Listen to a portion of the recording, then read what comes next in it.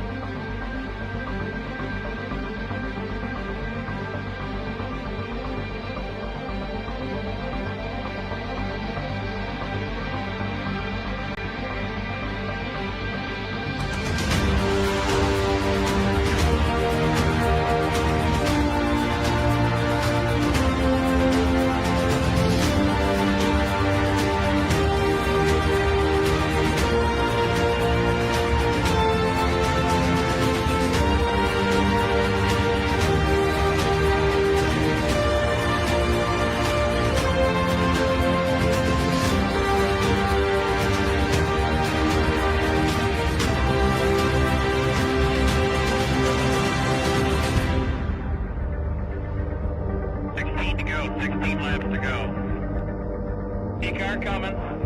P-car one back. Minus 9.4 now. Minus 9.4.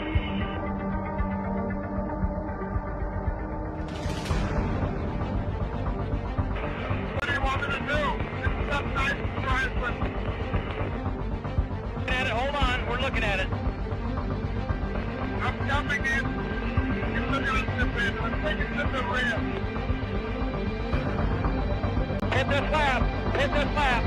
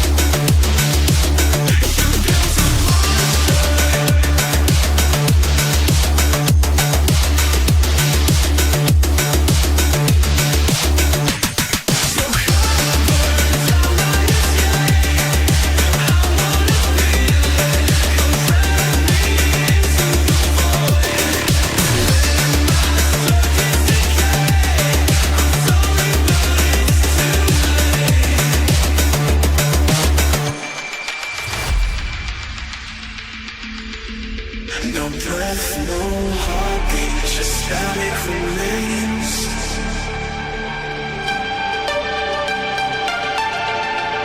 Hollow reflections, ghosts in the cold.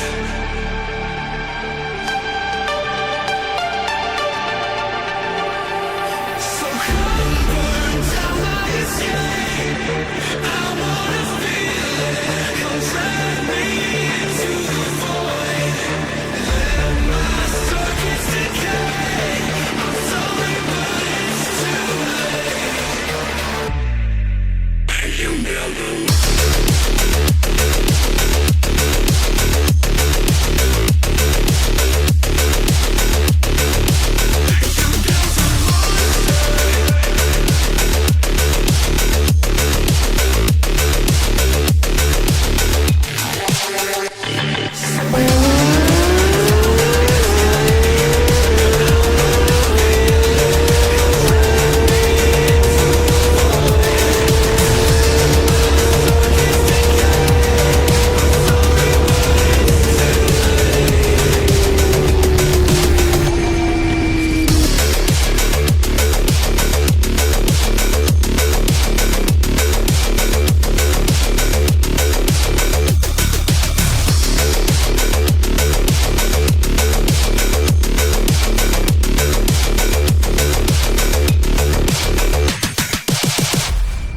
I have come here to chew bubblegum and kick ass.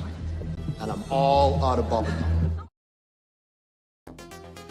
Happy Wednesday, folks. How's everybody doing today?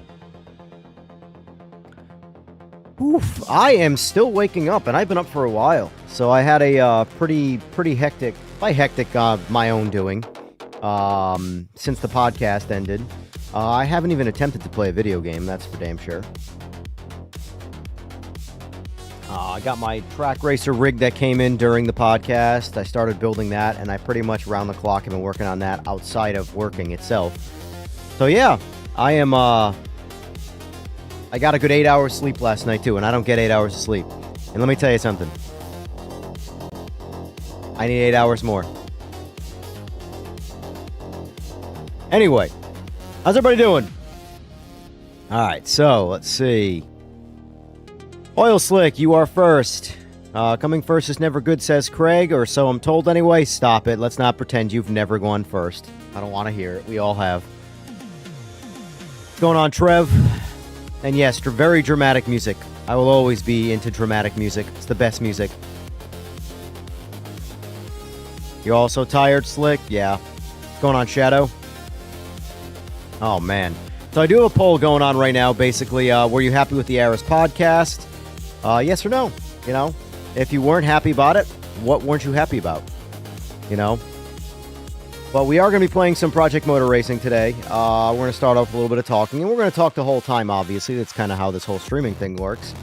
But, you know, let's chat about it. What did we really like, and what did we not like? You know, because there are obviously, I asked a bunch of questions that he didn't have the answers to, because unfortunately, he hasn't been with Project Motor Racing the whole time. So there's, I guarantee you, a whole slew of things that he doesn't even know about yet.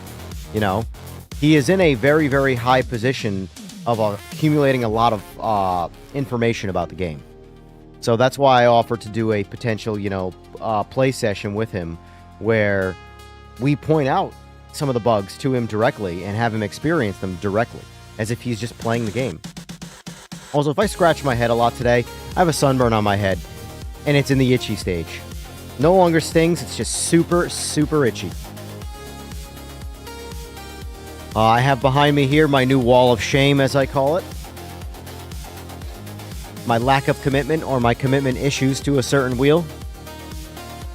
And there's still another wheel I want. Podcast is great. Aris is good at covering his ass while claiming to cover his staff. But that's good leadership. I mean, that's just how it is. That's leadership. You still have to toe the line no matter what, you know?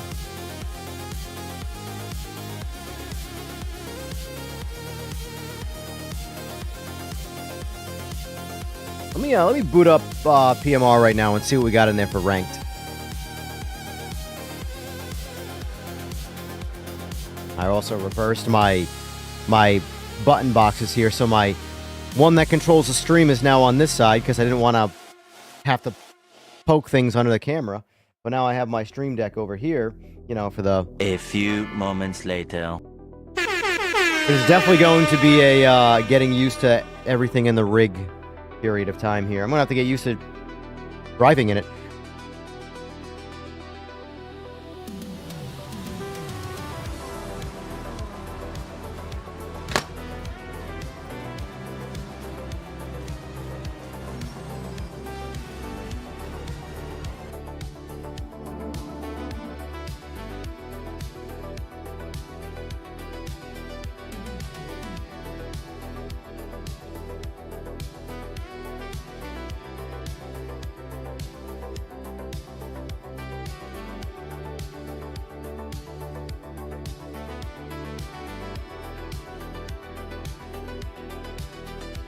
Got bug bites all over you? Yeah, it sucks.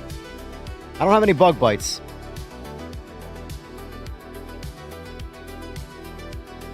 Let's pause that for now. We got the beautiful in-game music going on here. Yep, looks like I got everything. Alright, let's see what's in ranked. I have not looked at ranked yet.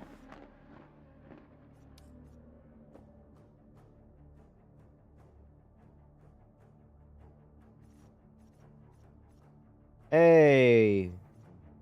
Looks like the JDM cars finally made it back in now.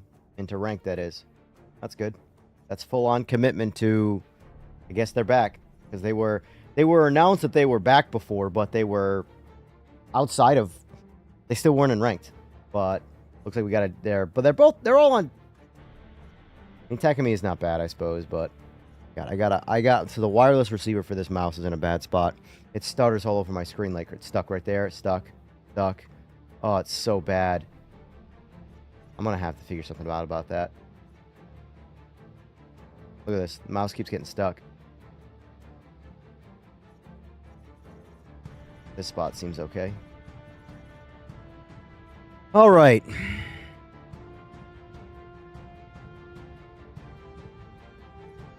One LMDH race. So let me see. What do we got?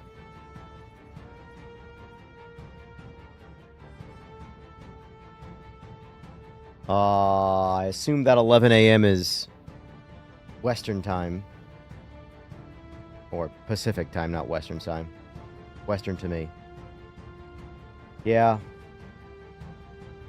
But you would think that they would put that on a you know... I don't know. I don't know. I don't know. Like, for me, why is the most hyped up race? Because obviously, time frame wise, it's hyped up. Is this class? No one uses it. The season had to end before they can put it back in rank. Gotcha.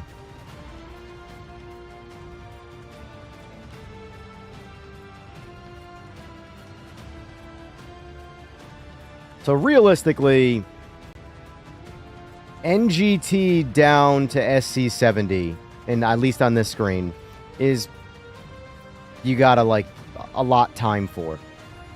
Every 20-minute rotation, that's nothing. That's not that big a deal. All right, so we got GT3s on Imola. We got GT3s on Bathurst. And we just updated, so now my eyes are all confused again. MX-5 on Spielberg. Red Bull Ring, that's an interesting one. GT Pro Cup on Kilami.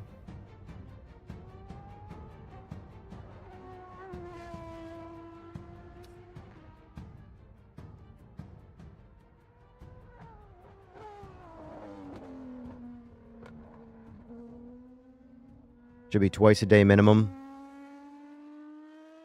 Yeah, I think every 6 hours is probably a better... Like, I think the LMDH should still be more of a prestige race, which means I don't think LMDHs should be often. But once a day is not it. If it was like a championship or a once-a-week championship or something like that, I get that. I get having one race a day because it's kind of a big race. You know, it's a weekly race. But for just regular races like this, once a day is... It's an LMDH. It's not... I don't know. I don't really have an answer. GTEs on Daytona. I don't know what the... I assume this is probably a 2 hours. Every 2 hour segment.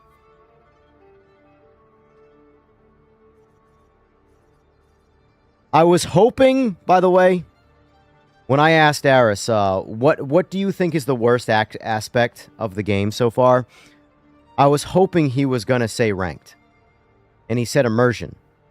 And while there's definitely some immersion improvements to be made, I think the one thing about this game that stands out is the immersion.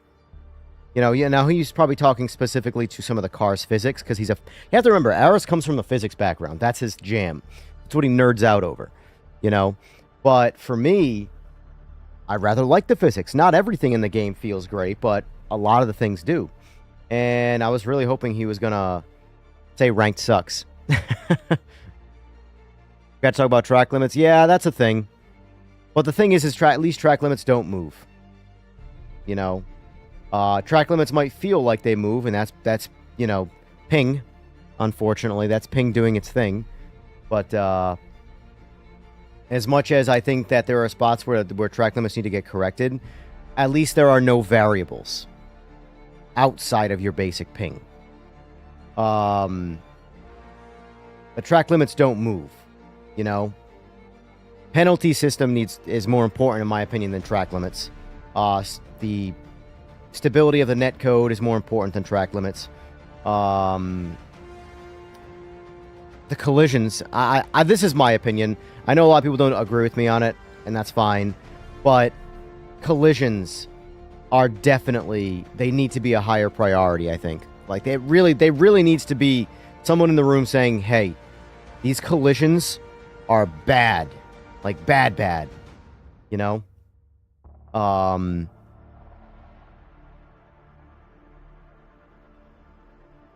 It'll work itself out. You saw all the comments about rank sucking but didn't answer. I mean, he probably read them all, but it's one of those things where, you know, if you don't have an answer for something, it's hard to address something, you know? Because that's why I was trying to emphasize to him, I accept I don't know as an answer. To me, I think that's the best answer when you don't have an answer. I don't know. You know? Everyone's always afraid to say I don't know because it feel like it makes them look weaker, but I think quite the opposite. I actually think bigger of you as a person when you are comfortable saying, I don't know. I don't know why this is or what this is or blah, blah, blah, you know? But it's not that he did a lot of it, but there were definitely some, like, you know, political-ish answers there where you're towing the line on what you can and can't say. Or you're answering in a way where it doesn't give an answer, but it doesn't say I don't know. You know?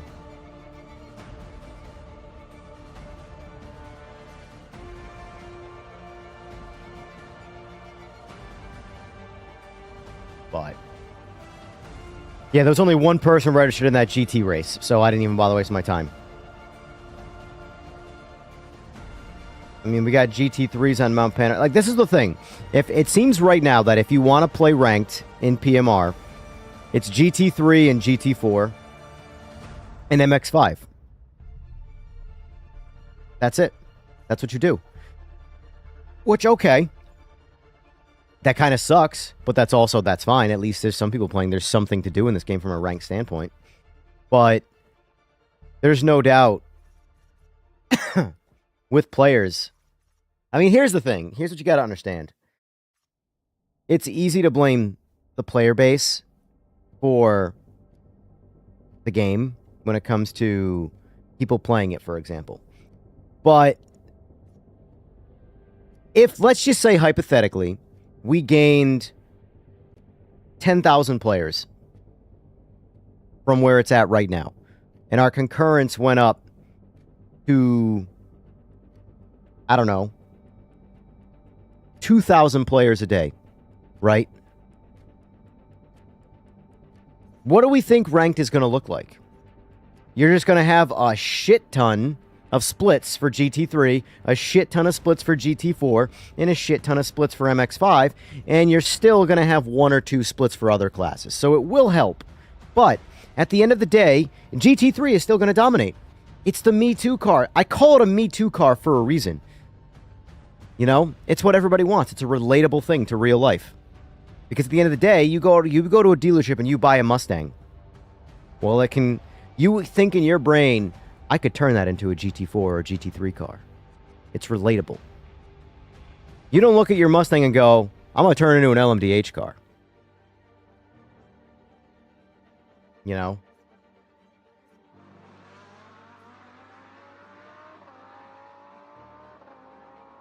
Yeah, we'll definitely get Aris back on, or if not, we'll get one of the other devs on or something like that. You know? Typically with podcasts, it's always, well, I shouldn't say podcasts, with game development or anything like that, it's better to go higher up the food chain for interviews because they're less reined in by people above them because they're higher up. But there's always going to be another person saying, don't say that, you know?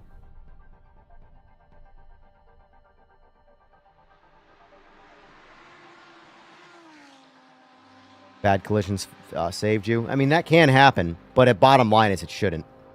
You know? 964, at least that one's going. Screw it! Let's do a 964 race. You know why? Because it's not GT3. Although I am going to have to swap wheels. Luckily, do it without getting up. I used to have them bolted to the rig itself, and now that I have a new rig, I decided I'm going to put them on the wall. Because I wasn't sure if what I wanted to put in my background space here. Well, that's like 3 birds, 1 stone right there, so here we are.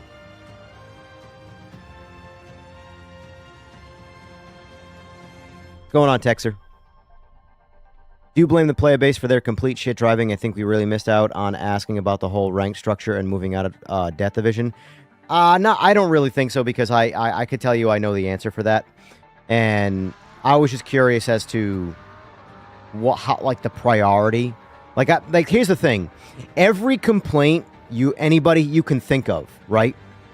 They know about it. It's not like they just don't hear it.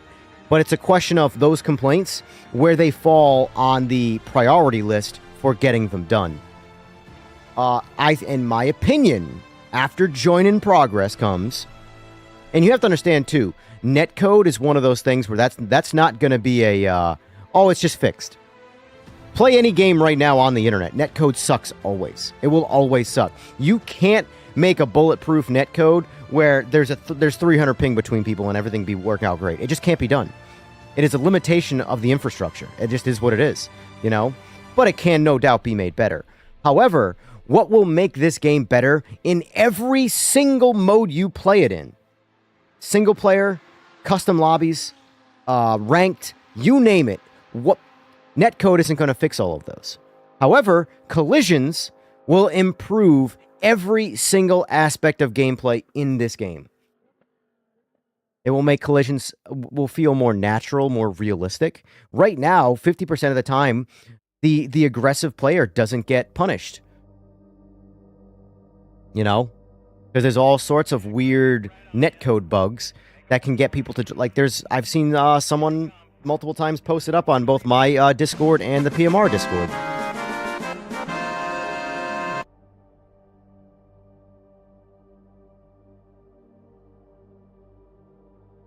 Zayman, thank you for the sub. Appreciate that. What's going on? But I can't remember the guy's name, FRP something or whatever. But I don't know. Now, he's at least being accused of it. I don't know if he is, but there's been enough videos to go, okay, this guy's found an exploit, and he's taking it. It's technically not cheating if he's not manipulating the game in some way, but it is exploiting. And exploiting is basically cheating without breaking the law, you know? So it looks like he's found a way to, like, use contacts to phase through people and get position, you know?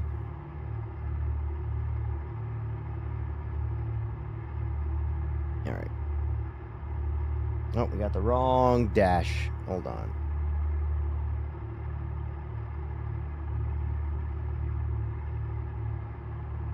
The only one thing, because obviously a lot of this I do have to do a Simagic stream review, because we finally got software. This is beta software you're looking at right here. This has not been publicly rolled out yet. But, like, right now, I got it. This is on no, discard. Thank you. All right, now we're back to the dash I would use for PMR. It doesn't auto, so everything in the software you can set it up to auto switch per game. The dash features you have to manually switch, or else, like, for example, to get the shift light to work correctly in Forza Horizon, you have to set the shift light to 87% of your rev range. Meaning, if your rev limiter is at your actual rev limiter is at 100%, you have to set it to 87% for the shift light to come on and not hit the limiter. Whereas in PMR or any other sim title, I'm at like 97%. So I'm like a full 10% higher, and I don't hit the limiter by the time the shift light comes on. So, anyway, that was a bit of a tangent, I know. Alright, let's see. I'm not talking about the players. I'm talking about the license structure and moving up divisions. There is nothing to the game telling me I'm gaining or losing points. I agree. There's no doubt the structure wildly needs to be changed. Like, for example, like I said in the podcast, I don't play LMU often. I don't really like LMU, but the ranked system, the infrastructure of ranked in LMU makes me want to go play it. This game, I want to play the game. Ranked makes me not want to play it. Have to make it so that that same like dopamine hit that I get out of LMU's ranked system, I get out of this.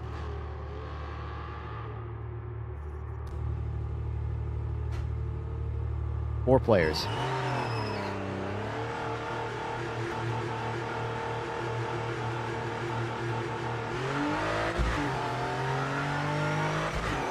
There's also going to be a learning curve here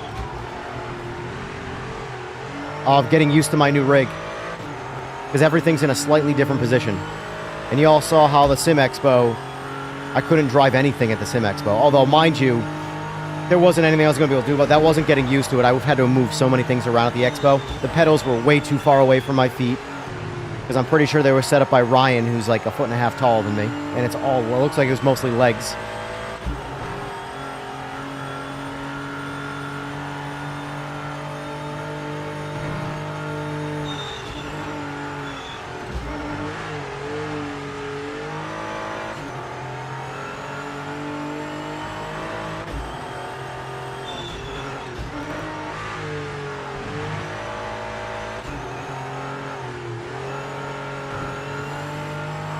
Just overtake, just overtake.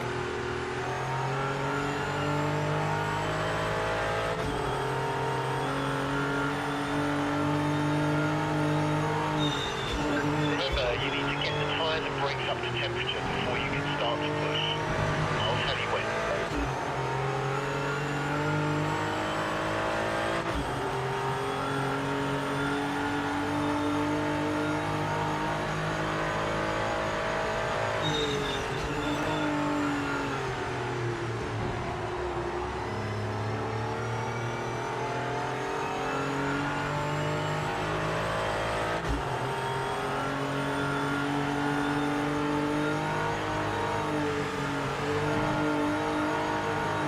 I do like driving these cars.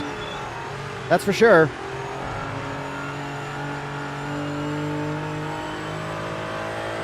I don't know what the Cup car is like. Some people just want everything to be difficult no matter how realistic it is. And some people obviously want things easier. But I sit right at, what's the car like? What's the car like to drive? That's what it should be like. And there are cars where I go, this doesn't make sense. There are some cars where it's like, this is too easy. This is not, this might be fun, but this doesn't feel like this car should be doing this. And then there are other aspects where I'm like, there's no way this car is this hard to drive.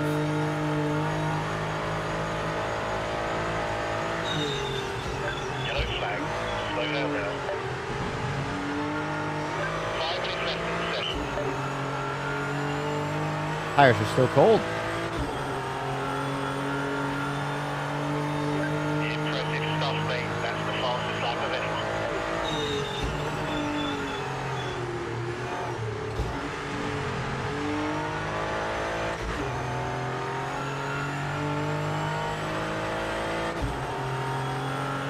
How did I get fastest lap? I barely even know where I'm going. I'm not where I'm going, but like a line with this car. I've never driven this car on this track before.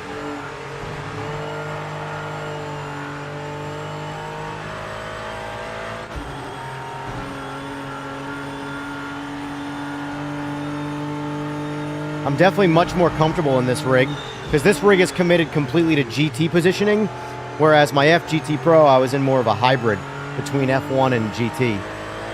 Now I'm straight up GT.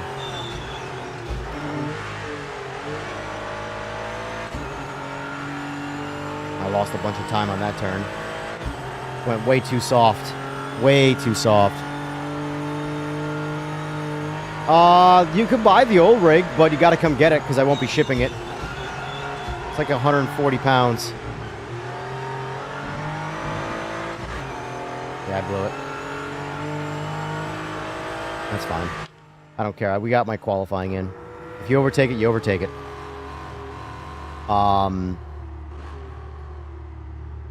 Yeah, I'll show it off soon. Yes, I am on the East Coast. I'm in North Carolina. I'll take some pictures of it. I am going to list it for sale. When I list everything that I sell in my Discord, related at least to sim racing. I don't have Facebook Marketplace or anything, so I don't list anything there.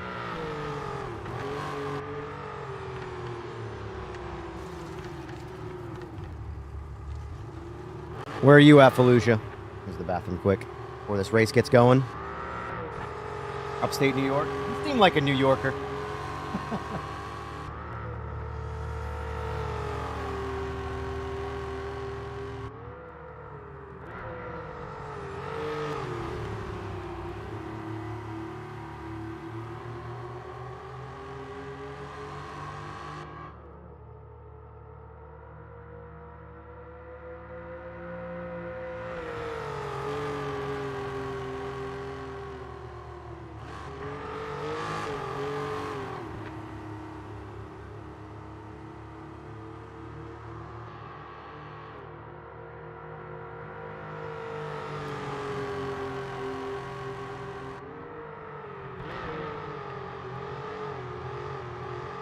I can do that for you, Slick.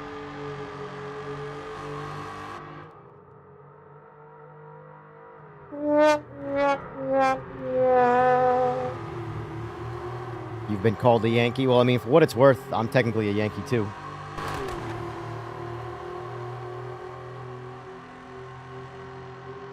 I lived in Rhode Island for most of my life.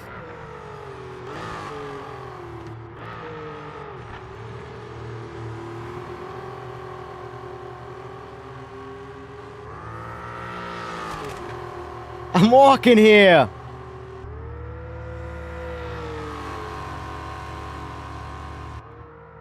Good old... The question is this, though. Who said that? Without Google... I know someone's going to Google it, so it doesn't matter. Without Googling it, who said that? Who made that line famous? Hey, I'm walking here! Need some music. There it is, Art, my man.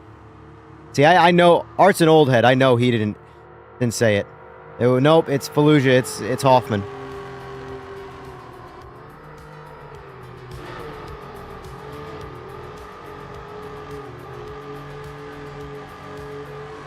At one point in their career, Dustin Hoffman and Al Pacino, though, were very similar. They were very similar. I was, admittedly, I'm way more of a Hoffman fan than a Pacino fan. Pacino's the best of the best. But, like, I don't know. I always catered to Hoffman. There's something about his charisma that's just not there with Pacino.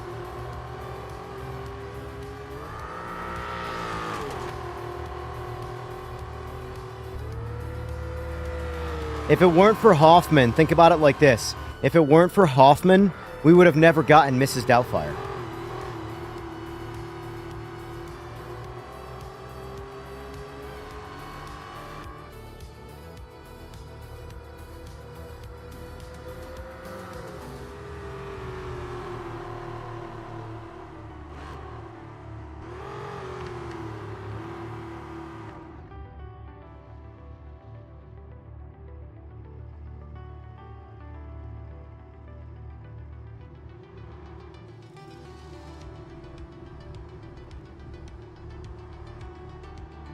As much as I was a Robin Williams fan, still am, we would not have gotten Mrs. Doubtfire if it were not for Dustin Hoffman.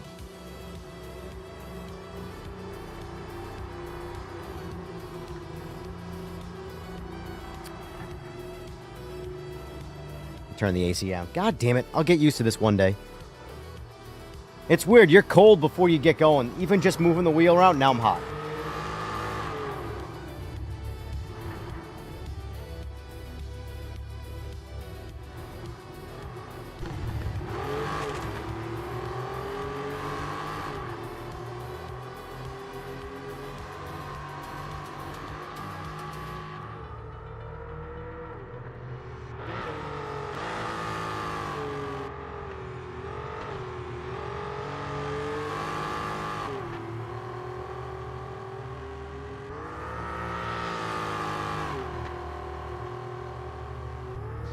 Nice driving, mate. That's P3.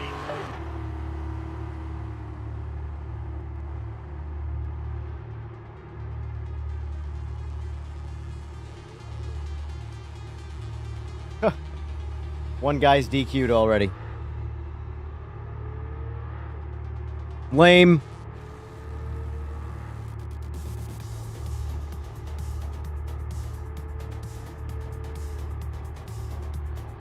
So yeah. Back to Aris. As much as I could talk about movies all day and would love to talk about movies all day, I do want to talk about the Aris interview. So... Oh, I forgot to take fuel out. Son of a bitch! Oh well. I have zero setup for this car. I mean, I have zero setup for just about every car, but at the very least, I pull fuel out of it. And I did not do that. I just blame it on Forza. That's the excuse, right? Forza brain. Whenever you make a mistake in anything that's not Forza, it's because of Forza. Let's get a good launch and overtake some cars. You can do it. Whoa! Clutch don't work. Oh, it's not bound right.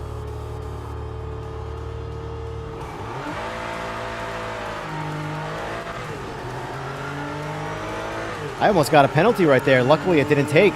I pulled the clutch in, and it didn't work. So I got to rebind that. Oh, don't drift. Don't drift into him. I hate going on the inside with a car with low grip. Even if you go in slow, it's really hard to not drift wide and knock someone off track.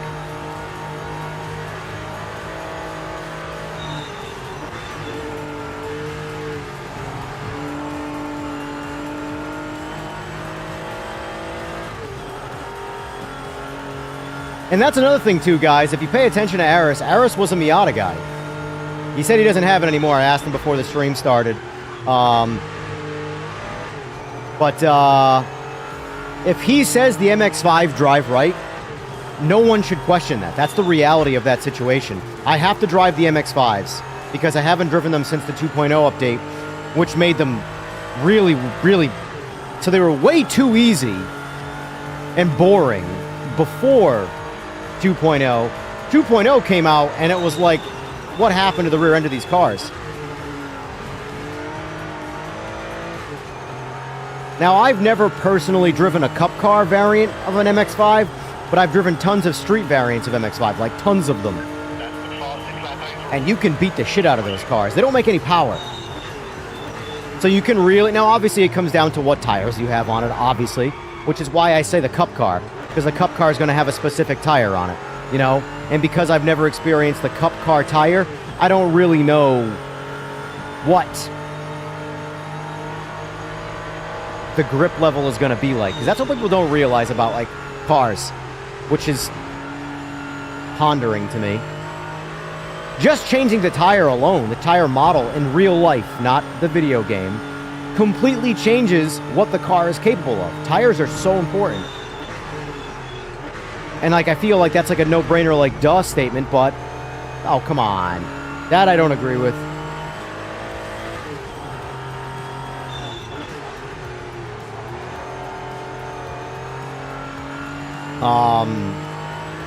But anyway, I haven't driven the MX-5s since they got the more recent updates after post 2.0.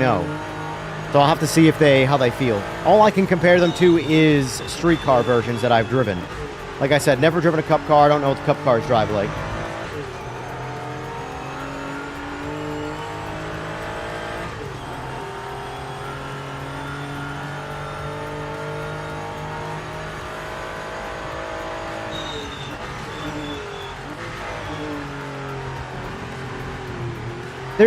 I don't believe you.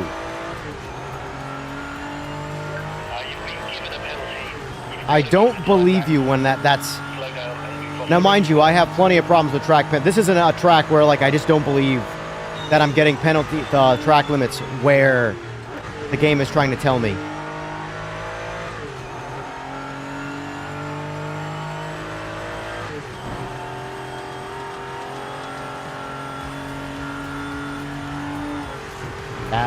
That did not mean... Oh, that penalty just went away, too.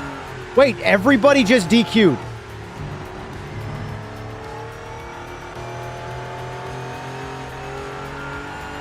So let me ask you this, guys. I can just quit right now, right? Let me complete this lap.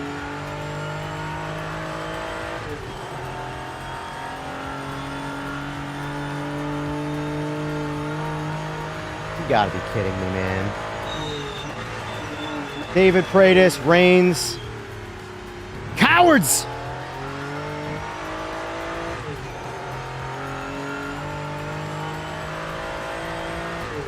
There's 10 laps of this.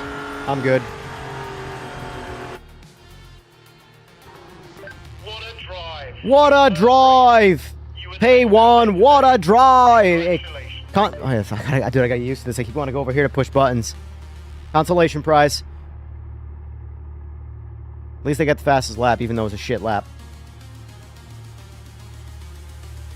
Unbelievable.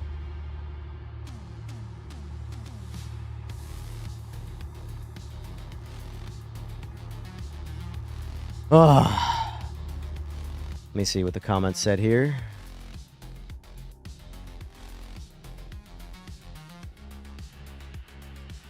I don't feel he told us a ton we didn't have a thought of, except it's good. He believes this game has at least 3 years. Yeah, I mean, like I said, there was a lot of things that he sort of danced over, and for obvious reasons, the reality is that he doesn't have the answer, you know? But, you know,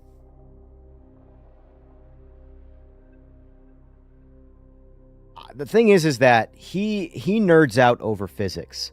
So for him, personally, because you have to understand, these guys aren't playing the game like we play the game. We play the game, they test the game. They test aspects of things. But when I have 700 hours into playing the game, I've experienced probably more scenarios than they have. You know? Because Sora's got a bunch of... He's got more to... Far more time into the game than me. But his actual racing time and, like, playing the game, very little. Very, very little. Because it's all testing things. All testing. You know? Look at this. 14 queued up in GT4. On a boring track.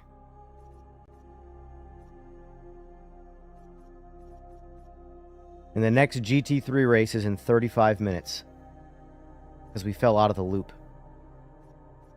I should have signed up for the GT3 Bathurst race. You know what I'll do? Screw this. Tried and true, boys. Tried and true. Custom lobbies!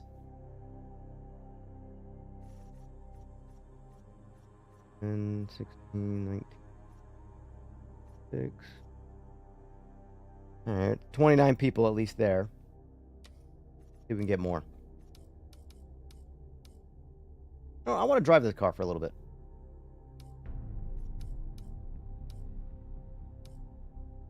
Come on, shaders. Install, will you? I very much like driving this car.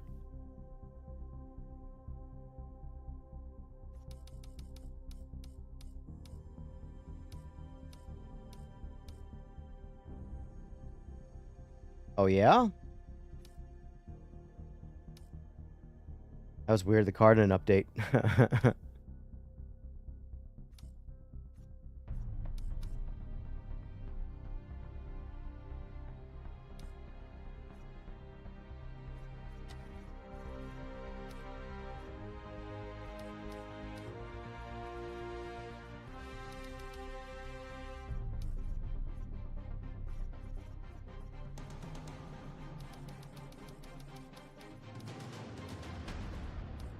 Do what we gotta do. We gotta add GT3s so people want to play.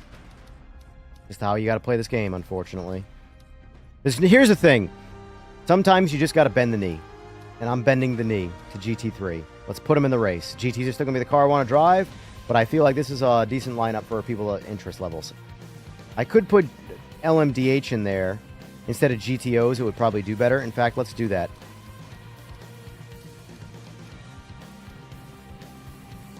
Multi-class shitstorm. Alright, now that that's up, I can read comments at least.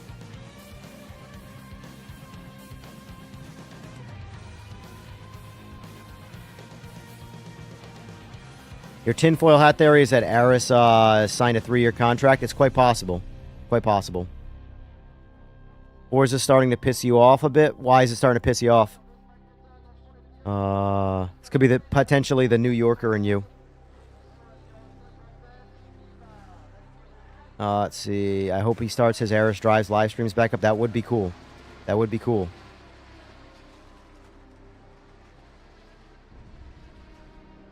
Well, according to my understanding, Eagles, he didn't change jobs either.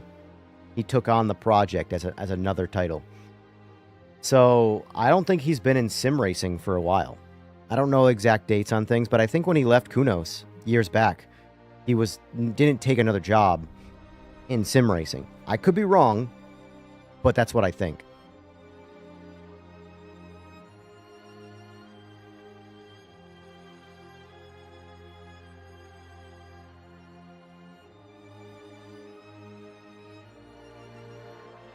They're your favorite car in PMR again. The LMDH is nice.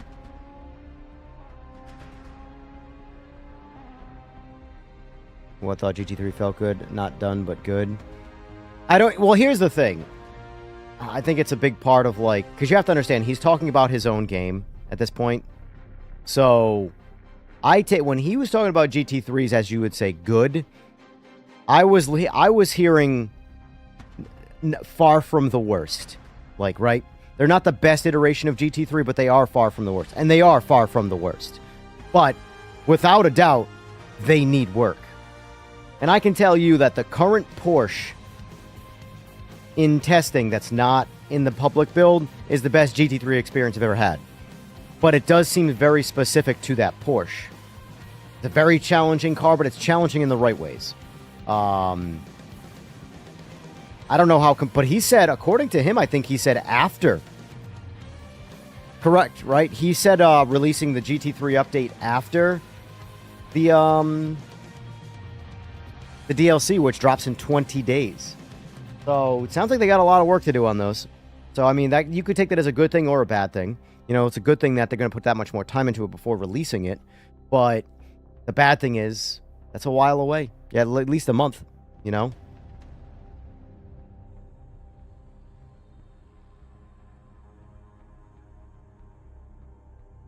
Purple GT3 driver. So is PMR making big changes to be playable? I mean, they're always making big changes, but the game is more than playable. I will never agree with anybody in this current state of this game saying the game is unplayable. I disagree. Like, firm, hard, line in the sand, disagree. Does the game have problems? Fuck yeah, it does. Absolutely. But unplayable? That's a stretch. My opinion. But that's an opinion that you're not going to change unless this game truly becomes unplayable for me.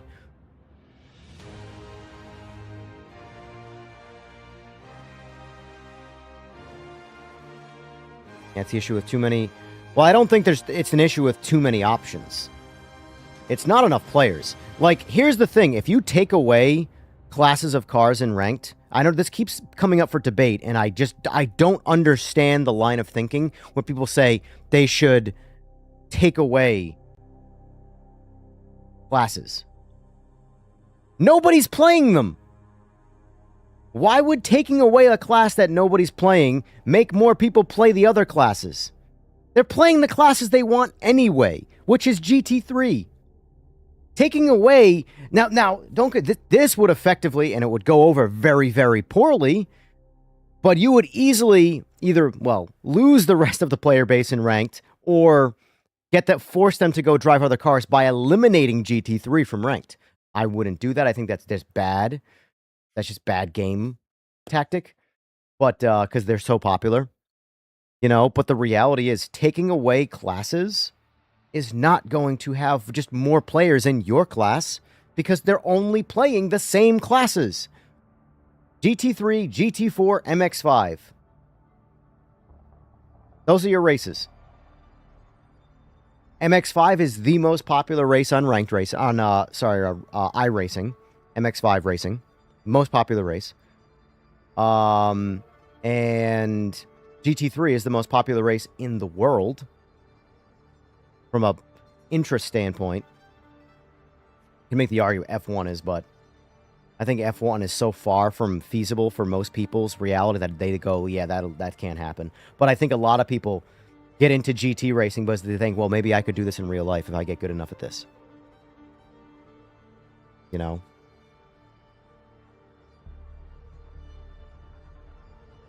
I forgot what it's called. Eagles. I'd have to go back to his YouTube and look it up again. The Graviton or something like that he's been working on. Where are you reading from? The Discord? What do you mean, MT?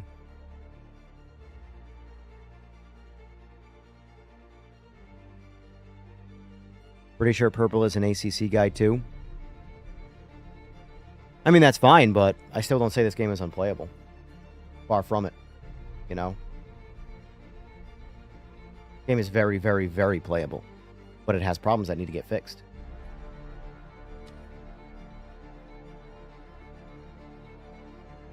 Right now, the number one thing that stops me from playing this game, the number one thing, is that people aren't playing it.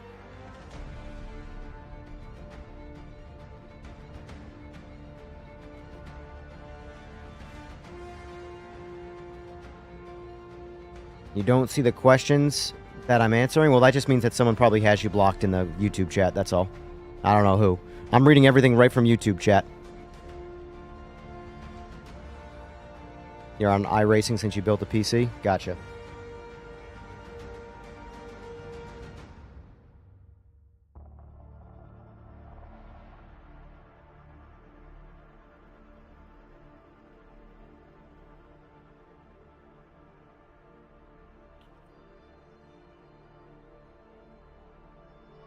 But yeah, there were no doubts, but there were a couple points in the interview where I had to sort of like backpedal my frustration a bit with like a lack of answer. And it's not the biggest reason why is because I know it's not his fault. But he does somewhat have to answer politically in a scenario where he doesn't have an answer. I myself personally will always favor an I don't know over a fluff piece answer, but a lot of people like the fluff piece answers. That is just the way it is, you know. Yeah, NDA is a big part of what you can and can't say, but a lot of times people don't know the answer to something and they need to make it sound better than I don't know. I personally always like the I don't knows though. Tells me you're being honest. Nothing wrong with I don't know. DSM, I agree, but I don't agree yet. I don't think this game should be re-reviewed. I don't think the needle's moved far enough. The core problems need to be fixed. DLC is not going to move the needle in this game. I can't wait to drive the DLC, but the DLC by itself in a vacuum is not going to move the needle for the player base. Agreed, Slick. Agreed. The game needs to get... we need very... And it's not even the driving. Leave it, in my opinion, every car in this game, leave it alone. Features first. Fixing problems first. You know? We need join in progress. We need collisions to make sense. You know? We need the rank system to be polished and figured out better. These are all things that are more important than contact or driving physics, in my opinion. Sorry, not contact. DLC and driving physics.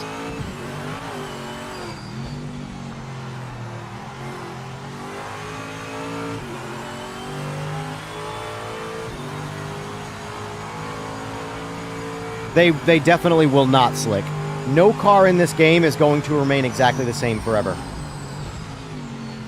And GT3s, because one thing you have to understand that he said that you got to pay attention to is you got to break it to make it better.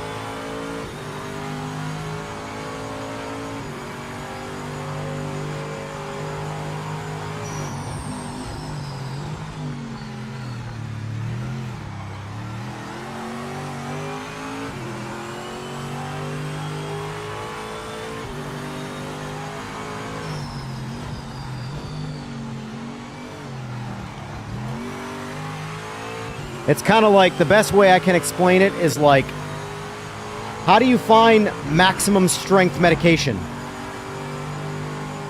You essentially poison or kill somebody to find, okay, that's our limitation. And we can all agree, taking a Tylenol And dying, or at the more rational side, getting an ulcer, would be a very bad thing, right? However, Tylenol that kills pain and makes you feel great is a great painkiller. You know, a great, or I shouldn't say, you know, painkiller, but mitigating pain.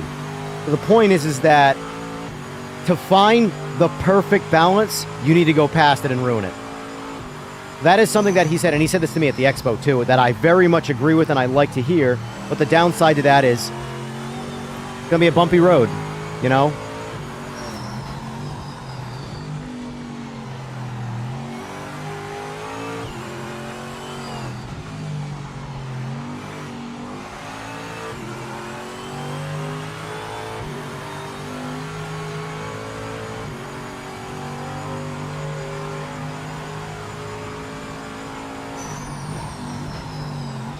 It feels so much more normal driving these cars in a GT body position. Like, I didn't realize how much that was breaking my immersion. Sitting in a hybrid position rather than an actual full GT position. Because I'm sitting upright right now like I'd be driving like an actual street car. And not like slightly laying back with my feet a little bit higher. My feet are still a little bit more elevated than a full-blown... Actually, I lied. I'm sitting in an exact... If anybody's ever driven a Corvette, C5, C6, the body position to drive one of those cars is exactly how I'm sitting. Feet are a little higher up than, say, your standard sedan. And I am in a bucket seat. A reclinable bucket seat. So what you would see typically in a street car. My rig is very much duplicating a street car right now, with the exception of my handbrake being a rally-style handbrake right here. Doesn't work, so I can pull it. That's my handbrake.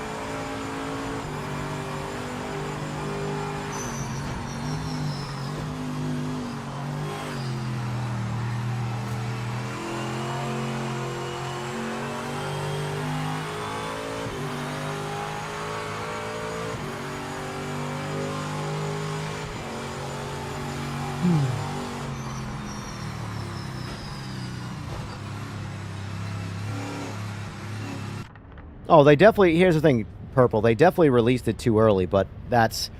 You know, not to get aggressive with you, but that particular, like, statement in terms of it, they released it too early, is beating the skeletal system of what was once an alive, but then died for a very long time horse. There's that... can't be sort of taken back. It is what it is. It happened. Eat a dick, Eagles. I can go 157, maybe even kiss a 156. This guy just goes 153. Suck it. Suck it. Going on, Monk King.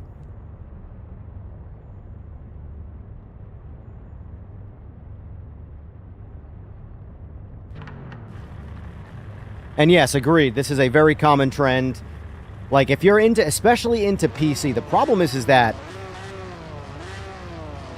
console player, not the problem, because it's just one of it, but like a lot of the feedback you get is from console players. PC players, for the most part, just played a game that's already established.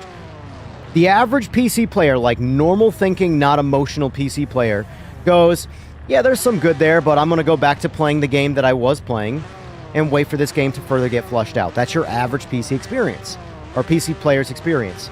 Console players only have GT7 or 4s to go back to, so they need this to go. But the problem is console players fundamentally are not used to cars or games where cars are not finished. Or the game is not finished, sorry. Wow, I screwed it all.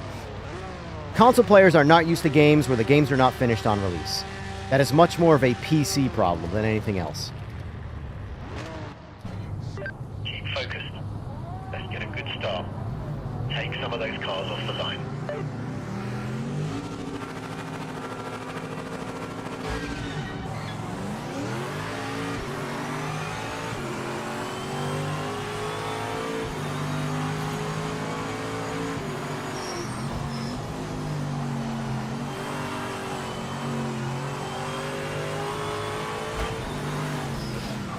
Okay. Appreciate that, sir.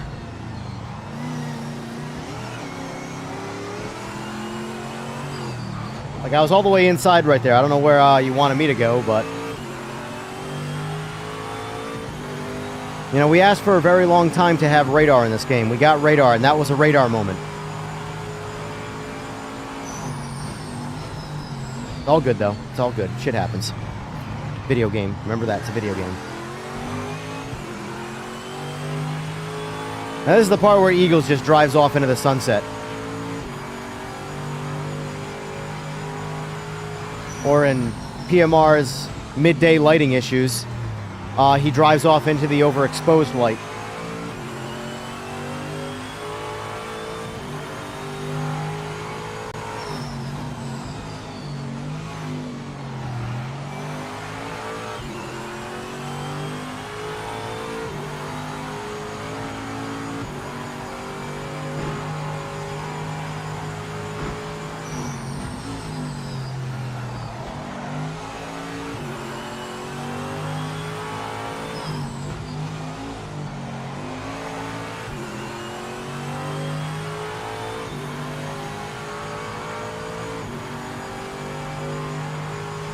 Yeah, here's the problem, though, right? Victory, I agree with you. Forza was a complete dog whistle shit show at the beginning. Now it's actually a really good game. But guess what? It's too late. The game's dead.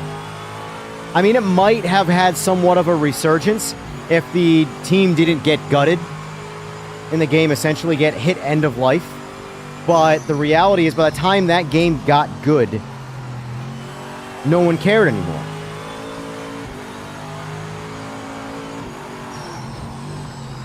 In my opinion, as far as like reviewers re-reviewing this game, reviewers like the major ones, the ones that are not going to do necessarily hit pieces, but they're going to be critical of the game. This game needs another 6 months. I think a 1-year review of this game is where the review, they need to be, that's where, like, if I was, you know,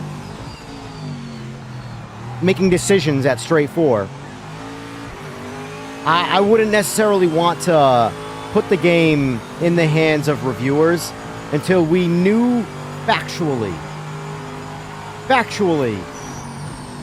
we had a killer of a game.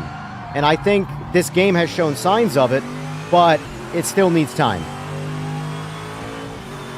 This game has come so far in 6 months. So far.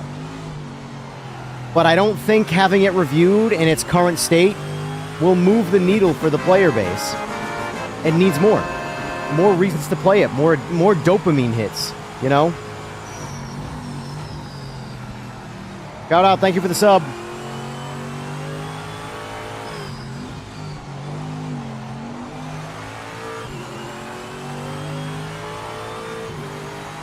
I'm probably going to check out Evo's update tomorrow, but I'll be honest with you, they added 4 new cars. That's their content, which is fine. Cars are cool. And they supposedly changed a lot of things, but we'll see. No new tracks, which is fine. There's a lot of tracks in the game and stuff. I don't know. Something about Evo, man, just...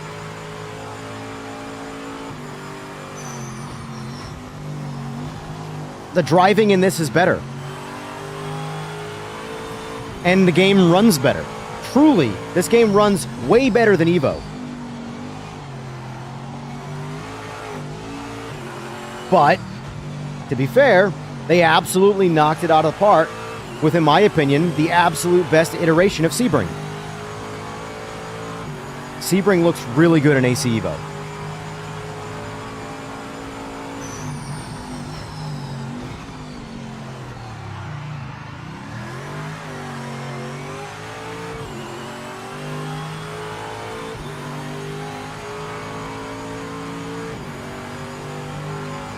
Yeah, GTE in this drives fantastic. It's one of my favorite cars, or class of cars. I braked way too early right there. I don't know what I was doing. This is where streaming slows you down, folks.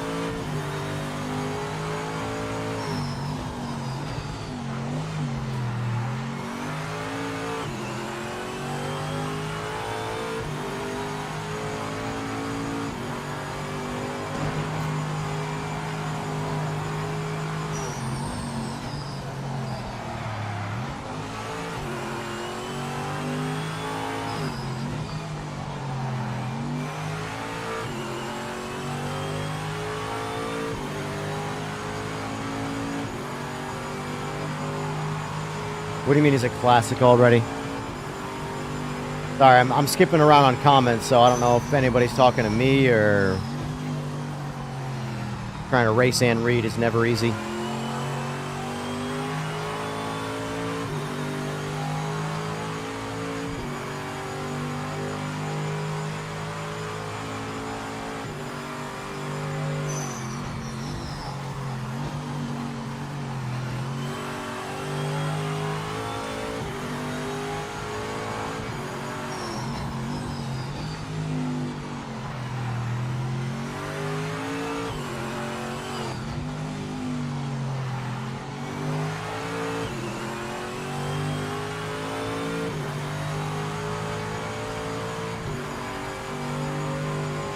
Did I say classic? I don't remember saying classic. I might have, and don't know what I would have said classic for. I'd have to go back and listen. That's a thing, too. When you're listening to someone talk and someone's just talking nonstop, and this is in all things, too. You see with politicians a lot and just things in general. You say things you don't even remember saying. That in the moment, like, you're thinking things in your head, and your brain-mouth translator kind of sucks. No, I would not say GTEs are classic cars by any means. Well, that was shit. But it's possible that I said something along two DQs.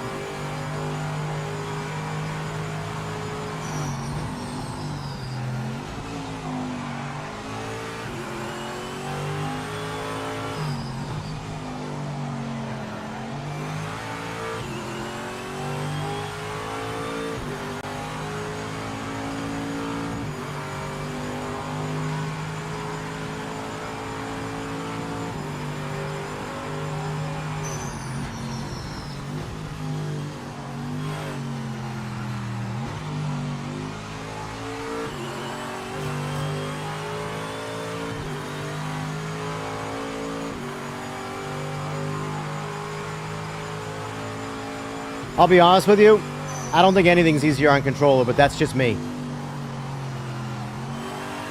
But I also have way more time on a wheel than I do on controller.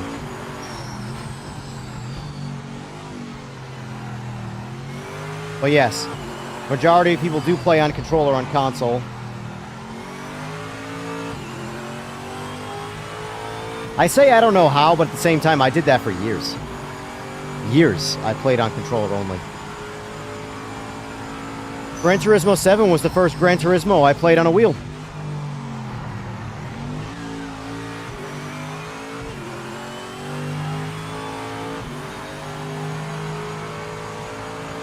Yeah, catching oversteer will always be easier on a controller than a wheel. Because moving the Joy-Con left to right takes an instant fraction of a second.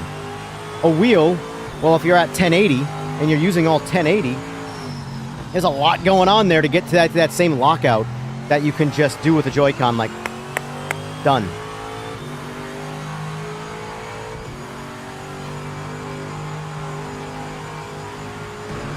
I'm also annoyed that I waited so long to get into the sim racing thing. Because I've wanted to get into this since before it was, like, popular. Because now it's somewhat of a... It's still niche, but it has grown a lot. I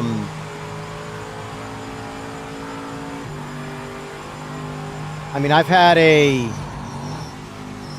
sports car since 2006. So 20 years now. I've always had something with speed being a factor in the performance of the vehicle. And I've always wanted a sim because I've loved video games my entire life. I play video games since I could breathe. And I've always wanted to combine the two. I knew that once I got into sim racing, it was going to be the addiction that you see in front of me. It is. It's an addiction. I very much have an addiction to sim racing right now. I basically have an addiction to problematic games.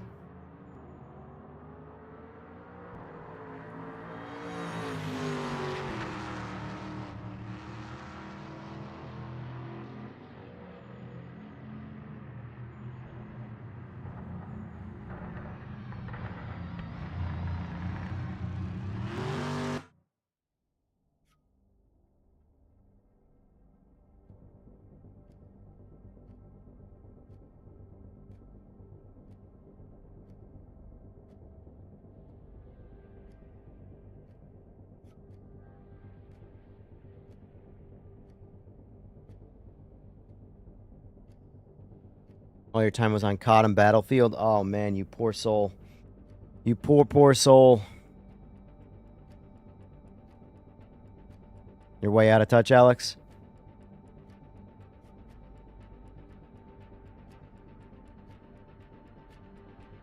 Your bike has always been your adrenaline rush. See, for me, the sad part, though, is, like, this is how I know I need to stop with the real-life motorsport stuff, is because that, like, the heroin effect is winning. The addict in me is winning, and I need to realize that I can't beat the addict, so I need to stop. And by that, I mean I get on my Busa, which, from a straight-line performance standpoint, absolutely will beat the brakes off an F1 car. Like, it's not even a close comparison. And when I make a hit on that bike, I'm like, I'm bored.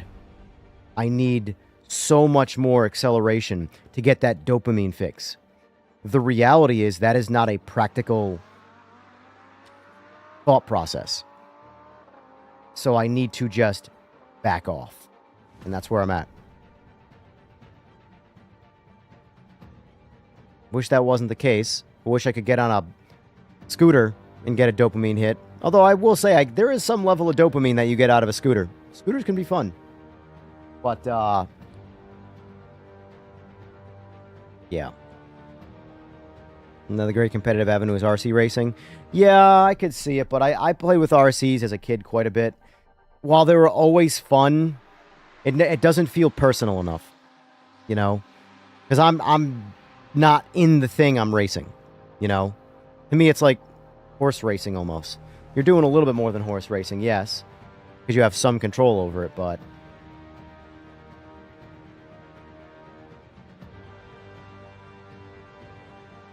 Put in gameplay videos. That's my point, Slick. That is a huge missed opportunity there. It gets real personal. Emperor's Flare? Well, I don't know if I have what it takes to get into that type of shit. You see the way people argue over digital and fake shit.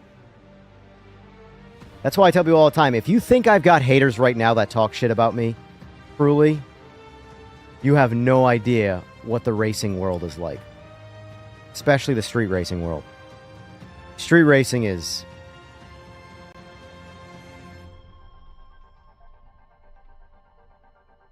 next level. Next level. I'll be right back again. Gotta piss again!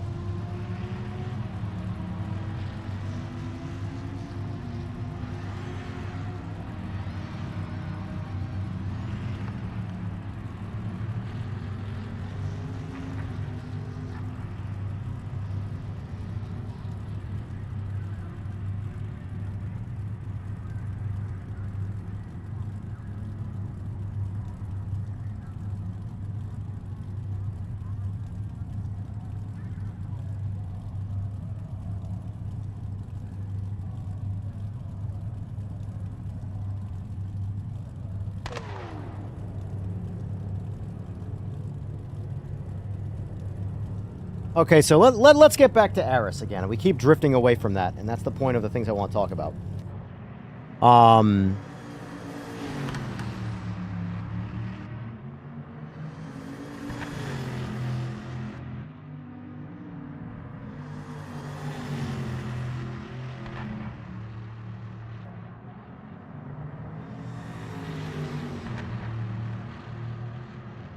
Yeah, I highly doubt there's any force feedback to RC racing in a sim.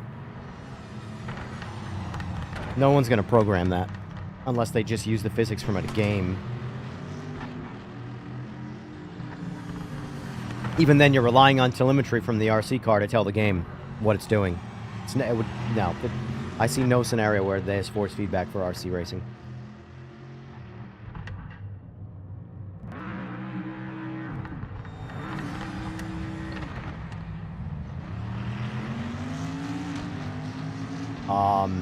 Anyway, about Aris. What are some... Let's start with the bads, since those are more talking points anyway. And then we'll shift over to the goods. Bad news first, essentially. What did he say that you guys didn't like, in general?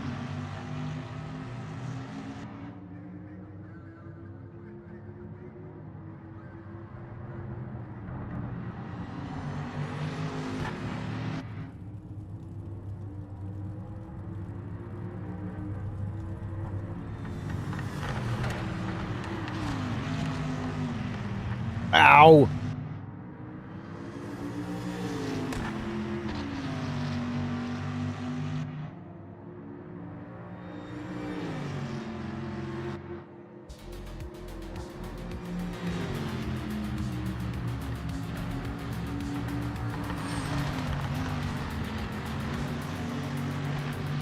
Oh, I was super excited to see today the new Group C real liveries. The renowned 787B, for example. Just a bit evasive, but he does seem committed and very cool. Yeah, I agree there. I agree there. I'll say this. He was much more direct at the expo. But he was speaking to me and a couple other people, not a potential mass audience that's essentially recorded and can be infinitely viewed and taken out of context, you know? So when you're in front of a camera, there will always be a slightly different way of talking, you know?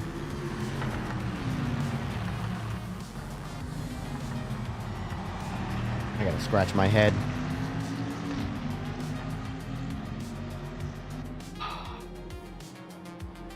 Oh, sunburn.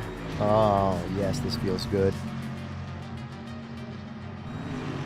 Ah, yes. This is ASMR head scratching.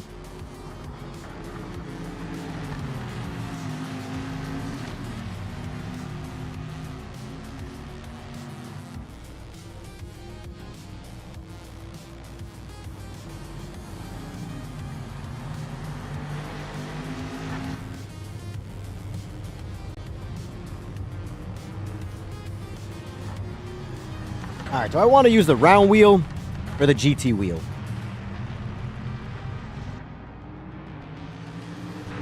I really like the round wheel.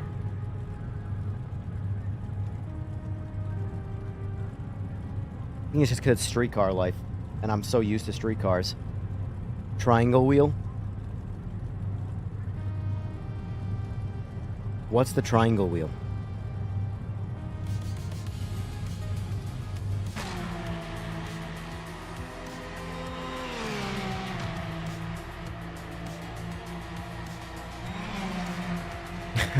You don't know.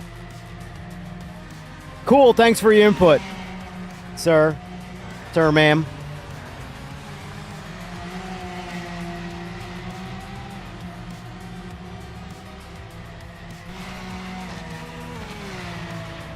Keyboard? No. That'll never happen. Hey, what's up, KG?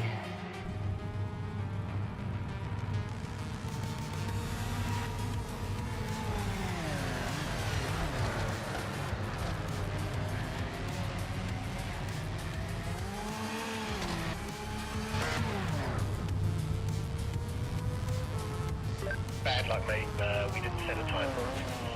We're at the back for the race. It's gonna be a tough one. Working. Make that money.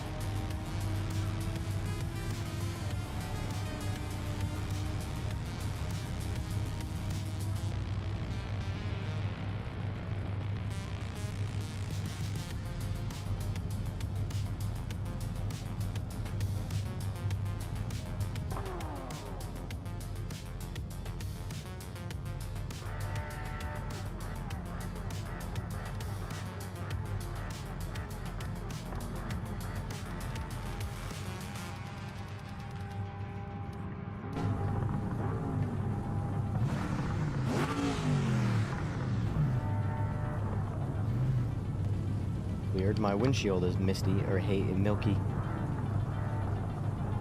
Wonder if my shader is not applied. I might not have applied my shader.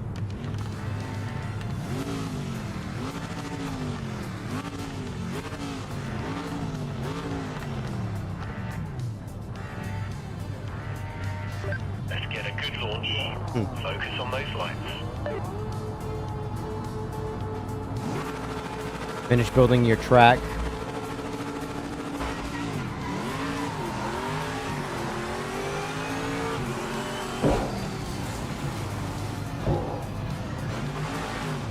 Haven't done that in a minute. You know, looked at chat and crashed.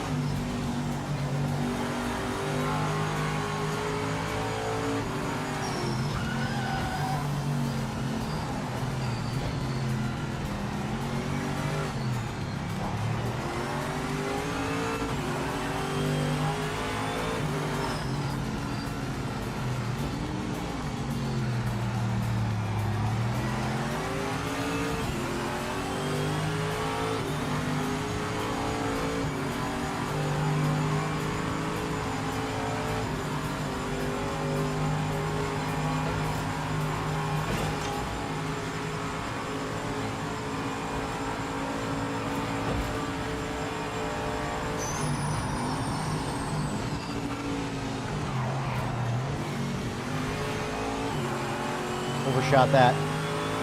Overshot the hell out of that.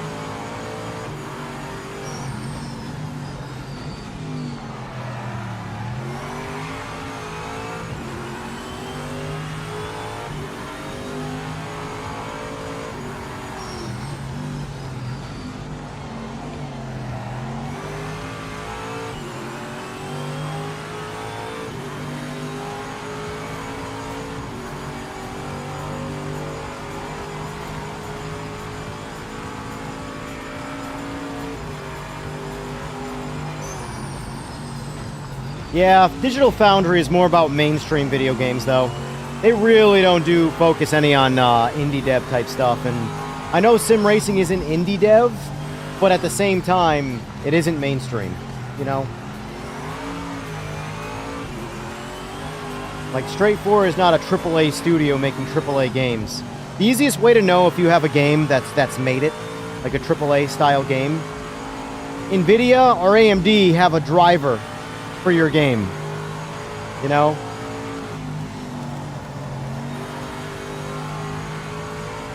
When's the last time you saw an NVIDIA driver get an update for Project Motor Racing?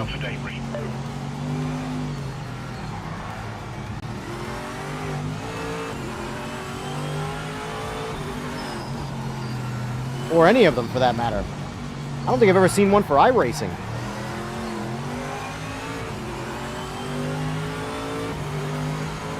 Whoa.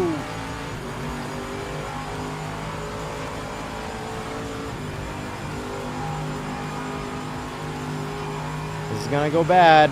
One of us is gonna have to break off here. I'll be nice.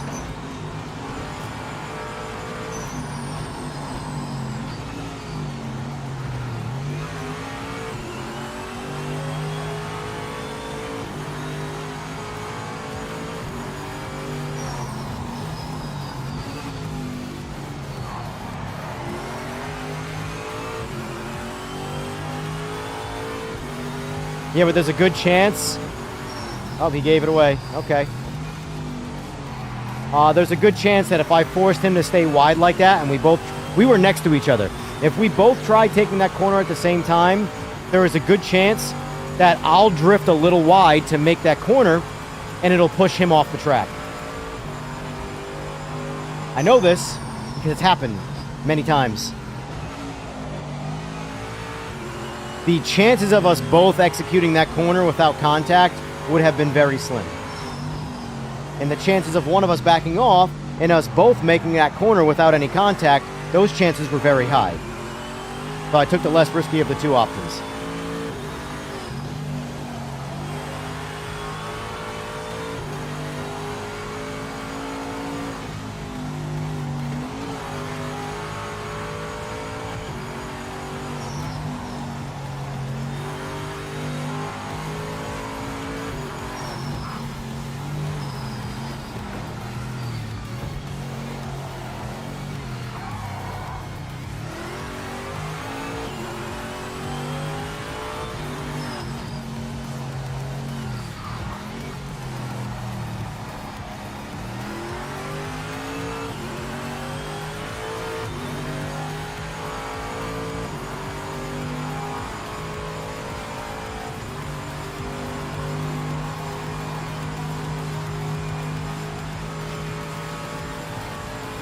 Yeah, I agreed on the farm sim versus UE5 stuff. I can't believe we're already getting UE6. Like, we haven't even figured out UE5 yet, and everybody's already getting 6. Like, come on.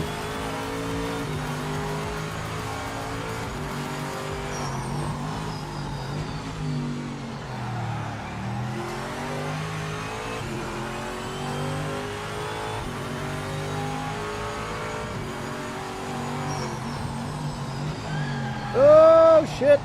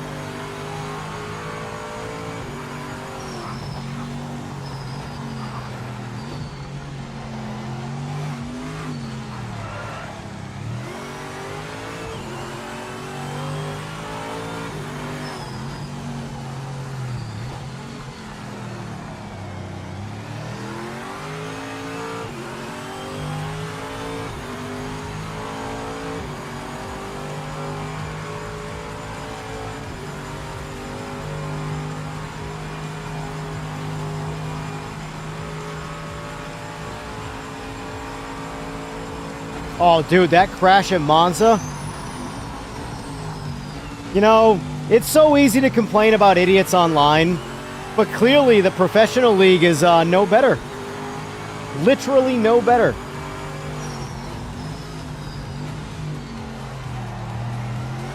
To be fair, though, it looks like the crash happened in the straights, and then they completely lost control before the turn, and yeah. It didn't end well.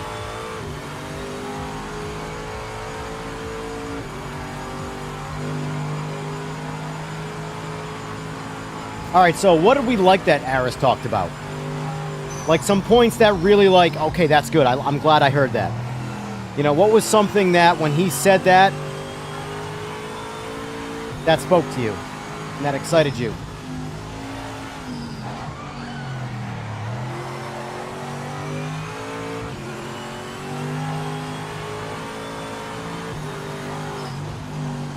I think I am going to have to make a slight rig adjustment here. I'm noticing my shoulders are getting more of a workout than they should.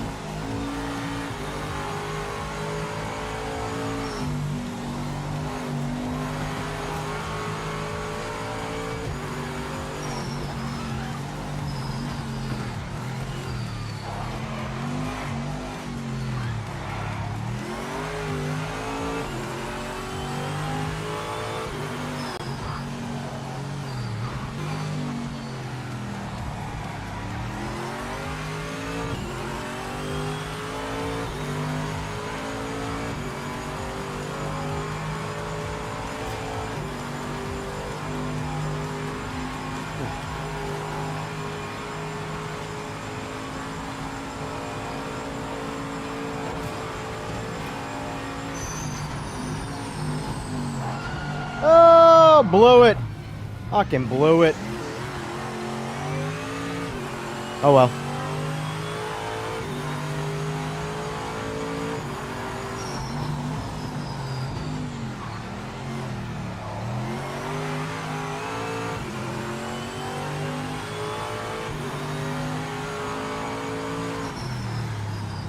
Move that.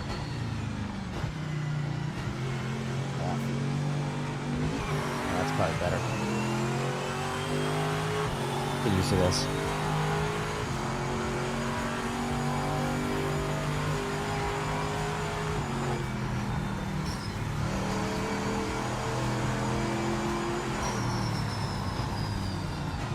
Only thing this seat doesn't have that I wish it did is a lumbar, more of a lumbar support. There's no adjustable lumbar in it.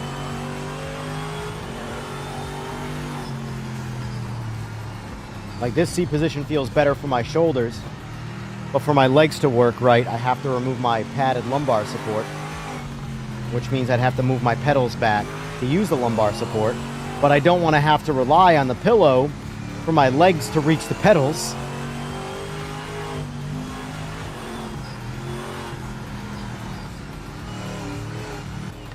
That's a P2 finish. Great driving out there today. The team is very happy with that one.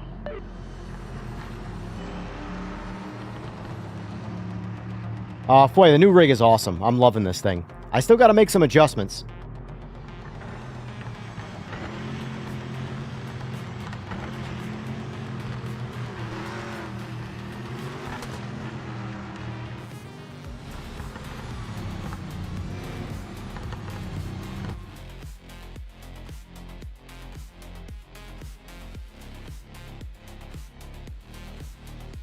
That sits up way too. That's way too high.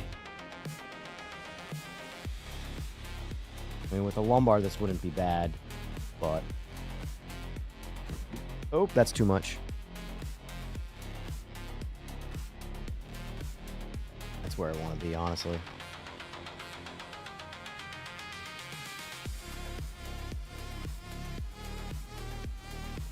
Try this. Where'd everybody go? Everybody already done? We all already exhausted the game?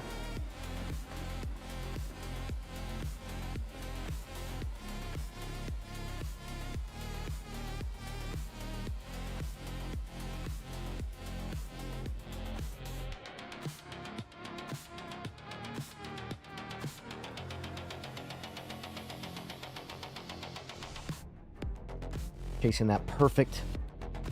Like, this feels like this shouldn't wear my shoulder. Maybe I'm just driving too much with my shoulders and less with my... I don't know. This feels like we're where we should be, measurement-wise. I don't know.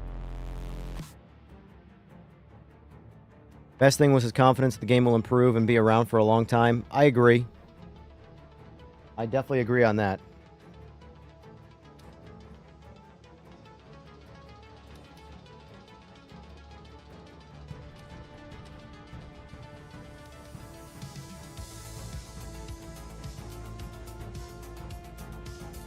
I'm actually going to try a GT3 car right now.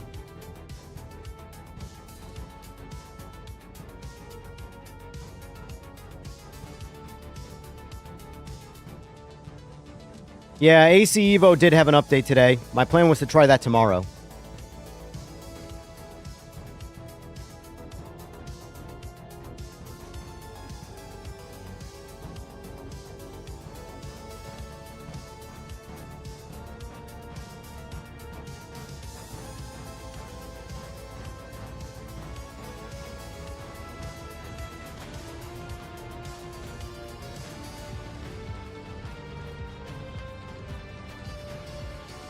Well, yeah, I could show you, Victory, I could show you audio clips of bikes while on them versus what they sound like to everybody else.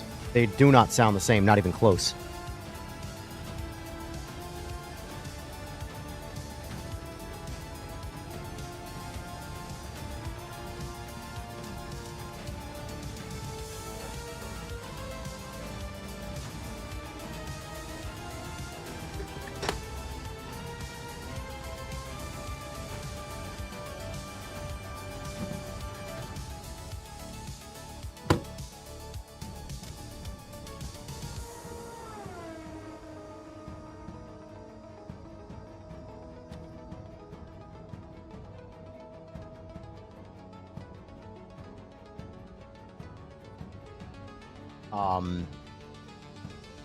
What's going on, TJ?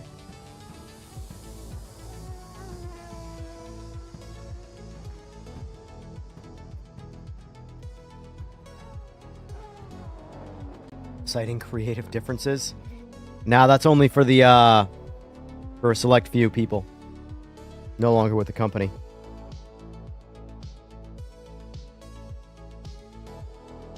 That's still you know, it's funny how that person, you know, is being glazed as, like, great. Yeah, like this. Only thing I can think of is that my shoulders are getting slightly worn out. It's a bit of an adjustment, and I'm tired from working on this thing for the past, like, 30 or so hours. I do need more rest for sure, but like I'm looking at all these measurements and I'm like, this actually is like perfect. Where I'm sitting right now, this is actually the wheel for this particular wheel sits a little bit more forward. Not much, maybe a ½ inch, but like the only thing I can think is that maybe I have to turn the wheel down a little bit. So on the round wheel, I'm not reaching over, it's more forward, which is a small adjustment, but either way. Please don't jinx it. Don't jinx what? Harry, have you tried... Oh, no, I think you're working, right? You're a daytime worker. I was going to say, have you tried the AC Evo update yet? Because I'm going to try... Here's why I wanted to wait a day, instead of just trying to, like, jump in. Instead of just, you know, get in the trend of, oh, it's day one, get in on now.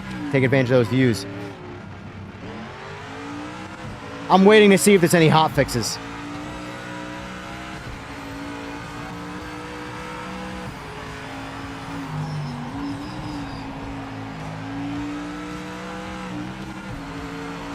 Yellow flag. Be careful. Whoop, shit.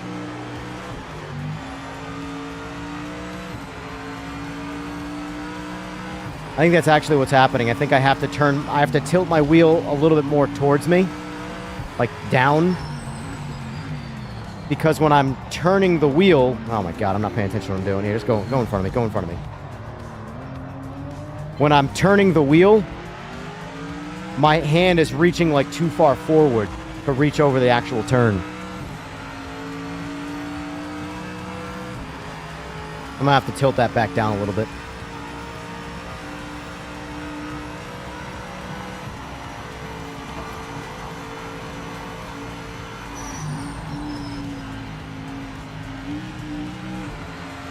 And as much as I do like this GT wheel, these particular grips, I don't know if I like.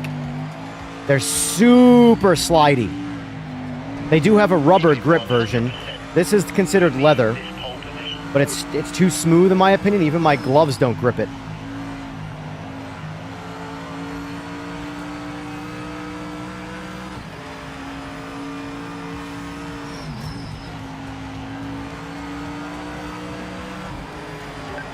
flag. Be careful.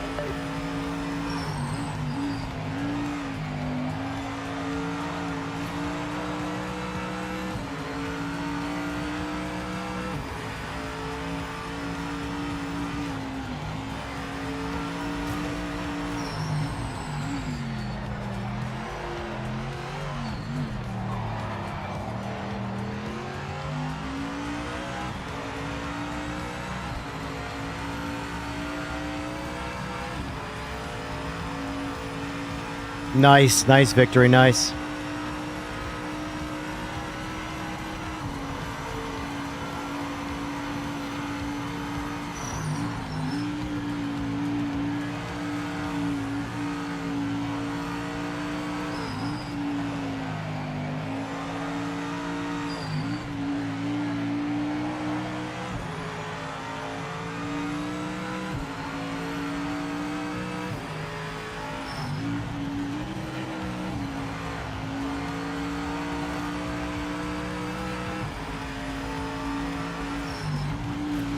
Listen, Art, I don't want to hear it.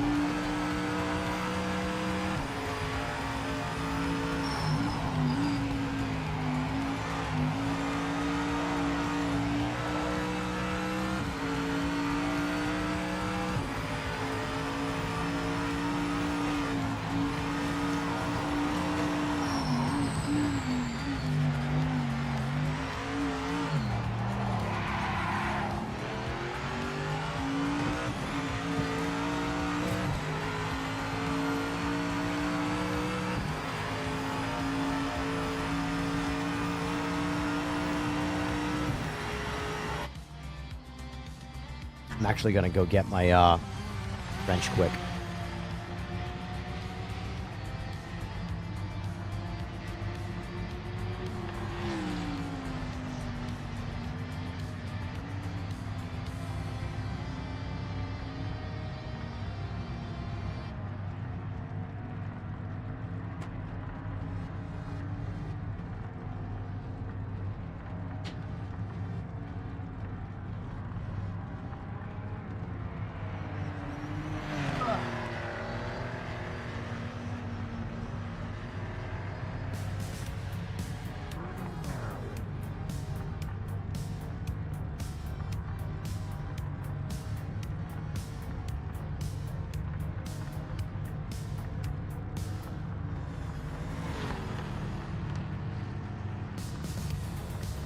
Hey, I tightened it with a real wrench, with a real ratchet, and I'm using my rig-specific one. So I have to try really hard to move it with this. Tightened with leverage that was this long, now I'm using this. This thing, though, super clutch. Highly recommend. 10 out of 10.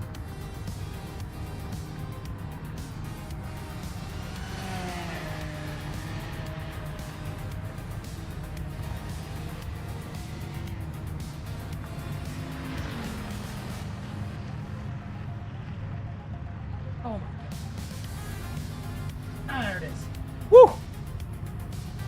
I just broke a sweat on that bolt. Alright, let's see.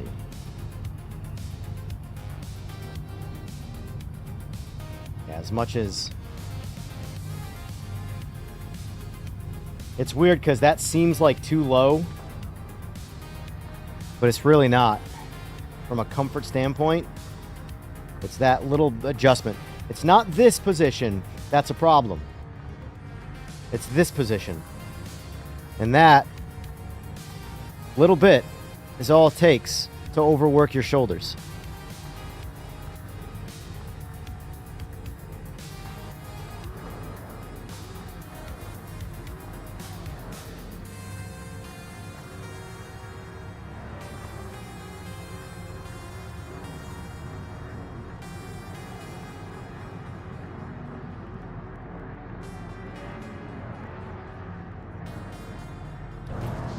Okay, mate, you can do this.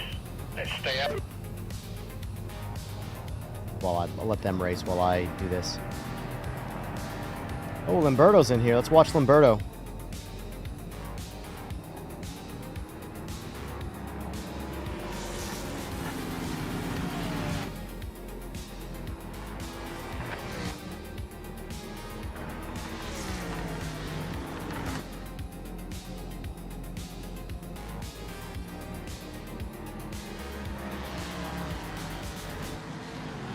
Yeah, the problem is Trev, I don't want to adjust the steering ratio because I want the ratio to be realistic. I can make it so that, you know, a 90-degree turn in both directions locks every car out, but that's just not real.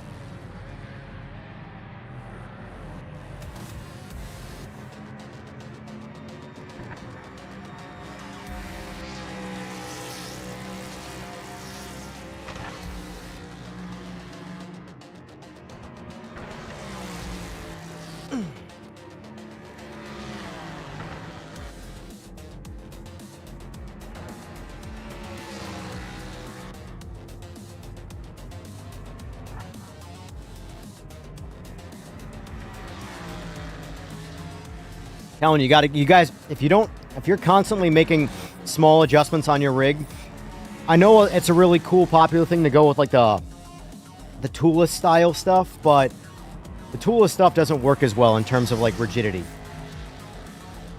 But this little guy, 10 out of 10, you need to have one if you constantly are making micro adjustments to a rig. That feels good. That feels better, for sure.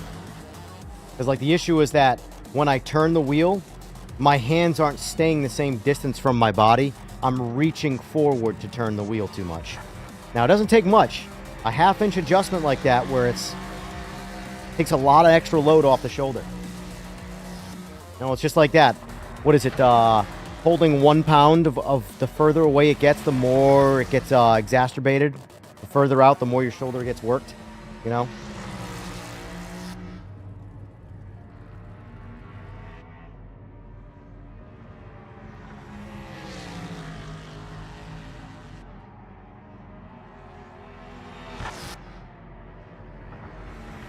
So, that being said, is there anybody that actually is looking forward to the new DLC?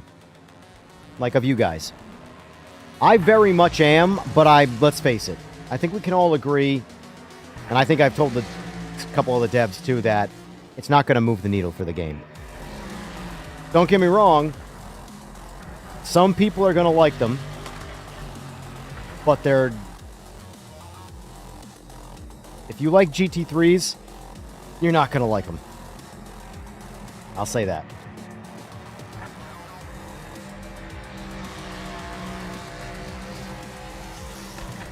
The track will be nice. You know. Road America will be nice.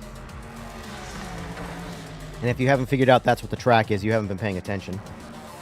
Because they haven't said those words. But I mean, they're in the live stream at the expo. They weren't hiding it. Obviously, it's there.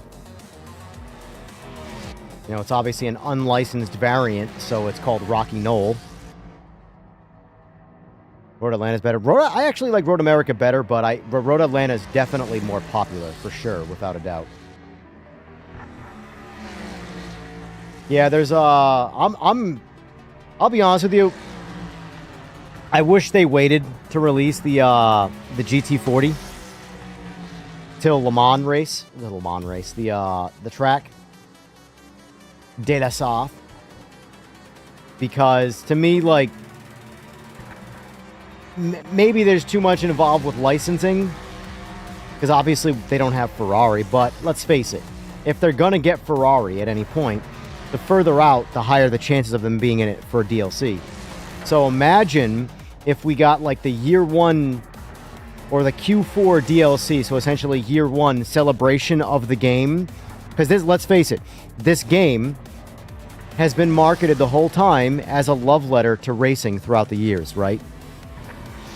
So imagine if the last DLC we got for year one to celebrate the year of the game, we got GT40, Ferrari, Le Mans, classic Ford versus Ferrari race.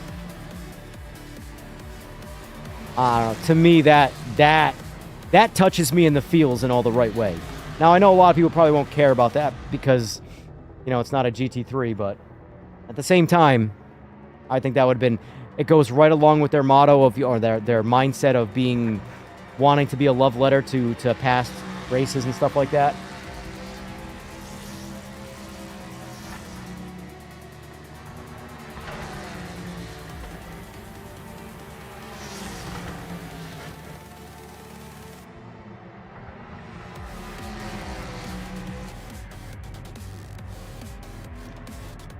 And the biggest problem is I don't know if Ferrari would ever give them the license because of how proud Ferrari is.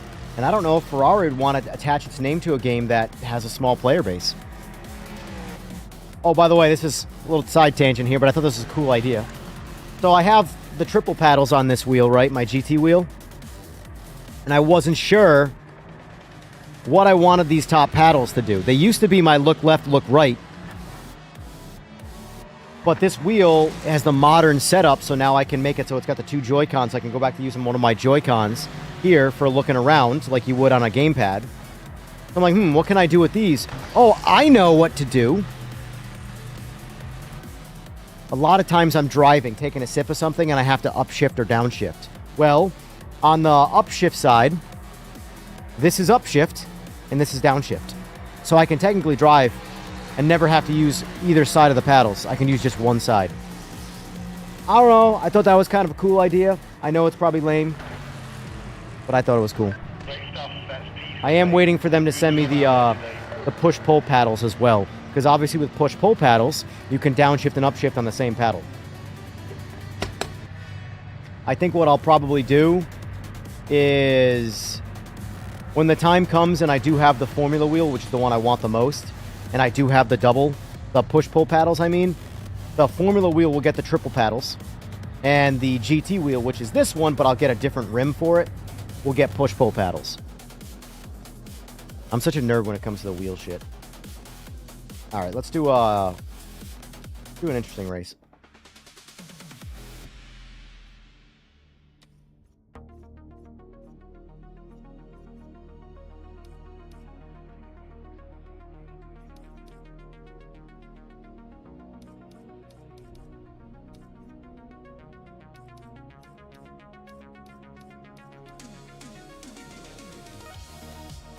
Do a chaos race.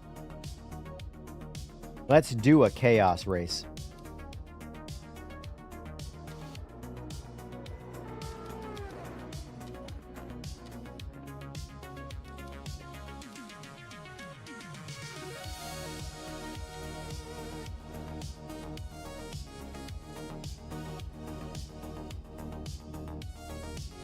Got a chat to wife? Yeah, no problem. Do your thing.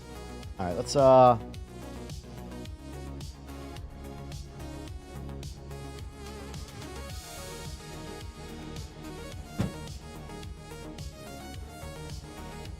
try the rounding again.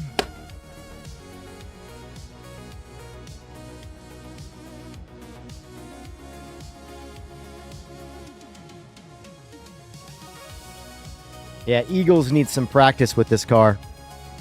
Might be the one car in this game that I have and I'm sure it won't last long, but I have an edge over Eagles on, because he struggles to drive this car. All right, I'm going to use the bathroom, give you some time to get in the race, and then I'm going to ready up.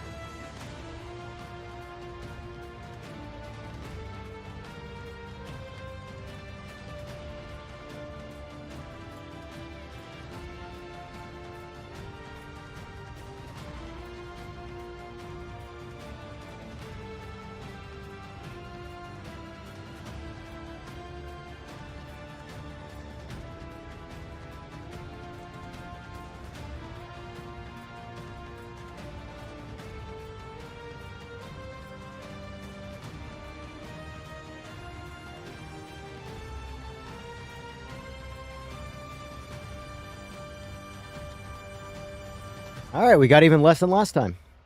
Nice.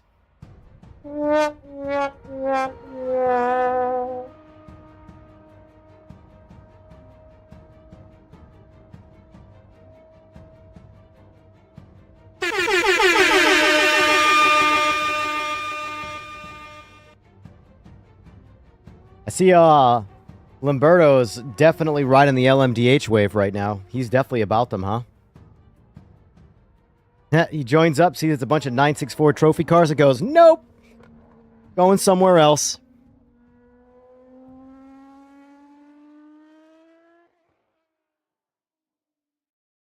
I don't know why you guys hate these cars. These cars drive great. I also don't know why people think they drive too easy. Because there's no doubt they got easier to drive in this update. But it's an underpowered old cup car. And it's a Porsche, mind you. On slicks. Now, mind you, I'm sure they go with tires that are generationally appropriate. So, like, you're not going to have a 964 Cup car from the 80s or 90s, what specific year this car was, I forget, with a tire from 2026. It's just not... The braking's easy. I think the braking in these cars is easy.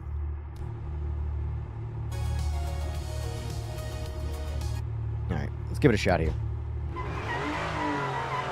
Oh, I'm like, where'd my 4C back go? There it is.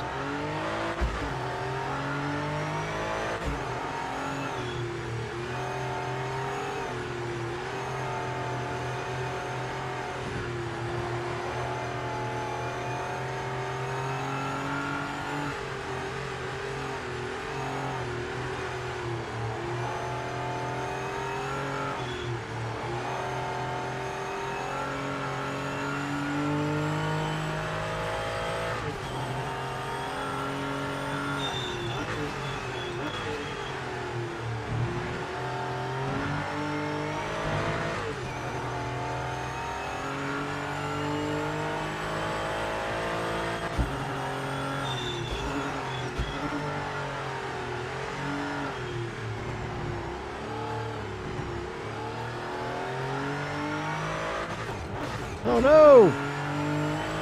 Went into fifth twice instead of third. Okay, mate, let's make this lap count. Full set. Full set.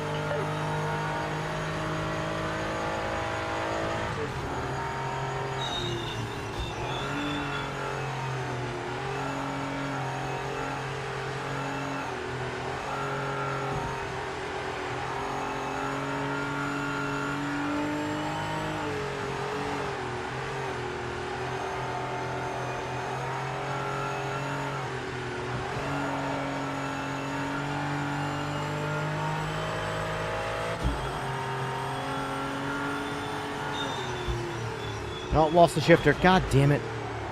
Stupid Simagic shifter.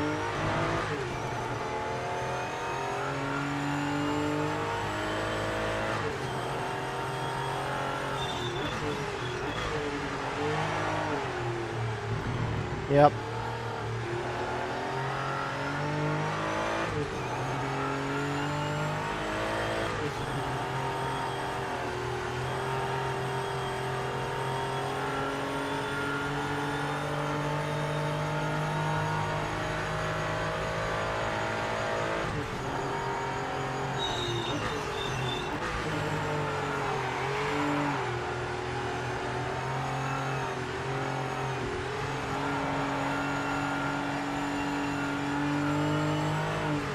Why, Slick? Because of the shifter?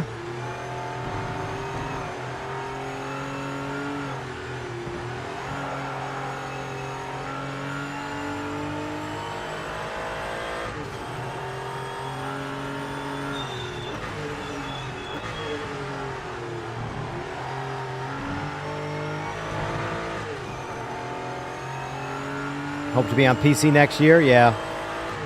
There's a learning curve. Expect to have to learn a lot about computers to enjoy computer gaming. Because from a troubleshooting standpoint, yeah, it takes a little bit of patience.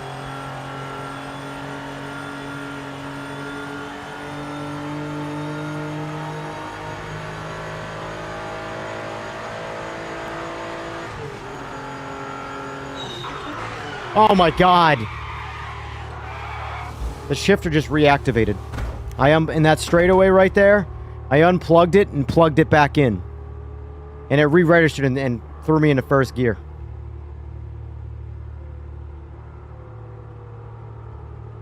Screw it.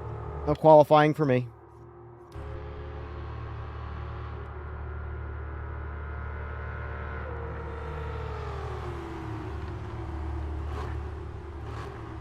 Different spot this week.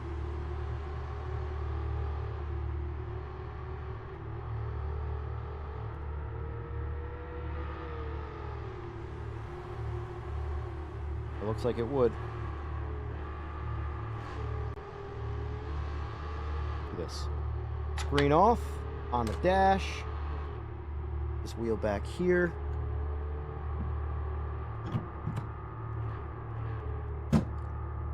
On.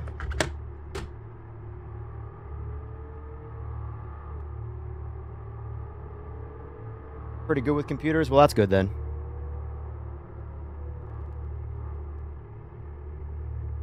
Yeah, because my shifter was in first gear. And I was in, what, 5th or 4th right there? And then when I unplugged it and plugged it back in, it re-registered the shifter, which was in first, and it forced me into first gear and ended my life.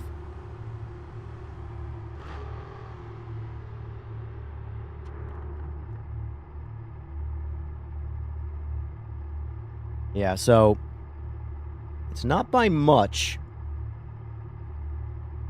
but it definitely sits a little further away, that wheel. Unlucky, mate. Not quite enough for pole today, but we're on the front So line one of thing the I race. don't, at least not with this kit that I went with the cheaper kit, the universal wheelbase kit, which the downside to that is I don't have any telescope ability with the wheel. I can't pull it closer to me or not. I can move the pedals and I can move the seat, but I can't move the wheel. I can move the wheel up or down, but for me to move the wheel any more forward, I'd have to move the entire rig, which wouldn't make sense. It would make more sense to just move the seat and the wheel, or seat and the pedals. But only one of my wheels sits further away. So, you know. Either way, this is fine. This is my Sparko. This is my favorite wheel anyway, my favorite round wheel. My Sparko. I love my Sparko wheel. Genuine Sparko. And the cool thing though is that that dash I can now put on there, so I still have a screen. You can do it. I will say, Slick, when you get into computers or a game racing on computer, what you can do with a lot of the hardware, sim racing hardware, that you can't do on PC, in my opinion, is even cooler than the amount of games you get for sim racing. Like, I nerd out more over the hardware than the games themselves. That's why I have a collection of wheels behind me, and there's more wheel rims I want. Never have too many, they're like Pokemon.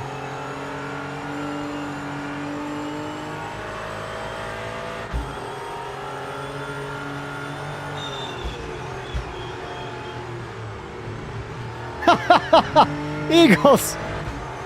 What happened? What happened, Eagles?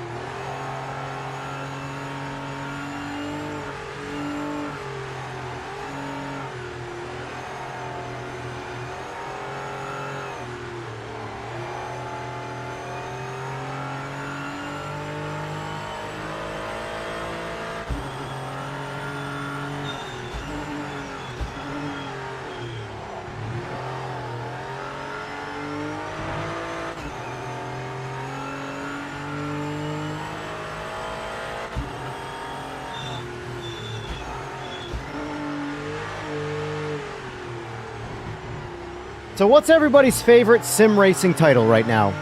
Just spam it in chat. Your favorite racing game currently, with everything on the market in their current states. What's your favorite racing game to play? Doesn't matter if it's Simcade, doesn't matter if it's arcade, doesn't matter if it's listed as full simulation. That's all irrelevant information. What's your favorite game to play?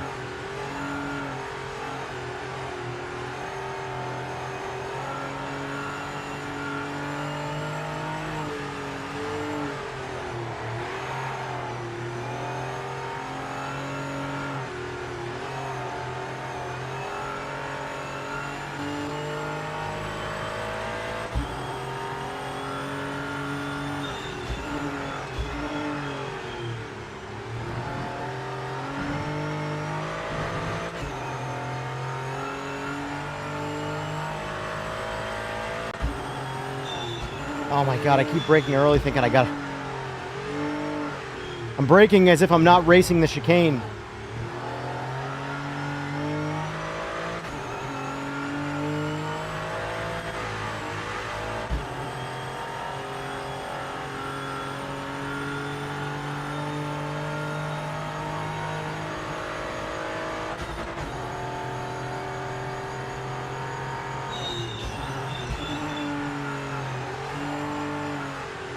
See, for me, ACC would probably be up there if I cared more about GT3 stuff. But me personally, I'm just not into GT3s enough to only race a game that only has GT3s, you know?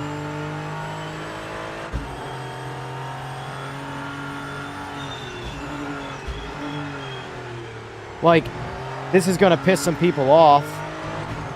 But if I had to play Gran Turismo 7 or ACC right now, I'd play Gran Turismo 7. Because variety. I want to drive different cars. I really do.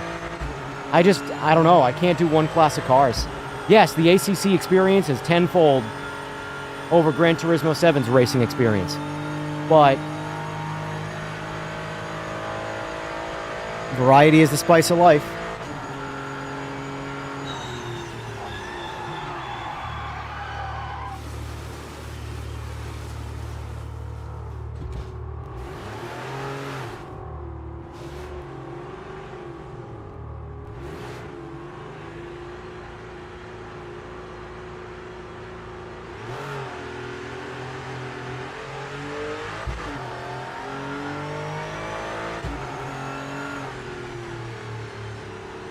Yeah, I stopped paying attention and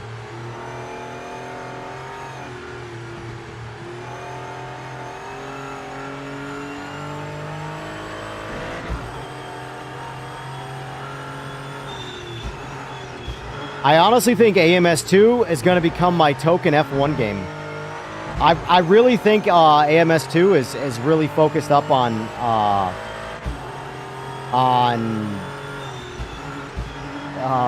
my brain's not working here.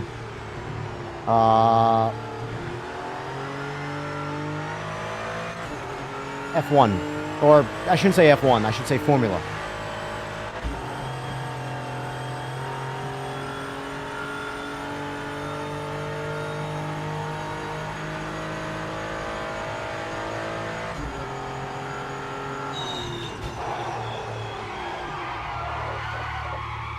It isn't like a double downshift, that's for sure.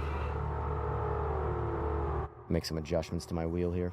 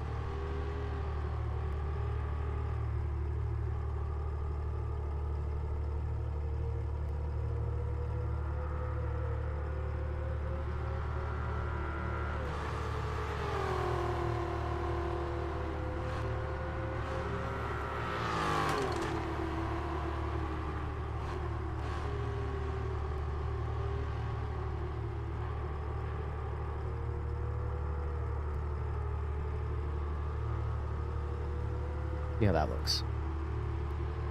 I can't see how that looks until it's, you know.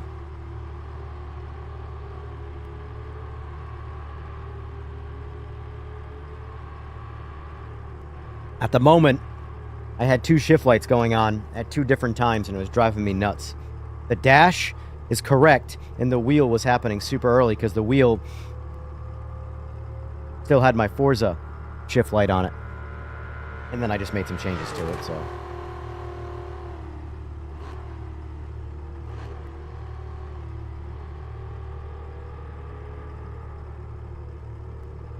So yeah, AMS2 I think is going to crush it with F1. So they actually, so this is the last one. Like, look at all their updates though. All their talk is all, although this is December, but since 2026 rolled around, they have had a heavy focus on Formula Racing.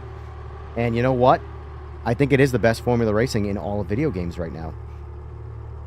So if you're into Formula stuff, this is the game.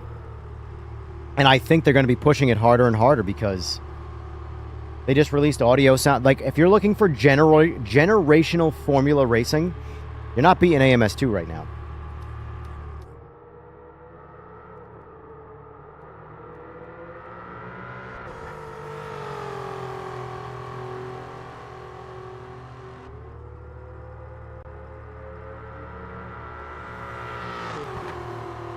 Let me see something here. Okay.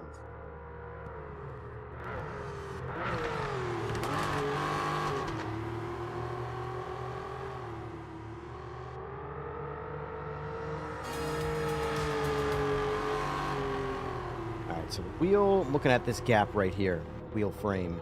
I want to see how much closer this wheel sits.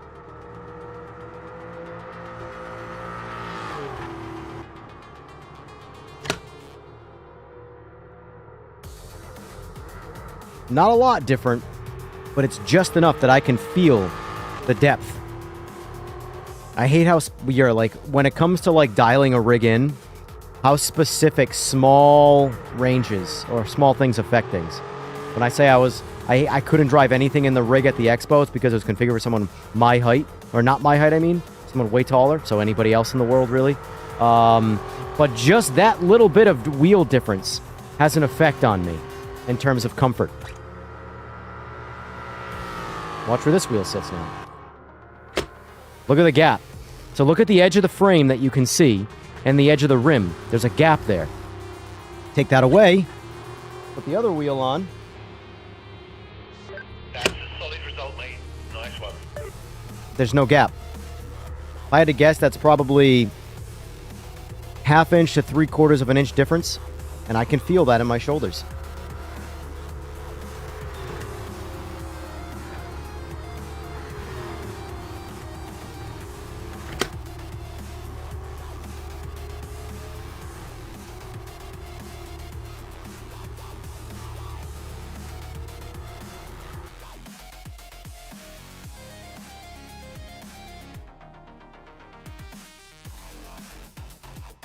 If only I could put my Sparko wheel on this rim. Or this base, I mean. It's technically a better base. But it is what it is.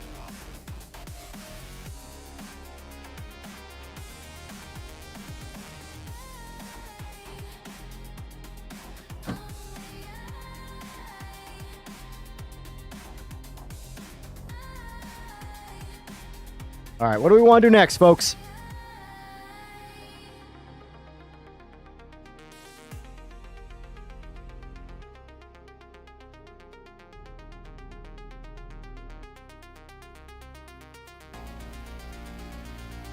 Outrun on the Mega Drive. Nice. Burnout is another super fun one. Oh, that reminds me. What does everybody think of the game Clutch that they announced yesterday? What did everybody think of that? I'm actually... So, they keep using the word that has my attention, and that's crime. What does it mean by crime? Are you running... Is it going to be like a Need for Speed style system where you're running from the police? I don't care too much about the storyline, but I'm not against it either. Just don't make it super cheesy, you know? Either have a very vague storyline, or if you're going to hold my hand and tell me a story, put some effort into the story, you know? But at the end of the day, what matter. I don't expect the story to do anything. I do expect a good racing game, though. And it looks... They're heavily focusing on the graphics, it looks like. The detail. So... Days are sanctioned races. Night is illegal street with cops. I mean, that could be fun. The game has my attention. It absolutely has my attention. If you could give me, like, the good physics with an... Like, honestly, like, there's a big reason why I like Forza Horizon 6 right now. Because, yes, obviously there's a shit ton of goofy physics, like you drive through the woods. But, I mean, if you drive a production car in that game on tarmac, concrete, asphalt, whatever you want to call it, it's actually a very good experience. So if they could give me good driving experience physics-wise, but with an arcade game, with an, like, or maybe just a street race simulator. You think I got a lot of opinions on driving right now. If they made a street race simulator, your boy would never shut the fuck up about what's real and what's not. That's all I'm going to say. So maybe we don't want that.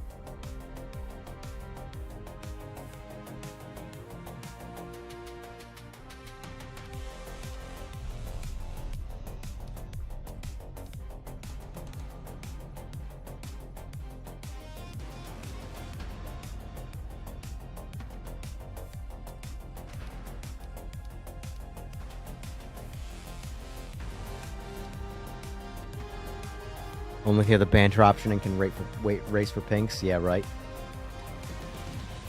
Although I've never that is one aspect of street racing that I have never done. Raced for pinks. It's just stupid. That's where you let your ego do the driving for you and end up biting you in the ass. Oh, by the way, these are the liveries I was talking about that was added. So this is the one we get in the game. This is the classic 787B livery, but it's not the real one.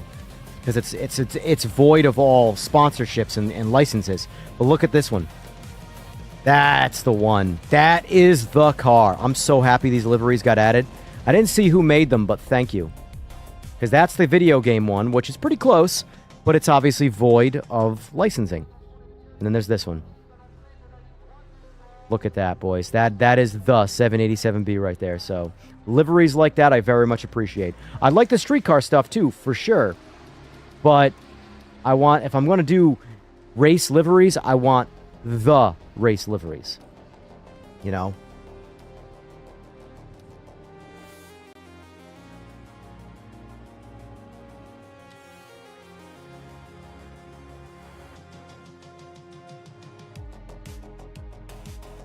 I'll give you guys a minute to pick your cars.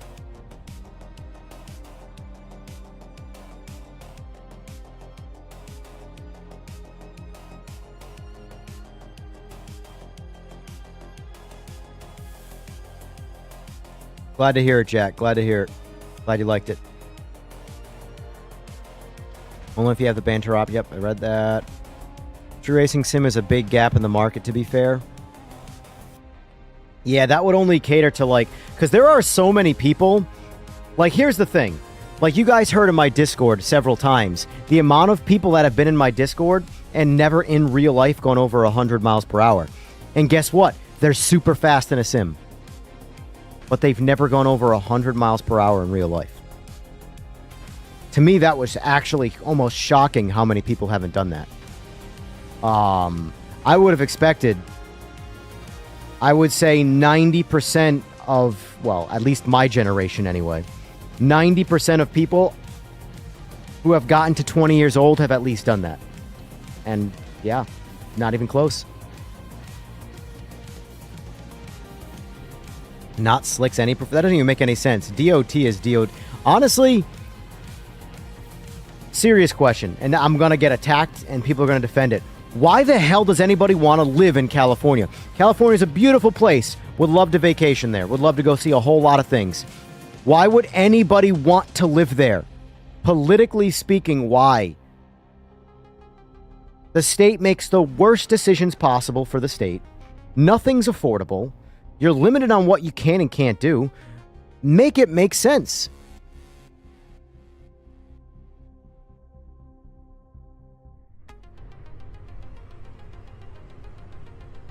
California itself is perfect, unless you like motorsports. You literally cannot enjoy motorsports and live in the state of California. If you don't care about motorsports, then California, and you don't mind paying high prices, California's of no concern to you. But, like, not for nothing. So, Brock's Performance is a very, very big motorcycle performance part manufacturer.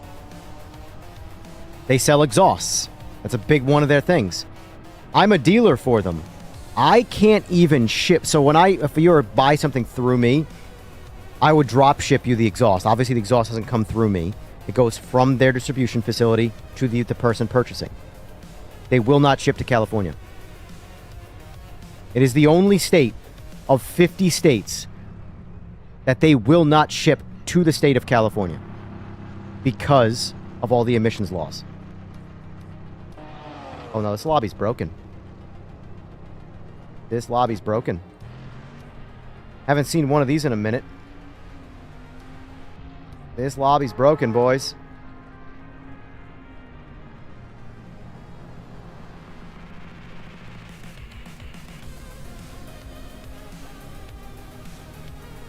Unlike FH with FH6, you're staying positive. Well, there you go, ETR. If you stay positive for the next game, it's probably gonna suck. And if you're negative, I'll admit I didn't start caring about Forza Horizon 6 till it got closer to launch, but I wasn't positive. I was pleasantly surprised that I was very wrong about my negativity towards it. I go over 100 miles per hour on a weekly basis. I mean, I did 100 miles per hour in my Focus ST on the way back from Dollar General this weekend on one of my farm roads. Only like 102, but still, it's over 100. I have no recollection of the event in question.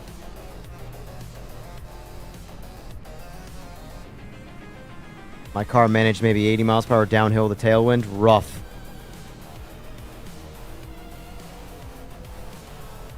California allows lane splitting and filtering, though. That's true. But I do that anyway. But the good thing about not living in a city, you don't have to worry about lane splitting or filtering. Because there's nobody in your way.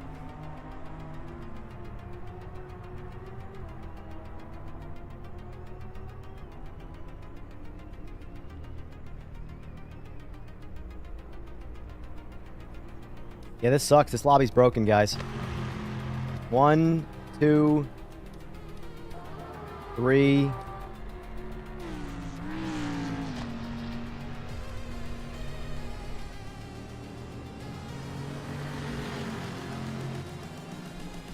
There's only 4 people in this race. Guys, back out. Back out. We're going to start this again. Just back out for those guys who are racing. I don't know what happened there, but that lobby broke.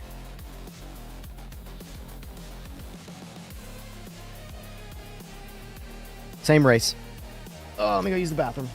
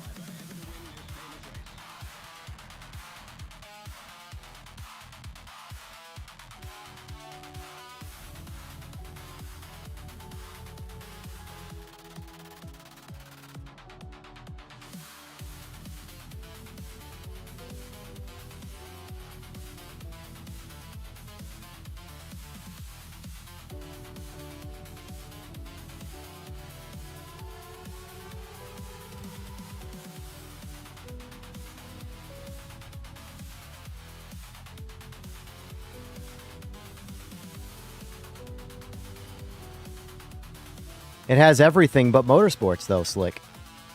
Like, listen, I I get that everything may or may not be there, or may be there, whatever, but affordability-wise, it's insane. And motorsport is undoable. It's better every place else in the country, Slick. Objectively speaking, it's California is the worst place in the country for motorsports. You try and do anything there, you're going to jail when it comes to motorsports. My street, put it this way, you open up the door to my house and look outside, there is more America going on my street than there is in California. And by America, I mean firearms, I mean motorsports. Semino Pro is going to have problems. Oh, no, he's good. He cleaned up. All right, so we got Lamberto, we got Ken, Gnarly, Vader. All right, we'll get this one readied up.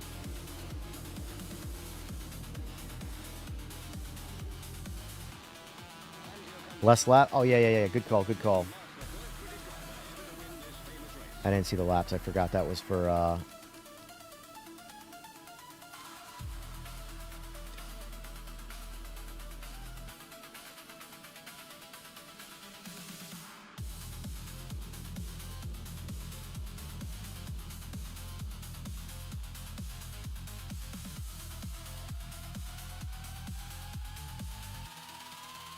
Yeah, it's like, and listen, I'm not knocking California for not, like I said, for me, California is an amazing vacation spot.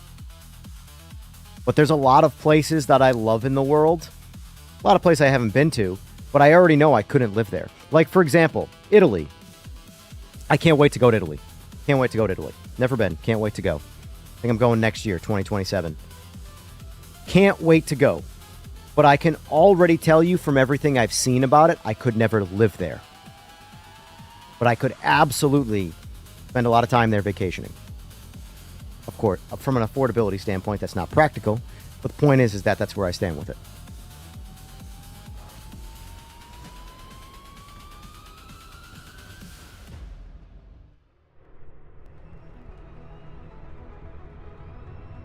All right, this lobby's good. We're fixed.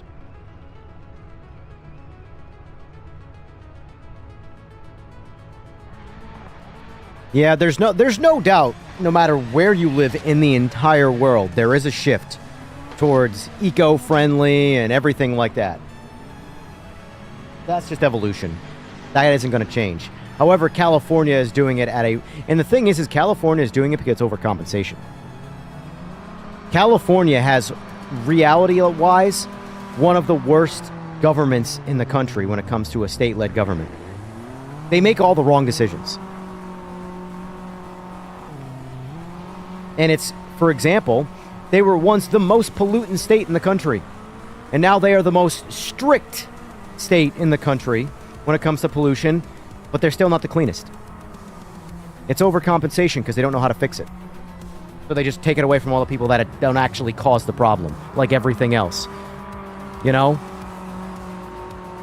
Hey, look at all these power plants and all these facilities here that are destroying the atmosphere of California. Let's take away performance tires to fix the problem. Come on. Let's think about that for a second.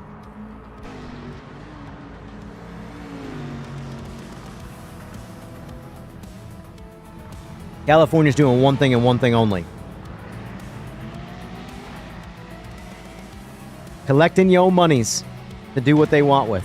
Because it's sure as shit ain't to put it back into the economy of the state. That's for sure. I mean, you can make that argument for the entire country and the entire world for the most part, but California's worse at it.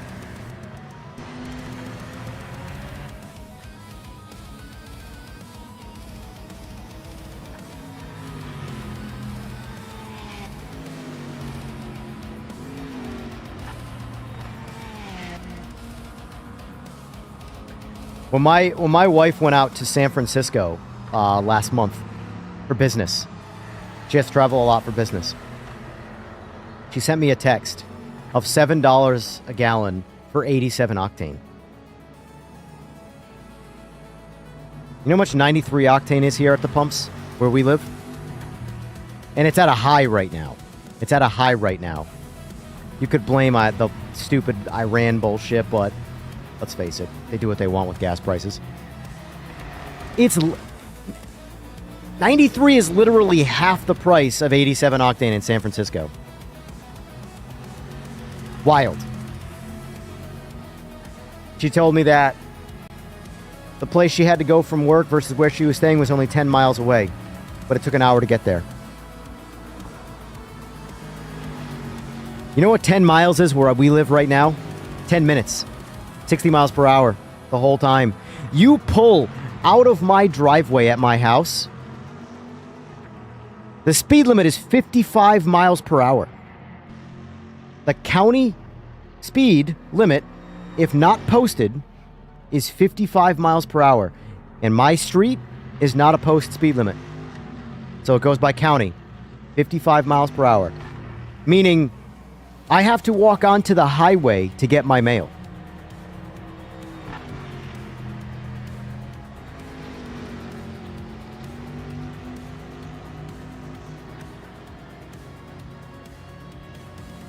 Ain't nobody in the world gonna convince me farmland isn't the greatest place in the world to live. No matter what country, what state, whatever. People are always my problem. I need my space. I only have a half acre of land. We're trying to buy some of the farmland next to us, but we only have a half acre. And because we live in farmland, that half acre feels like we got 50 acres. Farmland. Awesome.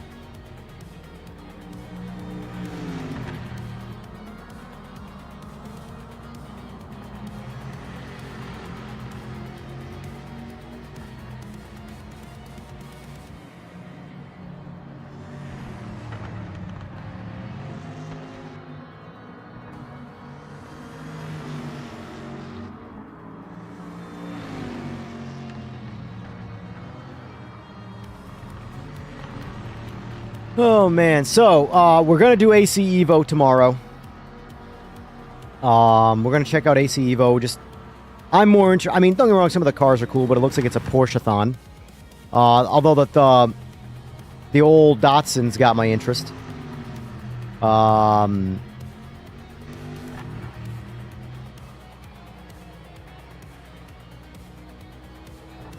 I don't know what else is really in it other than just, like, making changes to hopefully making it better. But the biggest problem with AC Evo is the performance and the physics and the force feedback and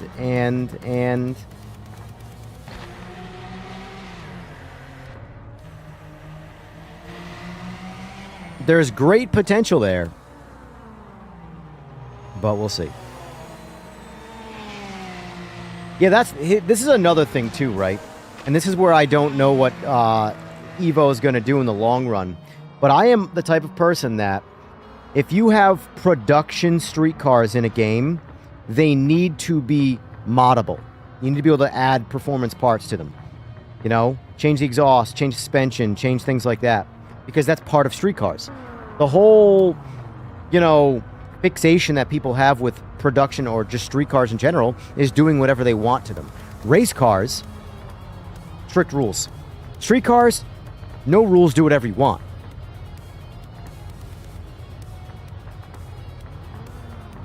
So we'll see. But like Forza, Gran Turismo, these are where these games shine, in my opinion, where they do things that other games just don't do. The car modding. And I don't mean modding like the modders modding. I mean like every single person can modify cars inside the game. By default. That to me is important. So what I'm going to do is tomorrow we're going to play some Evo and we might blend it with a little bit of Horizon to compare street cars. Production cars. We're not going to compare modding the cars. I'm not going to mod cars in Forza. I'm not going to be able to obviously compare it on tracks, but we're going to try and compare generally the physics of the street cars in Forza versus AC Evo. Because I will say, as of my last playthrough with Evo, I like the production car physics a whole hell of a lot better in Horizon. That's not good. That's not good.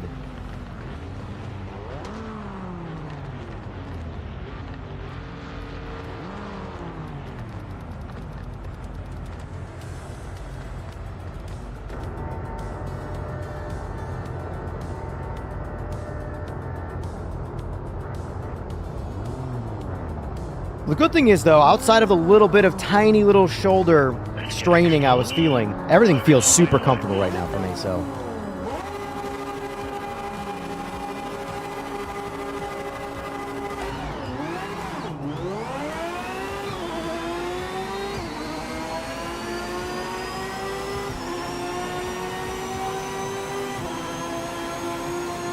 I know how much you guys care about my well-being, so I just figured I'd let you know.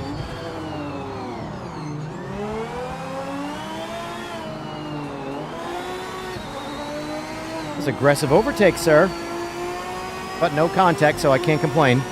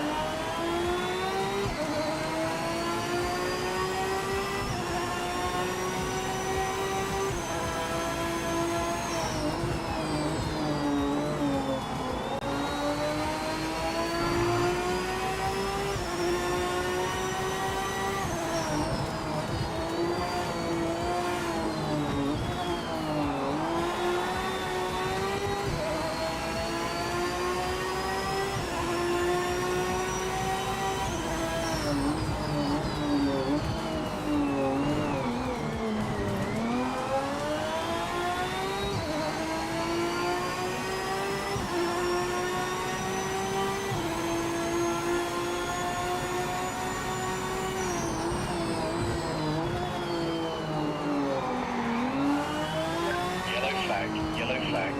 Watch out for debris on the track.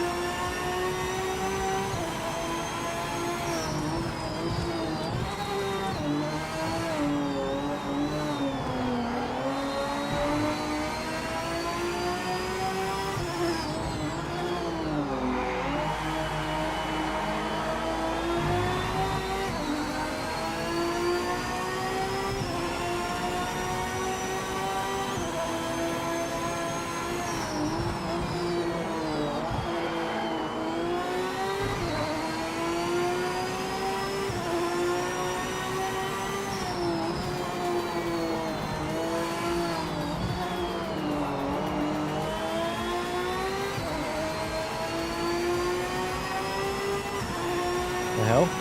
That's weird. The force feedback just cut off quickly.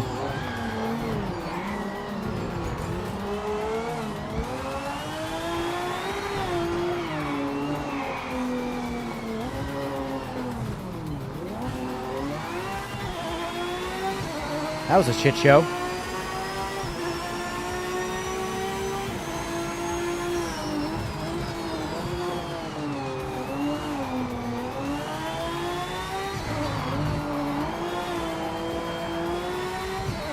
Aw, Eagles, you're so nice.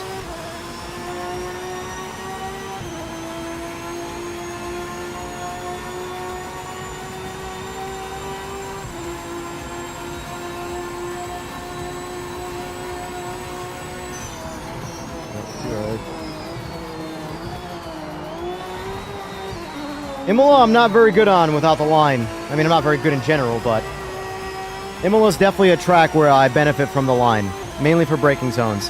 Hopefully, they did take my feedback on that, Aris specifically, about the, I don't know if you guys remember me bringing up the braking indicator as an assist. Rather than having to run the whole line for just a little bit of a braking assist. I really think AMS2 does that the best.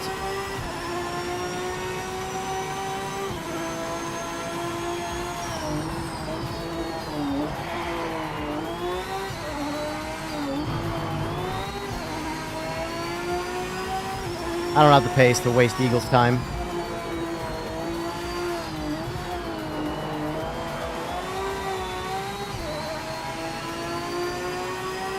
I'll be honest with you, I don't even want a braking line. I don't want anything appearing on the track. Like it's like a digital heads-up display type. Ooh, that was rough. Like the spotter in AMS2 is so good. The braking spotter, I don't really know what else to call it. It's like a rally spotter, like how it is in rally.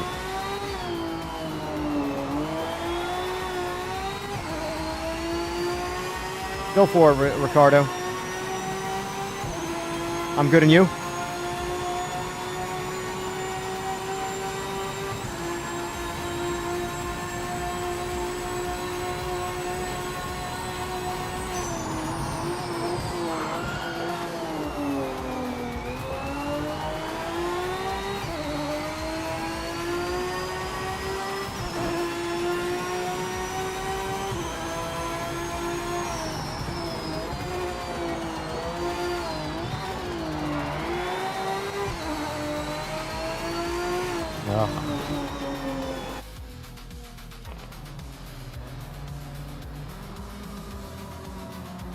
I can't read chat and race. It's impossible. It's a task that I will never know how to do.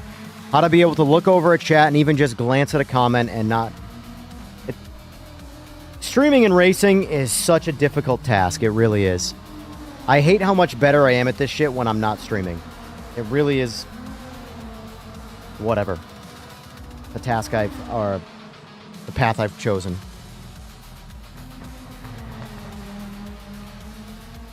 Appreciate that, Daniel.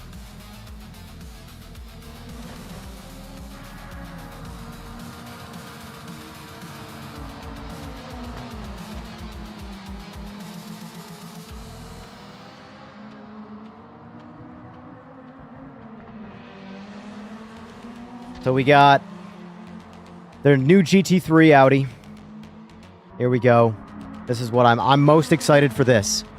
But I'm really worried that they're gonna just, you know, not... We'll see. I'm not gonna knock it until I try it. We just got this in Rennsport. This car is ridiculously fast in Rennsport. Like, ridiculously fast in Rennsport. Wait, I lied. I'm thinking of... Never mind. Ignore what I just said. It's not in Rennsport. So we got 2 Porsches, the Datsun, which is what I'm most hyped for, and then the GT3 Audi. So I might be able to compare this to old ACC. But the Mustang and the 296 GTB drive really good. But from a content standpoint, it's just 4 cars. AC Evo, it's getting... here's the thing. From what I'm seeing here, I don't think 1.0 is going to be, like, done. I think it's going to be a problematic game at 1.0. Because these updates that are coming out, they're moving the needle, but they're not doing it enough to the point where I'd call it a 1.0 release. But I don't know. I think all those numbers don't mean dick anyway, so...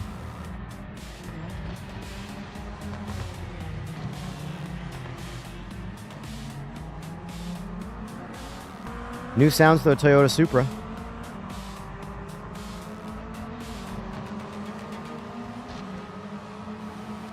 We'll see. Let's see what the comments say.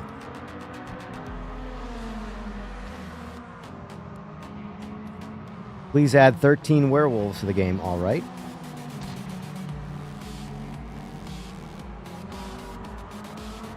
What a wonderful surprise. Cool. I must say I play an Xbox controller. Still can't add more tracks.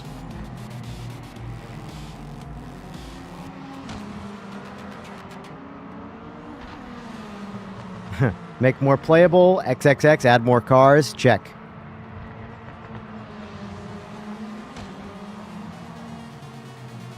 This developer's from Pluto and made the 24-hour Nürburgring have only 30 pit box. Let's hope with 30 only.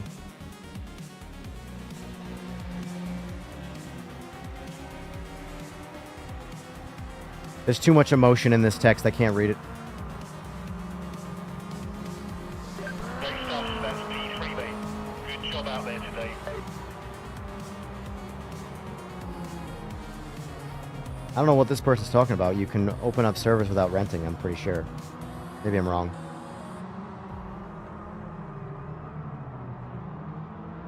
No GT cars, what a joke.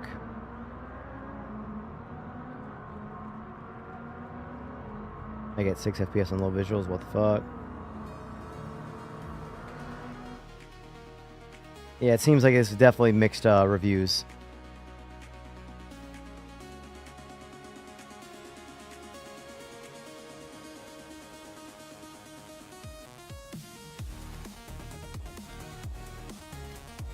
I don't know what to do, guys. Yes, sir, Daniel. It is new. And by the way, if anybody's wondering, I am an affiliate.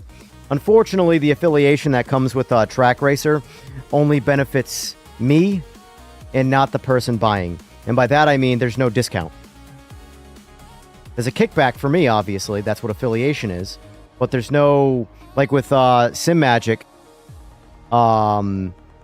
I have a discount code you can use as well as the affiliate link. Whereas with Track Racer, I just have an affiliate link. So it's like one of those things where if you're going to buy it anyway, and you're not, if you don't have any kind of, which I don't think they really offer any discounts on Track Racer, and you wanted to throw me a kickback for support, that's what you would do. But other than that, there is no discount for the purchaser, unfortunately. Let's add Group C, sure. Let's add Group C.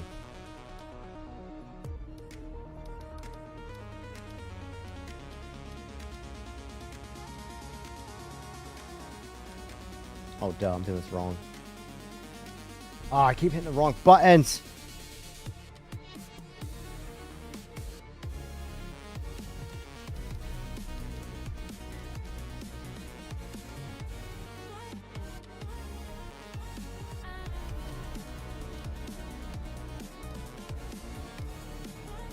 You already know I'm using this new livery.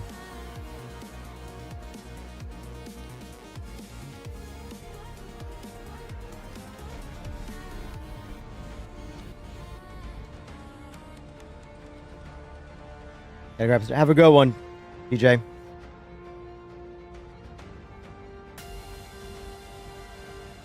The problem, Art, is that the frame rate's all over the place, depending on what track you're on. Like, Sebring is like a different game. It looks fantastic, the frame rate's fantastic. Everything about Sebring in AC Evo, I think, is the best.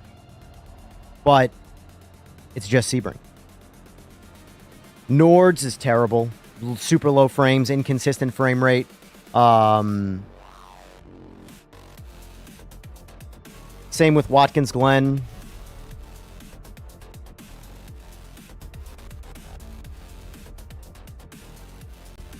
Hell yeah, Daniel. Appreciate that. And awesome. There's nothing like getting a new rig, man. Because, like, I liked my previous one. But as I was building this thing and just kind of putting it together and, like... So I started, I'm not even kidding, as soon as the podcast ended, I started unboxing and building. And then up until last night at like 3 a.m., I was working on it. This was the last thing I did, putting the wheels on the wall like this. I wasn't sure how I wanted to mount it, and then I realized I had a bunch of leftover T-slot or aluminum profile from Amazon. So I was like, you know what, those would actually make, because it's very hard to mount a wheel directly to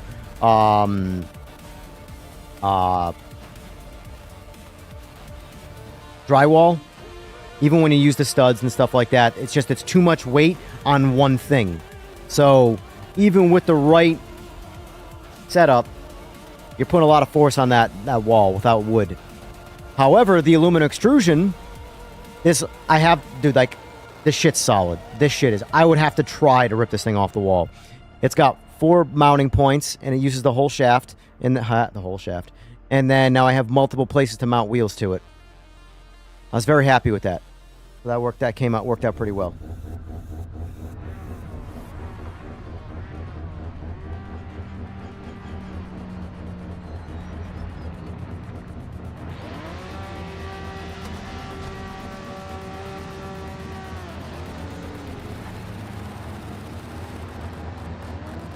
Are you talking about my Discord, Daniel?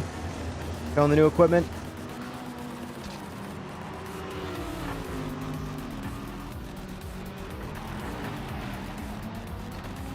Don't get people who don't use the whole shaft. Hey, Fogbound, were you happy to see Simagic's? I still have to do my review on their stuff. I finally have software. It's beta software, but it's still finally. I got it the morning of the podcast. I got the Simagic update to be able to use the new Zeus stuff. But what I was going to say, Fogbound, was, did you happy to see that they've now made the AirLink free? It's the right move. It's the right move. Here's the thing. The comms about it was a bad move. I don't really think it's that big of a deal. Like, it definitely was getting blown out of proportion because it's this tiny little thing. I use like a 6-inch USB cable and it's under my rig. You know? But it was never mentioned until release. That's the part where they obviously ran into issues where this is the solution that was the best solution. So making it free was, in my opinion, right now, I don't really think there's any right to complain. They've checked all the boxes in terms of trying to please the customer. I'm using it right now, works flawlessly. There's zero configuration for it whatsoever. Like,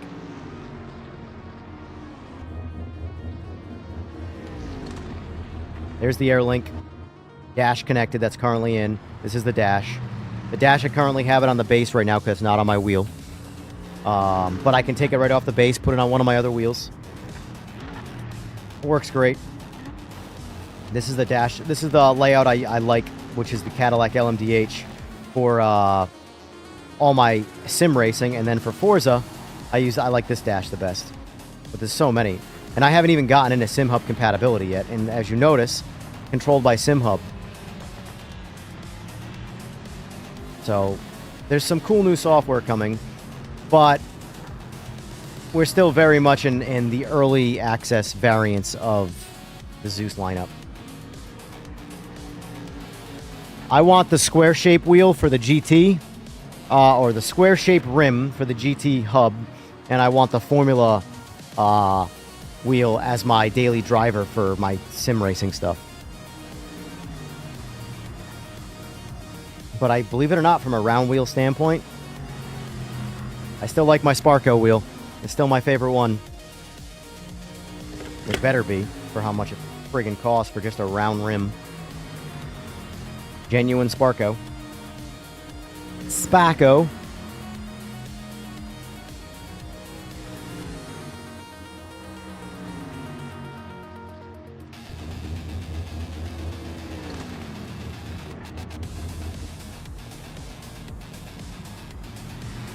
Oh, that's right, Toker. Yep, I forgot. Yeah, I've read a lot of like bad things in the past about Track Racer customer service. Like, I mean, I've spoken to them a little bit. They seem fine. They've been very polite and stuff like that. Stuff's very well competitively priced, in my opinion. I can tell you that after buying this TR120, I don't know the purpose of the 160 or even the 200 frames. Like, I can't... This thing is...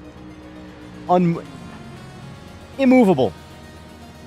Maybe for, like, those super insane, like, you know, industrial level sims, then maybe. But, like, this thing... I could throw 4-post motion at this thing, no problem. Summer season, you're playing golf? Well, shit. I'm not. Upgrade will be later. Yeah, I mean, not for nothing. If you want to get into the Zeus stuff, I would wait anyway. Because guys like me are going to be doing all the beta testing for you. You'll buy a nice polished product. Same with Six Sigma, have horrible... Yeah, well, you know how it is with people, though, right? Squeaky wheel gets the grease. Like me, I have nothing but compliments for this rig in my experience with Track Racer so far. But I'm not going to post about that. Outside of talking about it on stream, I'm not going to, like, go do a review post somewhere. Why would I do that? I'm satisfied. Most satisfied people don't, like, talk about it. Because that's the bar. The bar is to be satisfied. That's, like, supposed to be, like, the guarantee. I'm going to buy this and love it. And if I do get what I expect, that's it. I have no reason to talk about it. I got what I wanted. But if they don't deliver on what I want, you're going to tell everybody. That's human nature. You know?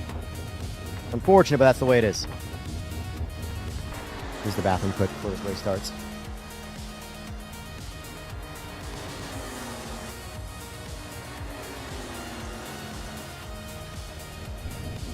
Unfortunately, there's no time on the board. We'll start from the back. You will need to get your elbows out.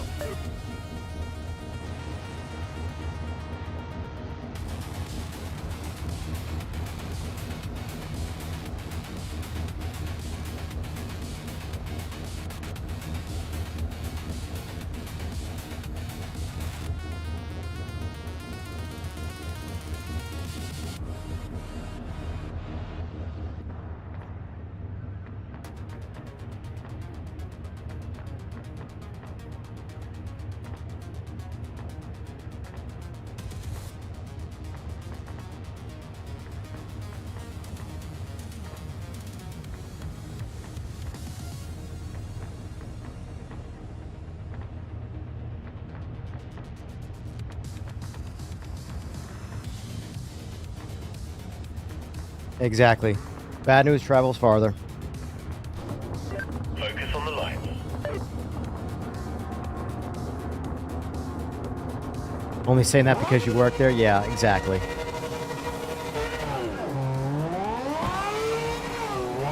Oh, come on, recover.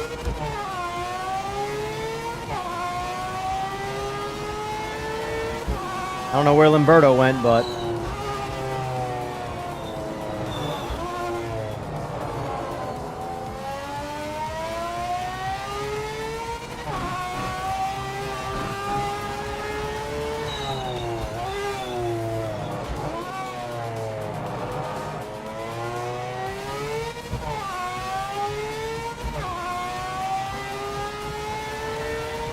One thing Simagic hasn't done yet that's been driving me nuts because I've, like, told, you know, the connections that I do have there many times about it. And that is SimPro 2 still has more telemetry for PMR than SimPro 3 does. So, like, right now on my dash, my tire temps say 0 because there's no telemetry for it. But if I was using SimPro 2, I'd have it. I'd be able to see it.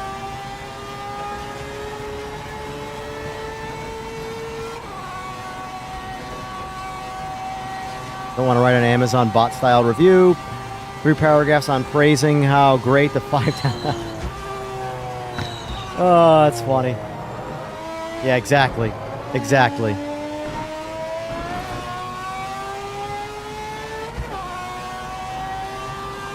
Let's go in front, Limberto.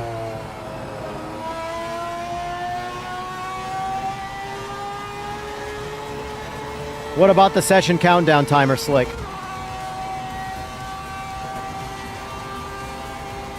Just look on TripAdvisor, right? Exactly. Exactly.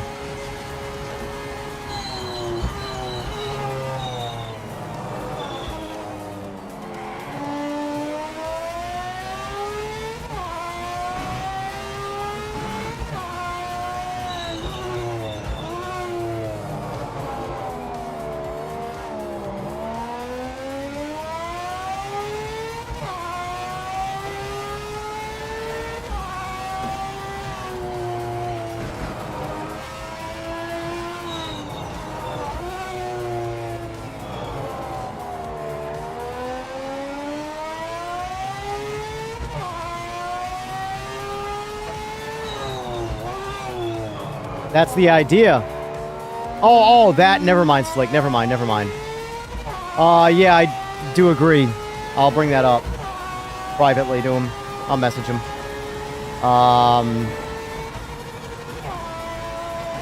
I thought you were referring to the timer they just took away for the starts. Like, once you've already got on the track.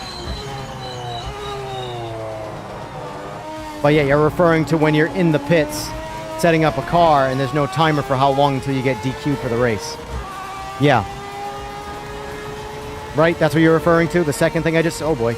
The second thing I just said? Okay.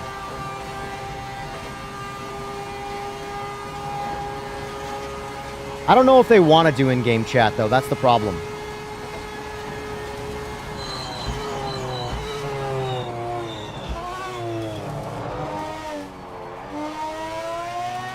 At the very least, I think they need to have a pre-prompted in-game chat. Even if you can't say what you want to say, have prompts. You can just click a button, and it'll say, good race, or ready up, or something, you know? But I think that's what they should have, because we've all seen what free speech looks like in a game chat. I've referenced Pulp Fiction before.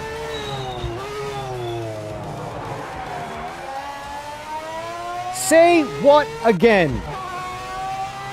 Say what one more goddamn time?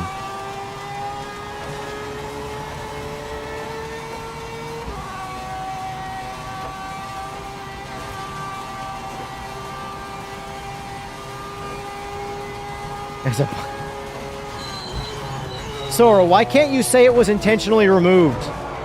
That way it makes you sound smarter. Like it was a decision and it was a bad decision, rather than an incompetence thing.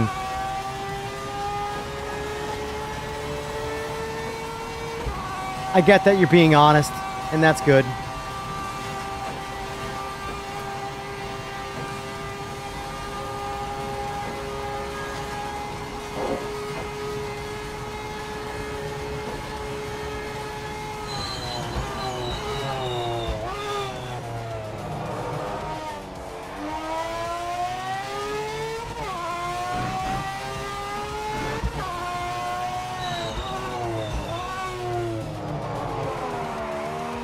I'm so happy this livery was added.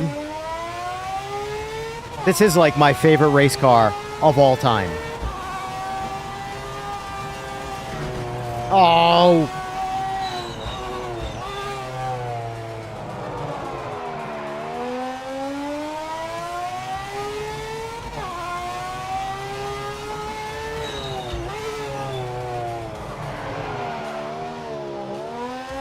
Why did everybody DQ?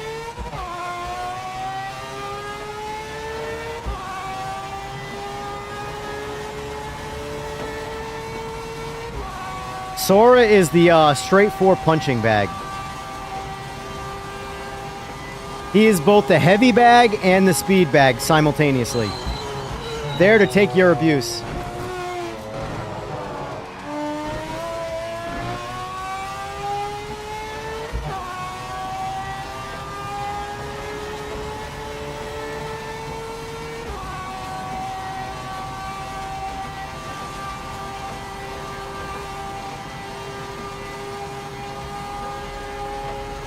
That's true. You never really know if anybody's real.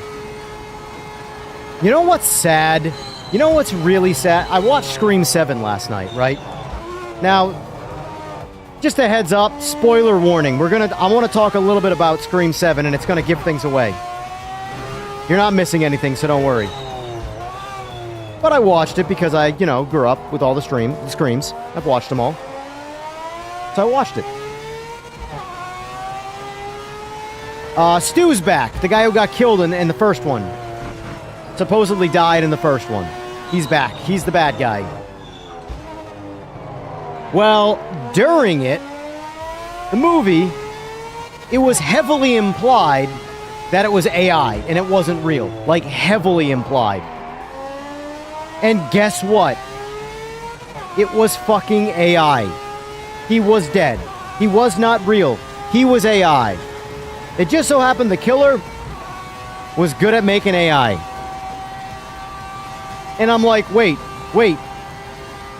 So your plot twist surprise ending was the emphasized ending throughout the entire movie. I genuinely thought that they were I was predicting the bait and switch of that he wasn't AI and that he was actually alive. Because they know how everything's AI these days and you never know what to believe. And he was just AI. He was fake. I'm like, you've got to be kidding me. This movie was written by AI.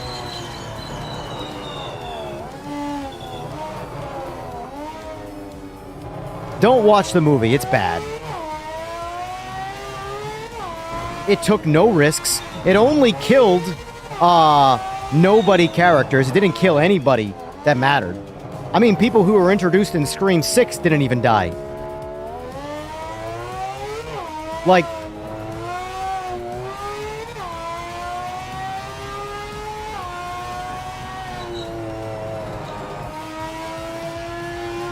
exactly.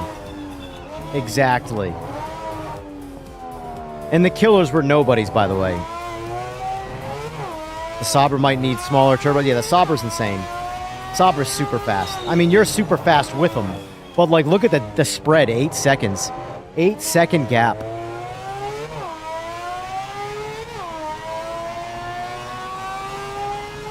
Well, my whole thing is, like, I like horror movies, but you know what? What I do recommend? I haven't seen it yet, but I've only heard good things, and the people that I like for, like, reviews about horror, people who really like horror and not the bullshit that you get spoon-fed horror, is Backrooms. The horror movie based off of the YouTube fan-made movie.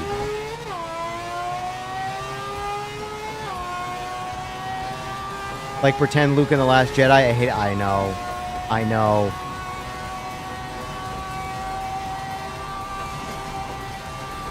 But like, I was genuinely expecting in Scream 7 the whole time, because the movie, I'm telling you, the movie is leaning so hard into the direction of saying Stu is AI, to the point where they say he's AI. He's dead in real life. There's no way he has to be AI. The whole time. The whole time.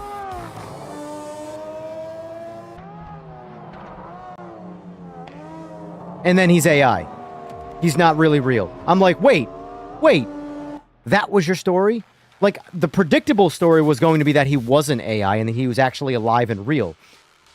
Because it was at least made sense to, like, the point of telling this story. Right? It was going to be a super predictable plot twist that, hey, look, he's actually alive. Haha, gotcha. I'm really alive. I'm not AI. I'm real. Because we live in the world where we never know what's real, so you never know what to believe. But then it turns out their bait and switch wasn't a bait and switch. They just told you what the ending was the whole movie. I'm like, what the fuck did I just watch? That was a complete waste of an hour and a half. I mean, they always are, but at least, like, they're at least popcorn horror movies. This was terrible. Anyway, yeah. The twist is that there's no twist. Well, exactly, Hob. Oh, man. All right, let's do a more driver-friendly track. Oh, here we go. Oh, I didn't enable High Rock. All right, let's have some fun.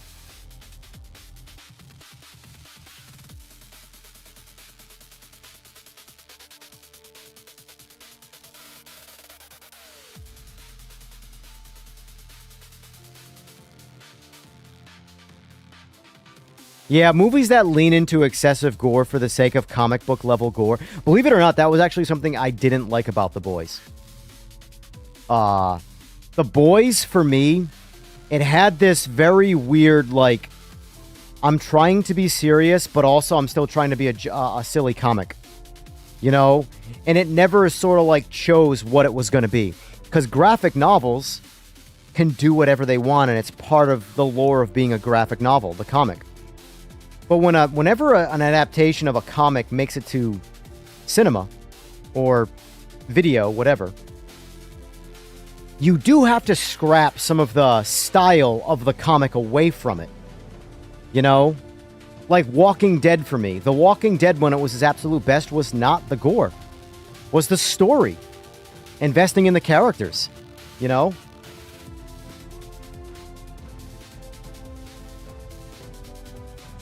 The Boys is a satirical look at the conservative movement. That's another thing I couldn't stand about it. Was like, it leans too hard into real life politics. And I hate that about anything. I don't care who you're saying is the bad guy and the good guy of politics in you. The fact that you're talking about it and it's mirroring pisses me off. Like, for example, has anybody seen the show Paradise? So, one of my favorite characters in the show Paradise was the President of the United States. Why? He didn't mirror any real-life president. He was a fictional president, and he wasn't even good. He wasn't good as a president. In the show, he was a terrible president, but he was a great person, and he made decisions based off being a good person, and it led to him being a bad president. And it didn't mirror any president we've ever had in real life, and I thought that he was... And by the way, it was James Marsden, and I think James Marsden has always been more of a B-rate actor. In my opinion, in Paradise, was his best acting he's ever done. Best character he's ever done, best acting. Fantastic character. Zero references to real-life politics in the show. That is what a story is. How can you tell me this fake story and then mirror real-life problems? No. I don't want that. I want to not know about that because I can just watch the news. I want this story. What's this story's real problem? Not our problems. Leave those there. I hate that shit. Hate it. You don't see a link to Track Racer in the description? Oh, it didn't shit. Hold on. It's there. Just, if you look in the description, just copy and paste for now. It's not a direct URL. I updated it in my last stream, but I didn't update it overall, posting-wise, so it's not a URL.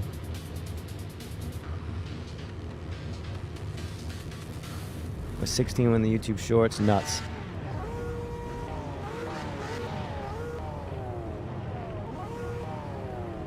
What do I think of the Netflix Punisher series? Are you referring to the John Bernthal version?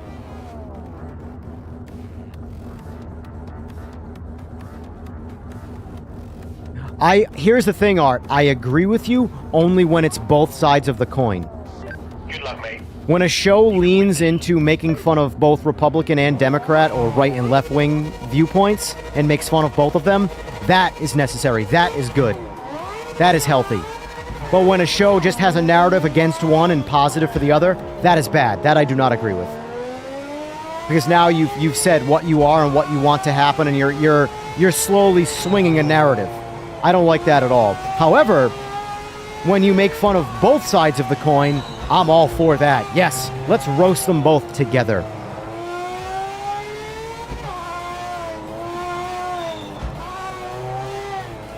Whoop.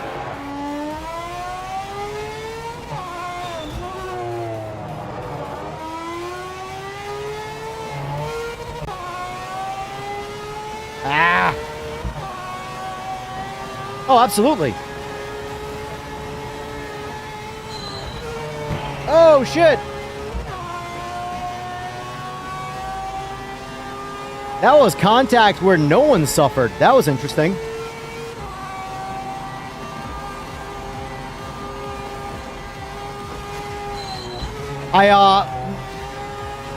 Toker, I already had done that previously, but I didn't update it on the so like my description isn't automatically posted every single time. The upload defaults, I have to change it on that, and I haven't changed it on that yet. Dude, that Sauber is so fast. Holy Jesus! Whoa, that curb. Oh no! Oh, we got it. We saved it.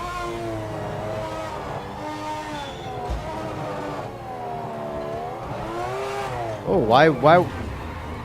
That was a very strange one. It wanted to turn left no matter what.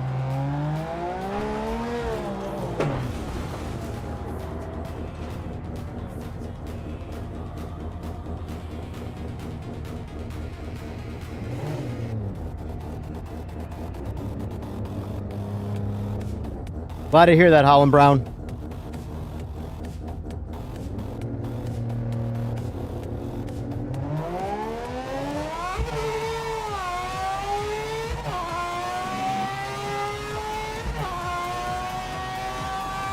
Yeah, I am what you call apolitical. I dislike both sides of the coin very much. And I hate even more that it's such a forced divide. And I always wonder how people just don't see the writing on the wall with the intentional divide. It's just, I don't know. That's why I stay away from the politics stuff. I hate it. I hate it all.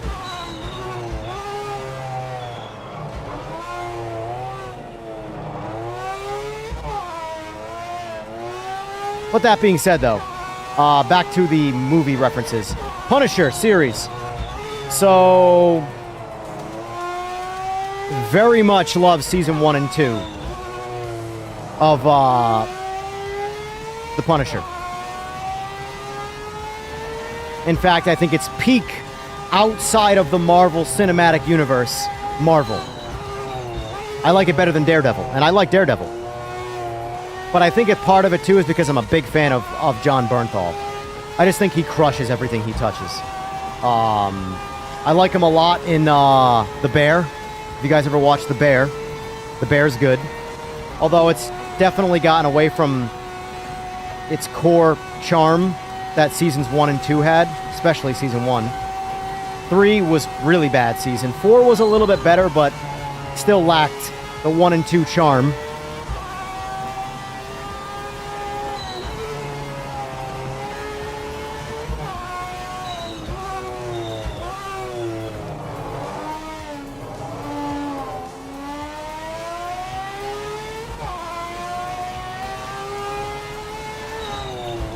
Yeah, the reality is about PCs versus consoles is like, it's not to shit on consoles, but no one, once they get into a PC, I still buy consoles, and I will buy a PS6, because it's a portable way of playing video games,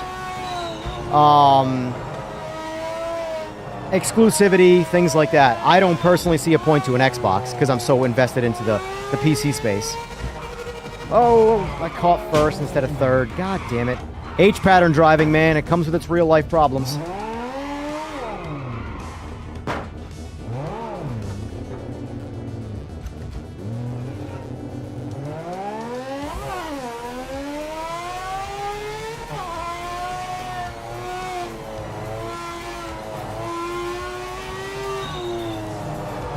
Is this Lime Rock? This is Nord's.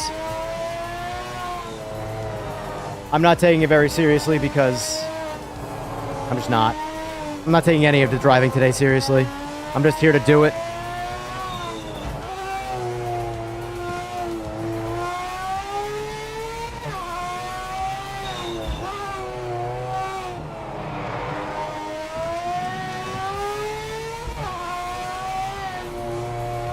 But what I was going with that was that Alright, I'm just backing out of this. There's no point. I can't do two things at once. I can't. It's I'm just not good at it. I am not good at streaming, like talking and racing. I can't do it. I'm way too distracted with the conversations I want to have. Oh, race is over anyway. At least for him. He is great and we own this city, yup. He's great in everything he touches. He's great in everything he touches.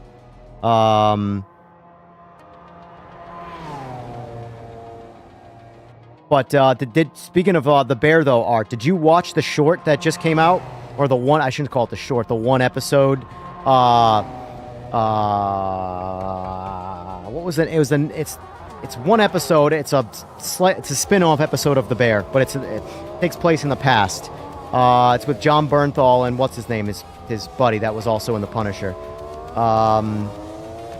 It's called the name of the city they travel to in Indiana, but I forgot the name of that city, which therefore I forgot the title of the show, or the episode. He was fantastic in Ford versus Ferrari, Baby Driver, yup.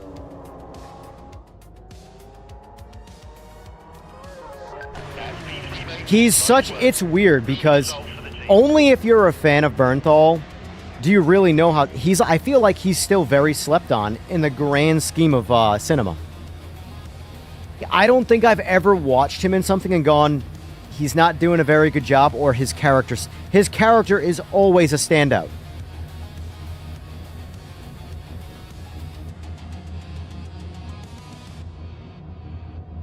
Art, it's really good. It's very, very good. Fair warning, though, if you have one of the, like, that hearing disease where a lot of different noises happening at the same time and, like, that, like, ADHD conversation shit, like the bear does it all the time. They have that ADHD arguing where, like, it's, if you yourself have ADHD, it's very hard to listen to.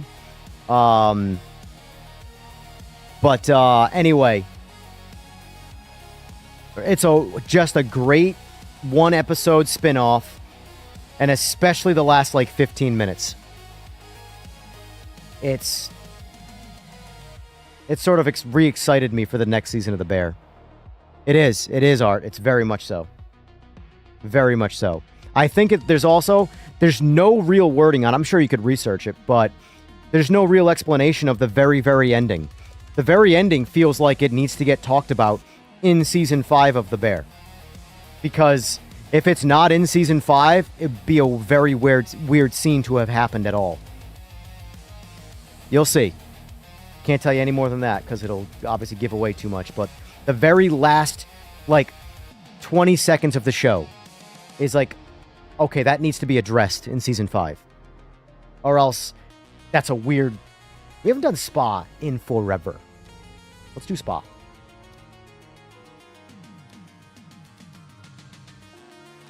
That way I'm gonna get in that Sauber. Drive the Sauber around for a bit. I haven't driven the Sauber in a long time.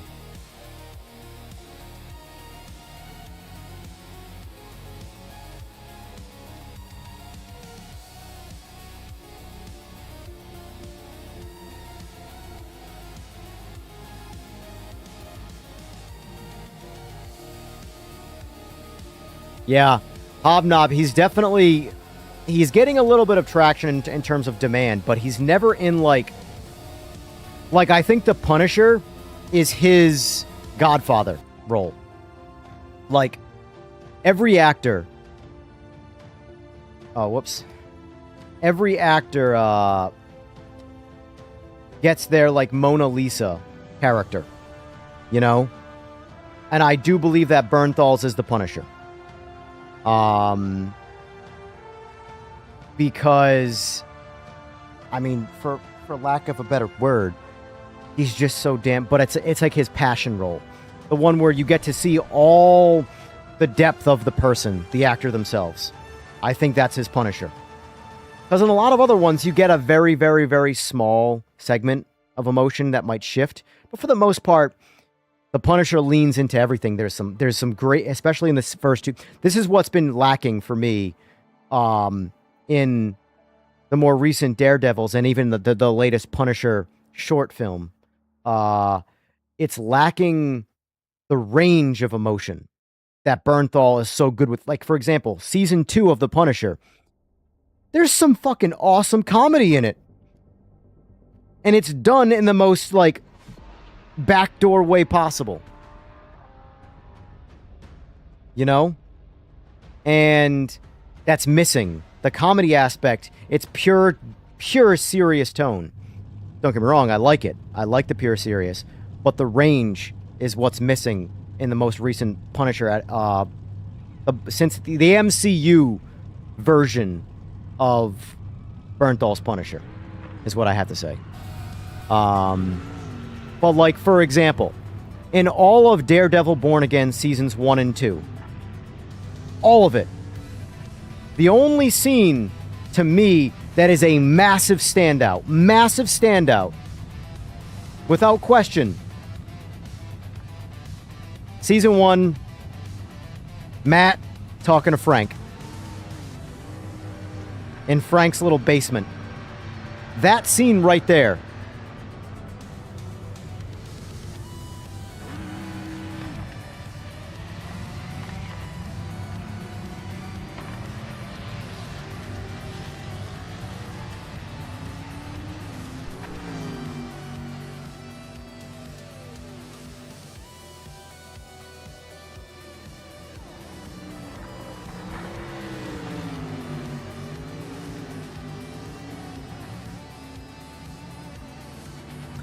The Road. Why am I blanking on what movie that is?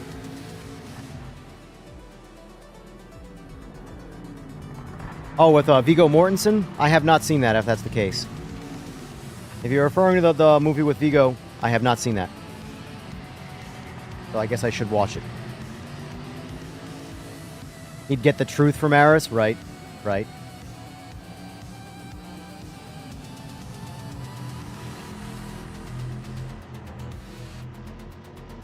It's always funny to see the viewer count go down, too, when we start talking about things that have nothing to do with racing. I don't care, but... That's the movie? Alright, I'll have to check that movie out. But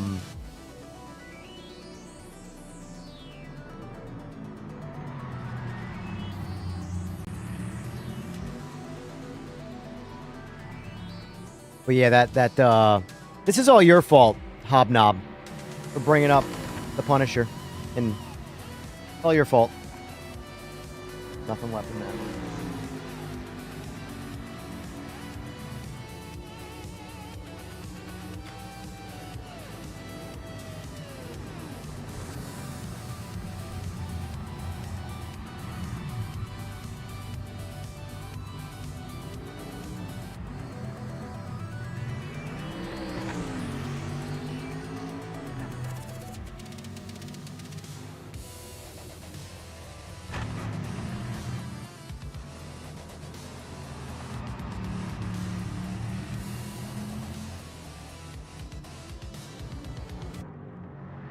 All right.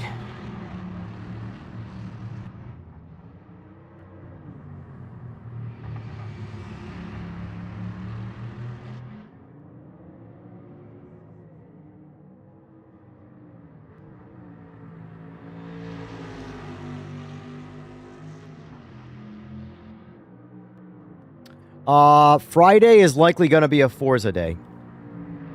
So tomorrow is going to be AC Evo. I'm going to check out AC Evo tomorrow. And then I'm debating, I might wait till Monday. I might wait till Monday to do because I do have to do my Simagic stream where I talk about the zoo stuff. But I'm also working on getting one of the guys to my next podcast, Elliot from Simagic, for him to go, because he's going to be able to explain the Zeus lineup far better than I will, because I'm not a salesman. I don't, I give you my take on things,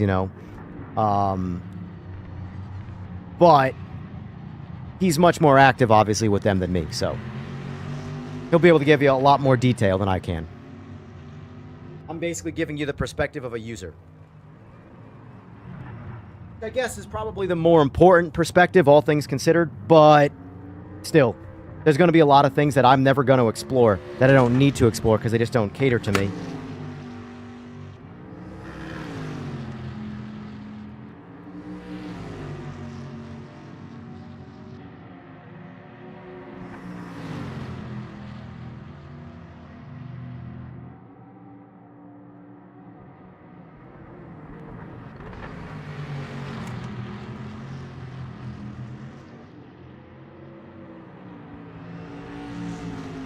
The one thing about this round wheel that's going to be better is it's lighter. So there's going to be a lot more force feedback details sent through it. This one thing about this one here, the Sparko wheel, this is a real Sparko wheel, so it's got some heft to it.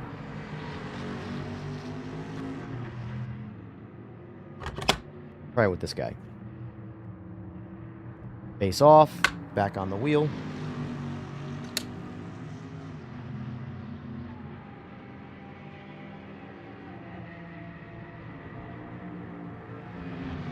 Might as well just do Evo now. There's not enough time.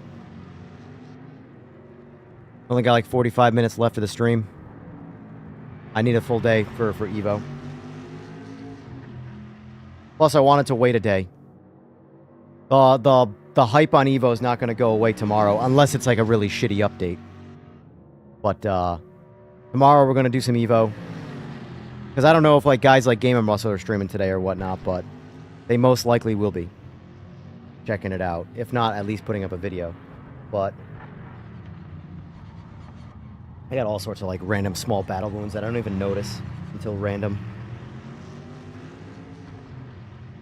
You can see that little scratch there. Little yeah, it's not even showing up. Yeah, right, that there.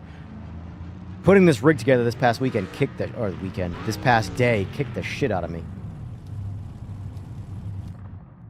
That FGT Pro is heavy. I'm telling you, that FGT Pro is heavier than this track racer rig. Yes, this is aluminum. That one's steel. Duh. But there's not a whole lot of it by comparison. Elliot's from ET. Oh my god. Oh, Art. You're more of a cinephile than me, I think. And that's saying something.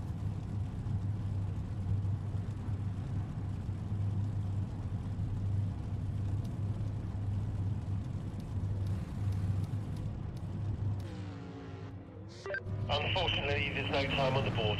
We'll start from the back. You will need to get your elbows out.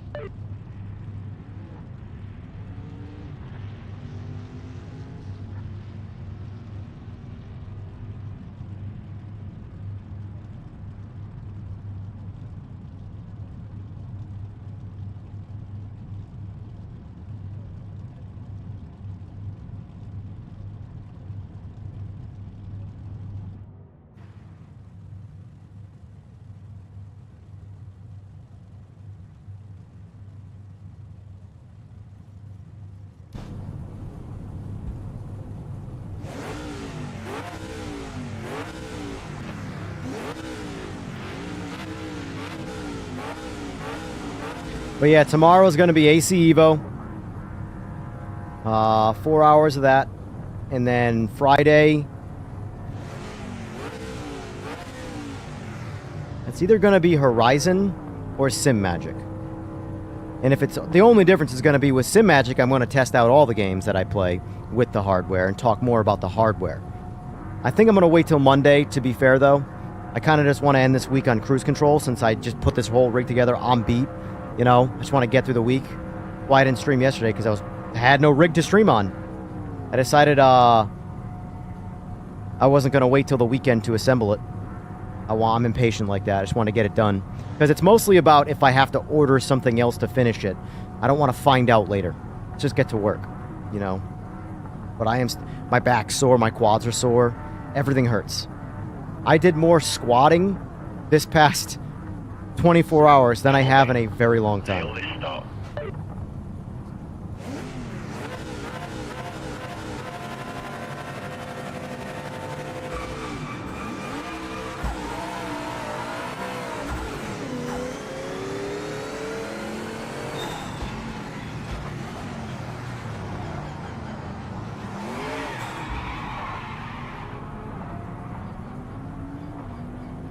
I am rusty. Yellow flag. Slow down now.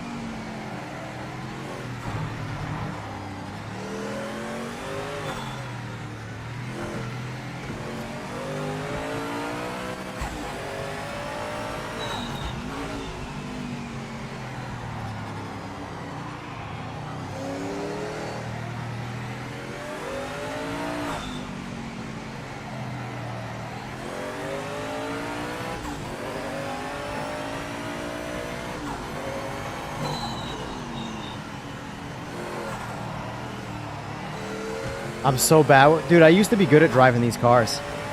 I don't know what happened. I'm so bad at driving them now. To the point where I stopped using the H pattern just now. And I'm using the paddles just to try and get around the track.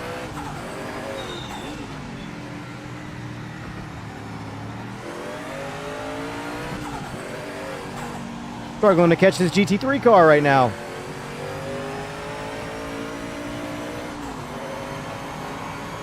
Luckily, that Porsche allowed me to run it down.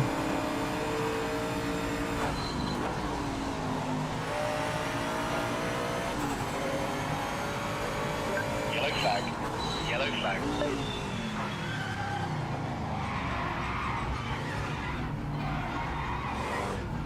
Dude, I can't. I just don't know how to... I can't... I don't know when I got so bad at driving these cars, but I cannot find my groove again, man. I don't drive them enough. That's part of the problem. I only jump in on them randomly on stream.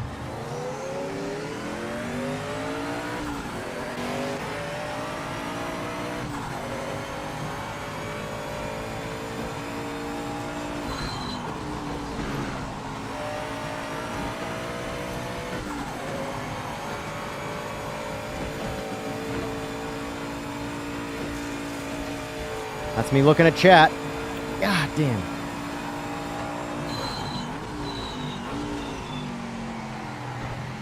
This is how I've played video games, Toker. God. Alright, I'm done. I can't drive these cars for now. I have to practice off stream or something. Too hard for me to pay it to talk to people and drive these difficult cars.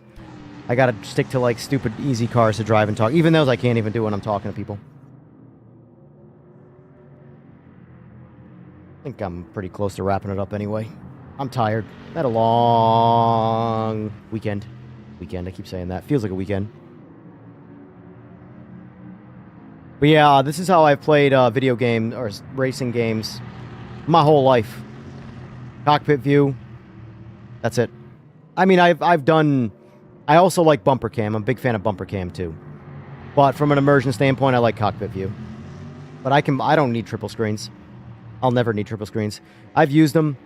They're cool, but I don't find myself ever using them anyway. Same with motion. I'm not that into motion either. VR was a lot cooler. Like, I like VR a lot more than triples, for sure. I need an assistant to read my chat. I know. But I don't know if I'll ever really stream VR. Not regularly, anyway. Maybe I'll do it as, like, to show you, but never going to be the routine. All right, so we got 78 votes in. Were you happy with the Aris podcast? 86% say yes. 14% say no.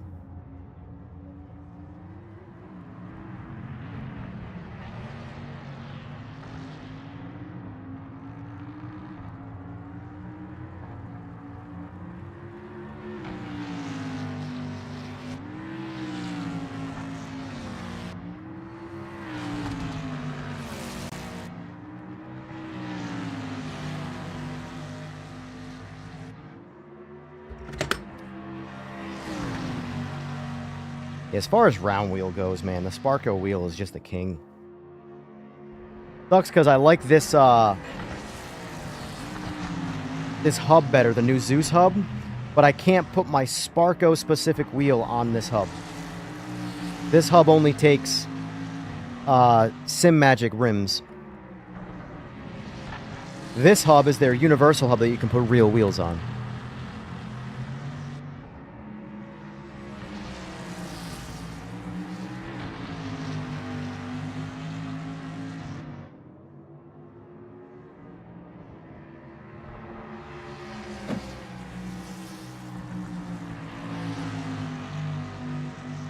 Good thing is, though, is the screen comes off and goes right on the base. We're back.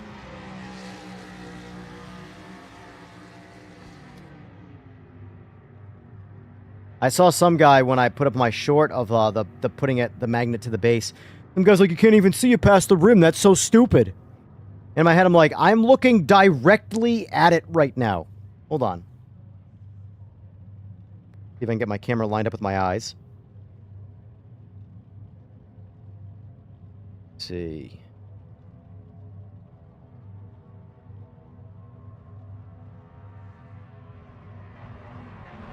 All right, this is camera eye view. Right here. All right, you guys tell me. Can you see that dash through the steering wheel? Focus up.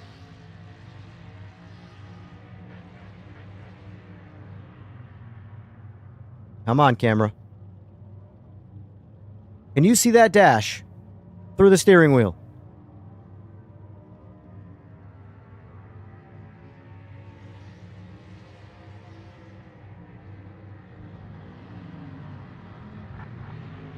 That angle is exactly what I see right now.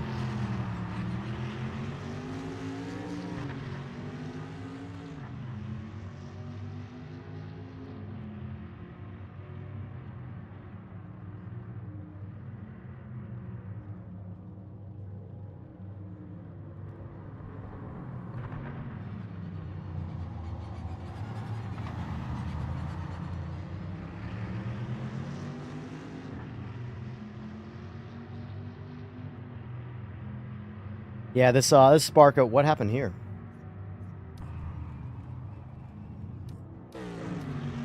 Three Saubers left on track.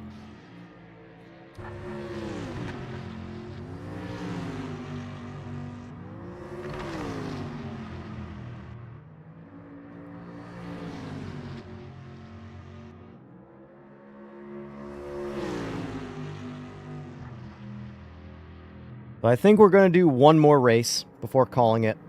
And I'm going to do GT3 on Sebring.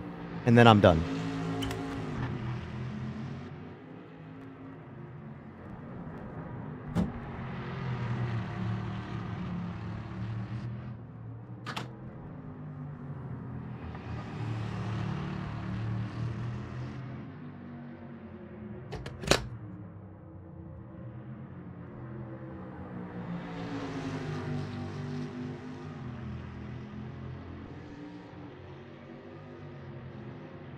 Ooh, that's a good question, Top.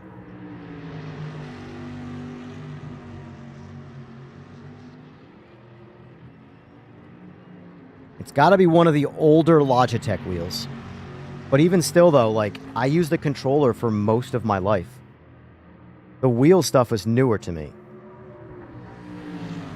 I'm pretty sure it's a G923 is the oldest wheel I started on, and that's not even that old.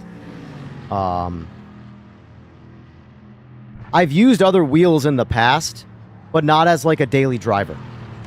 You know?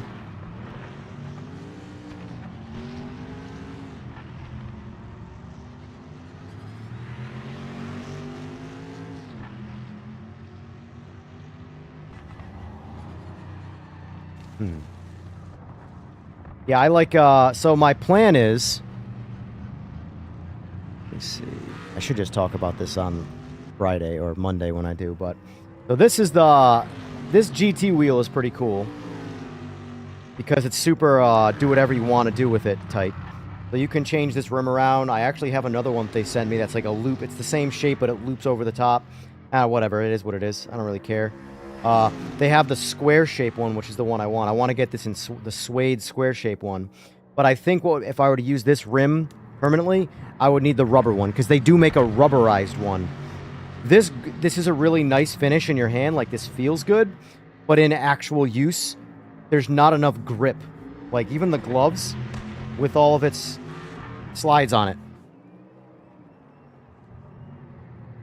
It grips better, but not enough. So I would need rubber.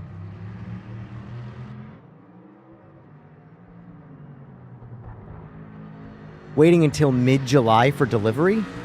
Why so long?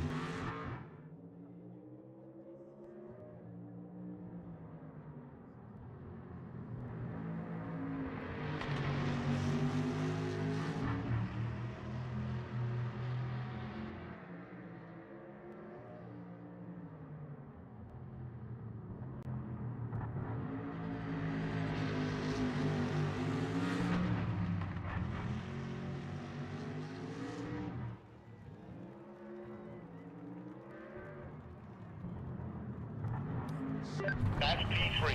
You're on the podium. Not quite fast enough today for first or second, but you'll I get got there. podium, huh? Interesting.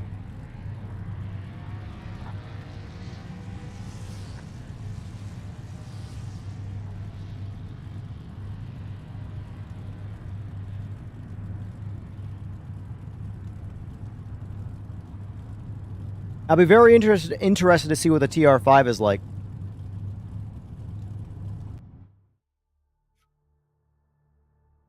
It's got a very Playseat Trophy vibe, and I was a big fan of the Playseat Trophy. Big fan.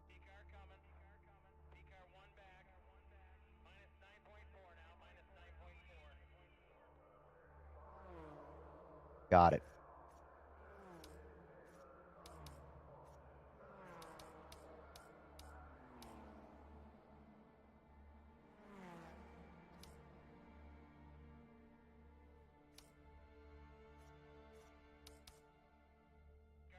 All right, this is the last race of the day, folks. So if you want to get in, get in. I don't know why I'm bumping. This used to matter, unfortunately. You know, this used to matter having to bump up that player count, but it sucks, man. The game is the best the game has ever been, and it's the lowest the player base has ever been. It sucks.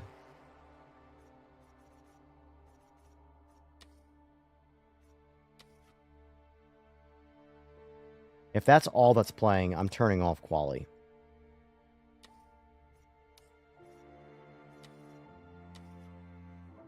Look at this.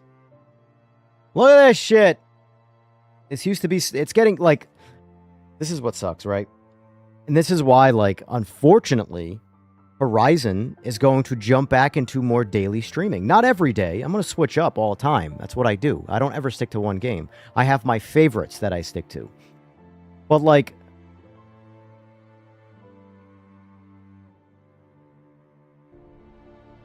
What am I going to do with this? No, I'm not blaming anybody watching. I prefer streaming in the daytime anyway for me, but, like... Nighttime, it doesn't matter. Even if I streamed at nighttime, no one's playing. Nobody's playing. It's not time of day problem. Nobody's playing. Like...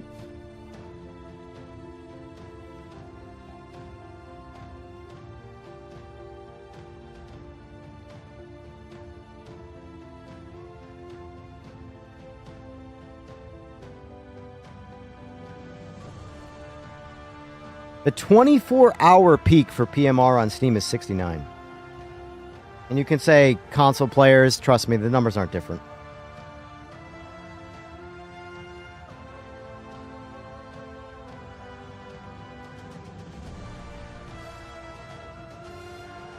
Clutch Game does look like it's going to be a lot of fun. And you guys might be at work for your particular, but there's an entire world that rotates that plays the game, and there is, you know how the expression, it's 5 o'clock somewhere? It's peak gaming time somewhere. Nobody's on. So there's 52 people playing right now. FH6 concurrent play. There's 141,000 people playing on just Steam right now on Forza Horizon 6. Let's see what AC Evo looks like since it just got an update today. Today should be peak for the game. 2,500. So right now, actually, is the 24-hour peak. 2,549. Prior to today, though, the peak was 1,357. And that's been pretty consistent. So about double the players have come for the update. But overall, the all-time peak is 25,000. Still good numbers, but, you know, obviously not mainstream Forza Horizon. ACC concurrent players. There's more... Okay, so this isn't just a PMR thing. This is clearly a game development, doing things right and then doing things wrong standpoint. Today is update day for AC Evo. The only people who can play it are on PC, on Steam. Right now, there are 1,100 more people playing ACC on PC on Steam than there are playing AC Evo.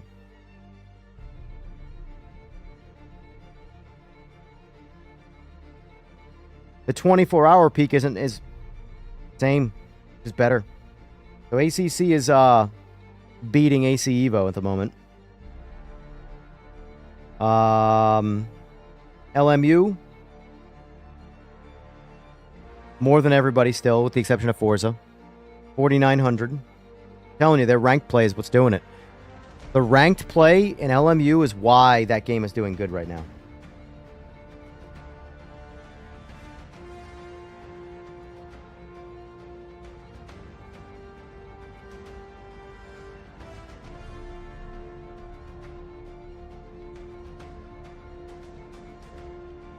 This one's going to make me sad, but... Oh, it's actually pretty good. 1256 on Race Room right now. All things... I thought it was going to be under 1,000. I mean, we can go... Here's, we can make ourselves feel better with Rensport.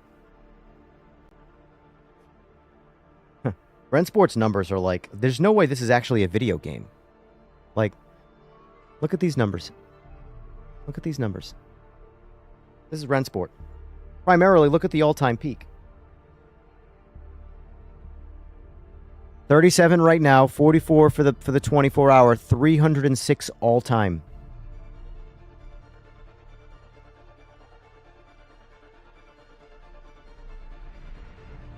See,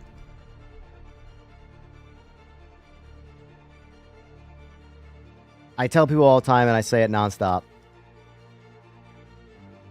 Player count, when it comes to streaming, for me, is a very relevant thing. I don't need players to play this game with friends. I only need is my friends, and they need to have the game. And I'm content. I enjoy playing this game, but a big part of why I can't be streaming this game often is because nobody's playing it. And this game relies, from an entertainment standpoint, on people playing it. It sucks that so many people are playing Forza when there is so much you can do in that game without playing with anybody.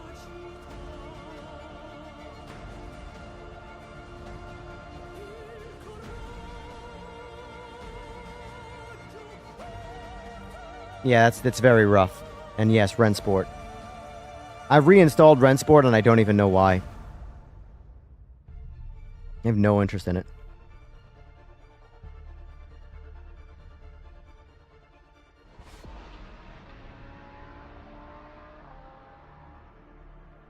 Alright, let's wake up.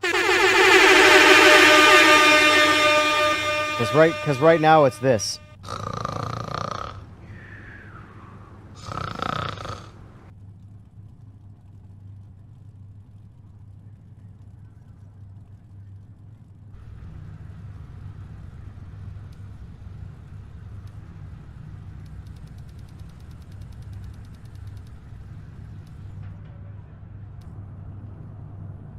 It sucks that the game I like racing the most in, no one's playing. What a bummer. There needs to be a recovery sooner than later, that's for sure, and I don't know what it's going to take, but not going to be the DLC. That I know. I'm looking forward to the DLC. I can't wait to drive the cars. I can't wait to race on Road America. But none of those things are going to bring... It's going to temporarily bring some players in. Numbers will go up for maybe a week. And it'll drop right back down to this stagnant, no one's playing stuff. And that's just not sustainable.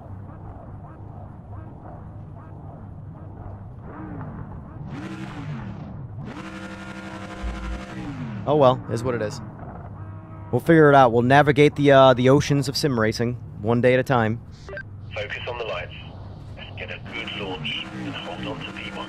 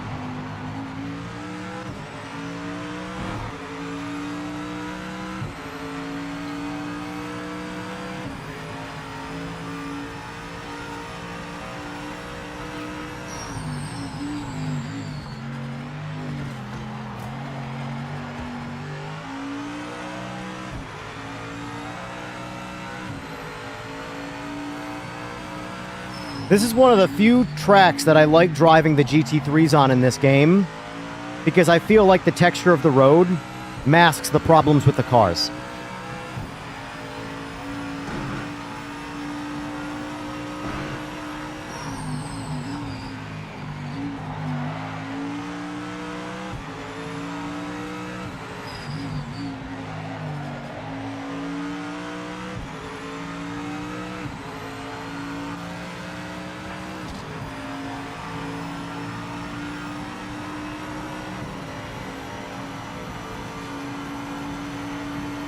Forza numbers will go down soon, but they're not going to go down.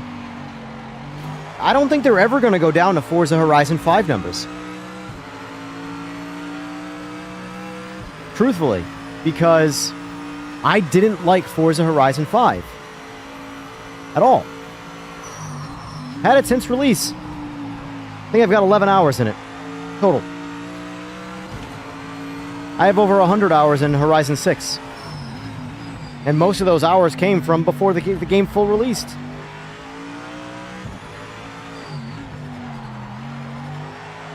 The point is that Horizon 6 is a much better game than Horizon 5. Like a much better game. And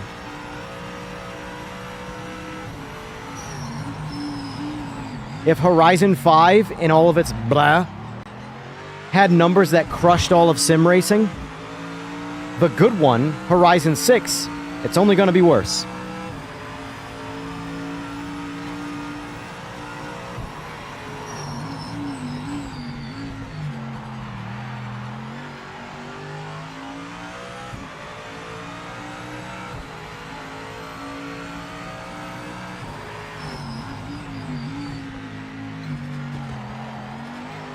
Yeah, the AI in Horizon 6 is the worst AI that I've ever experienced in all of racing titles.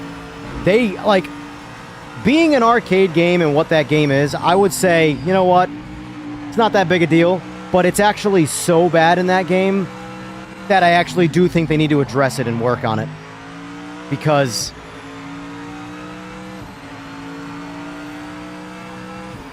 bro, it's bad. It's so bad.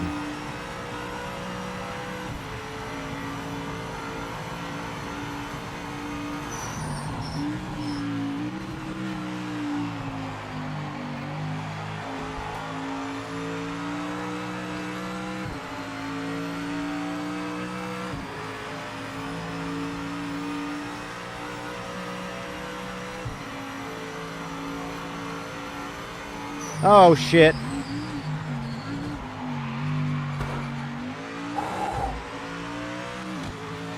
Wow. That was looking at chat, folks. Somehow didn't lose too much time. Yet it's so hard to hold onto this wheel with these grips. It just slides. Comfortable wheel, but I can't grip it with the force feedback. I could technically turn down force feedback, but I ain't no bitch. Squeeze tighter.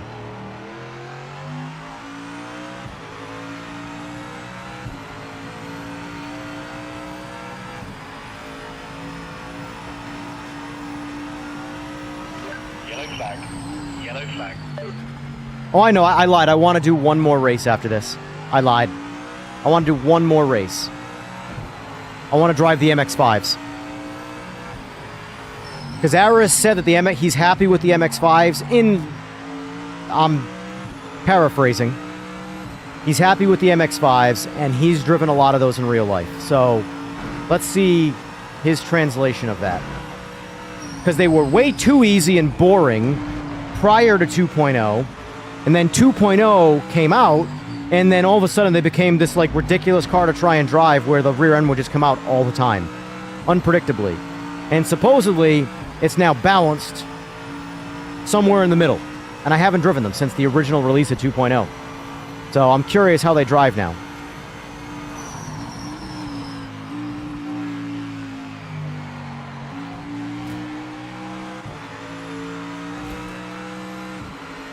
And not a problem, Holland Brown. I'm glad it's appreciated.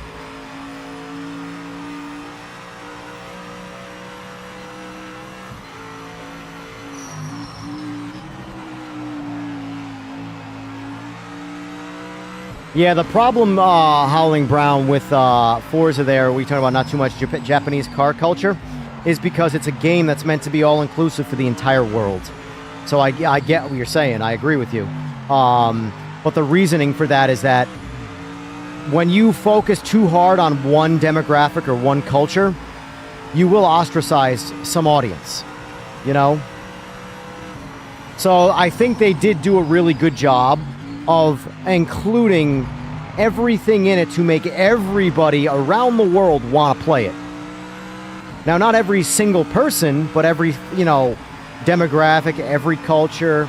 I hate to use the word inclusivity because it's become such a fluffy, stupid word over the past, decade or so. But it is still a word with a definition to it, and the game is built to be accessible and include a lot of people in it and give everybody a lot of fun. And they did a great job with that, in my opinion. The game is a shit ton of fun. I don't know anybody who's played it that hasn't just really sank some hours into it and had a good time. Even like again, Forza Horizon is typically not my type of game, but I have had a ton of fun in it so far, so I can't knock it. Oh, the MX-5s went bad, then just got superb. Well, I'll have to... Are they currently superb?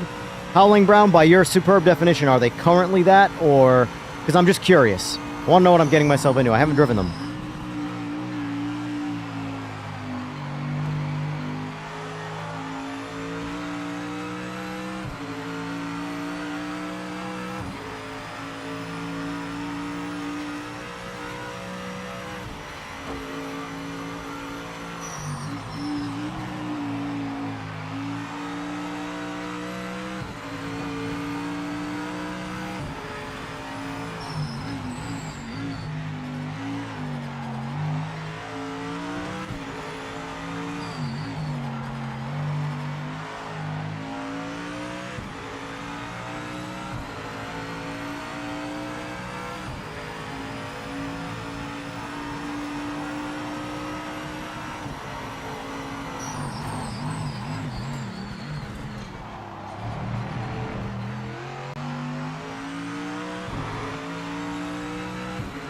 Friggin' Eagles caught back up. Would you believe it? Get out of my game, Eagles!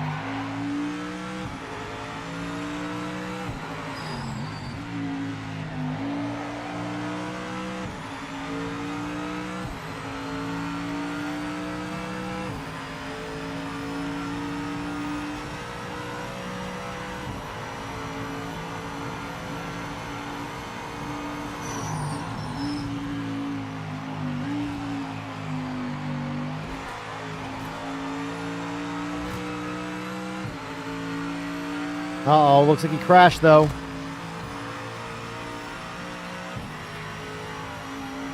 Oh, LMDH. I was like, 151! Even still, 156 is blazing fast.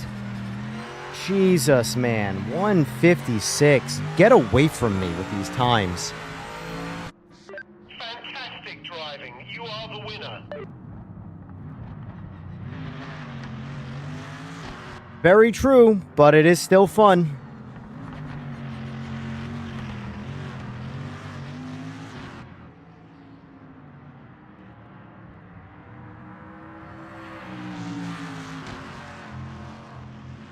All right, let's gear up for the last race, which is going to be MX-5s.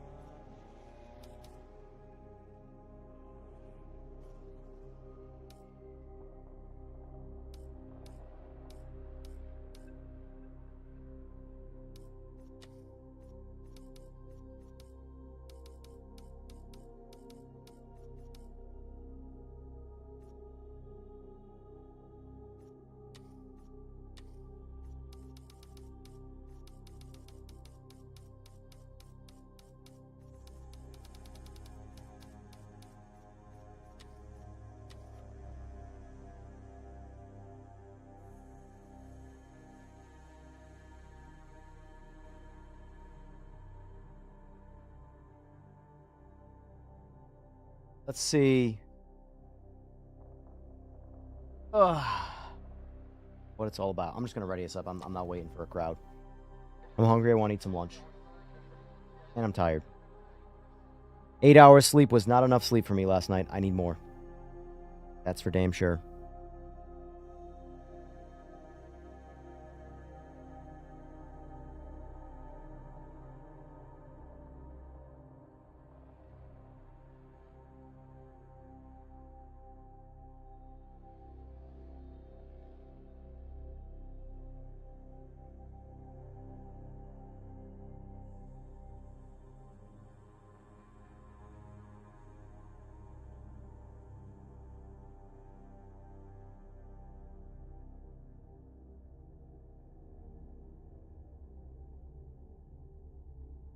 The problem with going and driving the cars and getting actual feedback is it's so like we talked about this, and this is actually something I'm going to clip because this is something that I've experienced in my side of racing, and it's something that he experiences in his side. And the good thing is it's the common trend, and that is the fastest drivers have no clue the technicalities and how to take what they experienced and translate it into words that someone can understand. So you have the fastest drivers, and you've got the ones that are best for getting in the car and saying what the car is doing and explaining all of that stuff. So it can be difficult.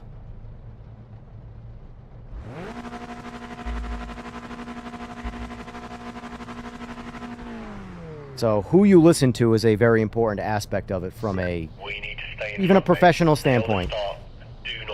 You think professional race car drivers who drive GT3s are all going to say the same thing about GT3s? There's going to be a few things that they have common ground on, but a lot of things they're not gonna agree on. One says the car zigs, the other one's going to say the car zags.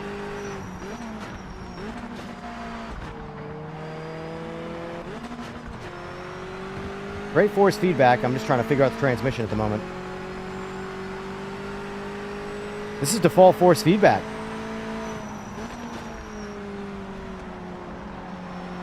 Pretty damn good force feedback.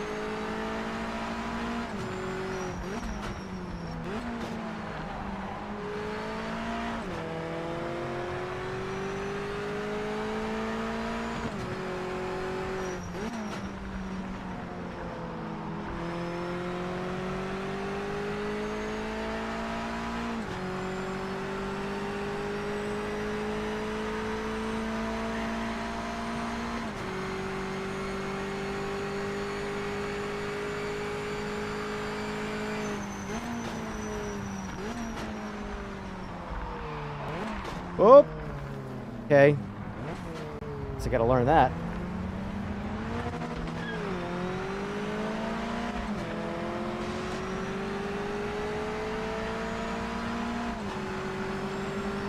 That's right, we got ABS. Let's use it. I barely touched the brakes right there, thinking I always forget with these cars.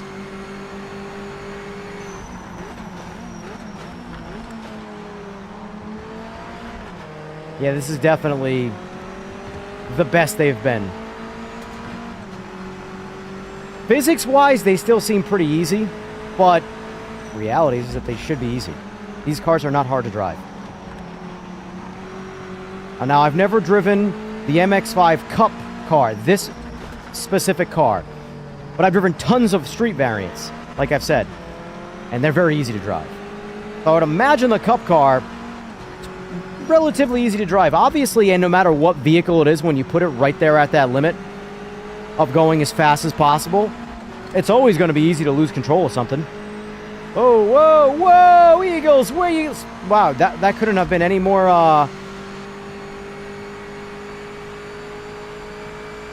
That's funny.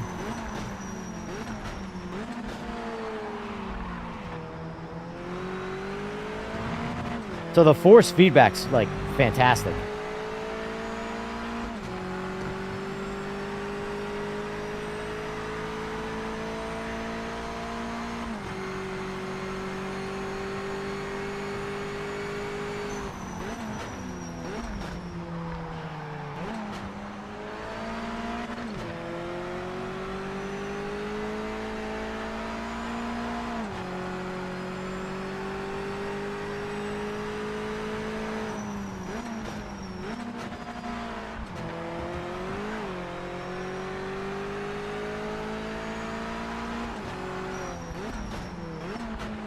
They do seem very hard to lose any kind of control of.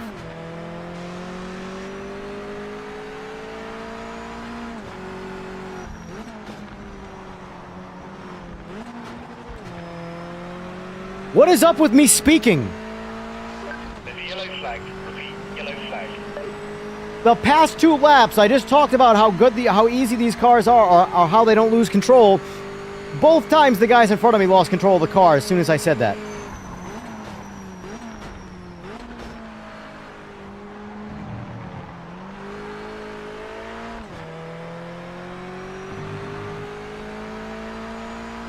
Good to know my words don't just jinx me, they jinx everybody else too.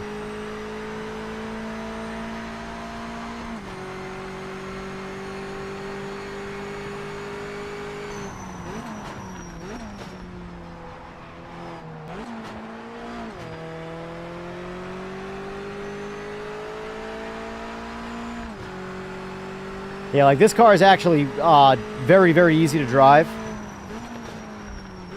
which there's always a lot of debate over. I know in real life these cars are easy to drive, but I mean,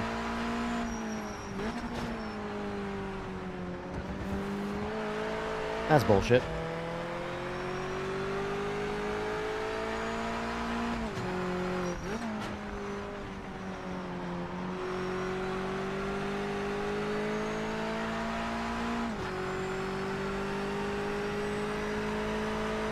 The force feedback is great.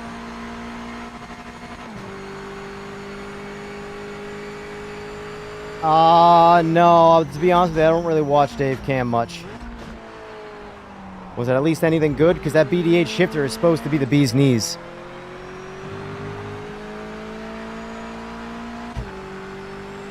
I'm going to use the H pattern, speaking of which.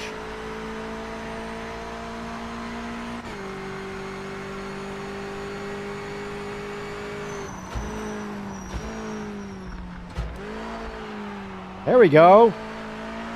Finally kicked the rear end out a little bit.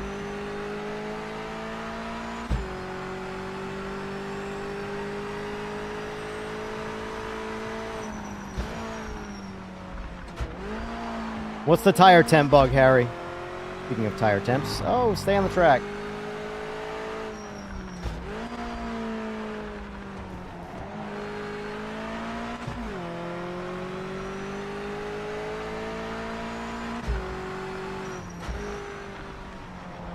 This is definitely the best MX-5 force feedback that I've ever felt across a sim. But it might be the easiest one to drive across all the sims.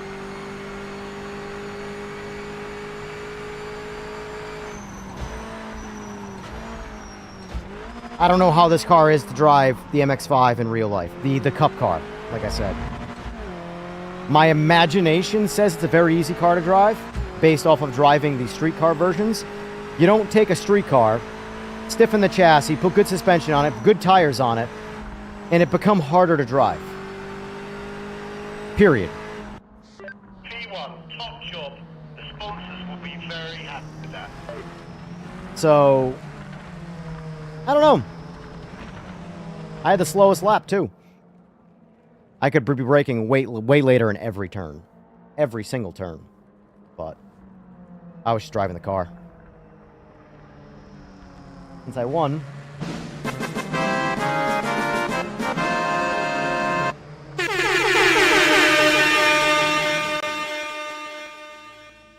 Alright, that's enough for me. We're good. We did our 4 hours. Had a little PMR fun. I unfortunately, I don't know what it's going to take to get players back into PMR. And without players, I don't know how streamable the game really truly is, you know? Because you guys know how I feel. I'm a big fan of the game. But from a streaming standpoint, if there's no one playing it, how do I play it? You know? How do I do it, folks? Looking for answers here. God, having the wheels in the wall right next to me is so convenient. Oh, I'm so glad that was my idea. That was all me.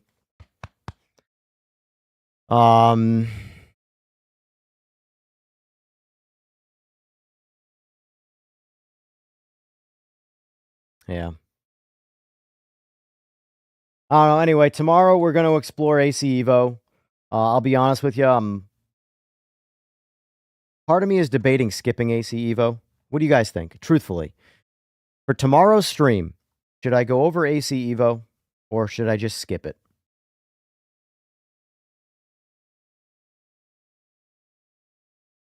Like, I'm tired of, like, I know it's content and it's streaming content, especially to go over every update, but it's just,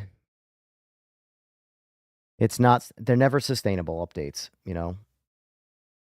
Right now, if it wasn't called Assetto Corsa, I don't think it would even have as many people as it's playing right now. Not even close. Go over AC Evo, that's one.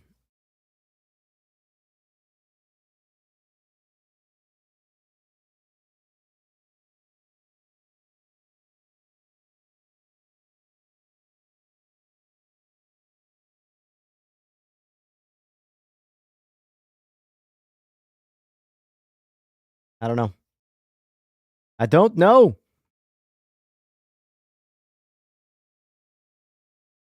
Try 240Z. Yeah, that's a good point. 240Z. All right. Evo it is tomorrow, folks. So tomorrow, AC Evo. And then Friday will probably be casual Friday playing Forza.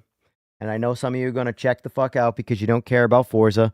But for me, it's a lot of fun and it's a very easy game to stream. And I'm probably going to be, I'm thinking Friday is probably going to be spec racing. Because I want to get my online rank up, even though it's a joke of a rank system. It's just a numbered. There's no, I don't think you can go down. I think you can only go up. But sometimes tires tend to stay cold. Gotcha. I don't think it mattered there. I wasn't losing any level of grip. And the time tires were pre-worn, but I never lost any grip ever. It took forcing an engine brake aggressive downshift to get it to lose the rear end a little bit. So I don't know. We'll see. But tomorrow, AC Evo. Friday, Forza Horizon 6. Until tomorrow, folks, thank you all for joining, and I will see you all at 11. Bye.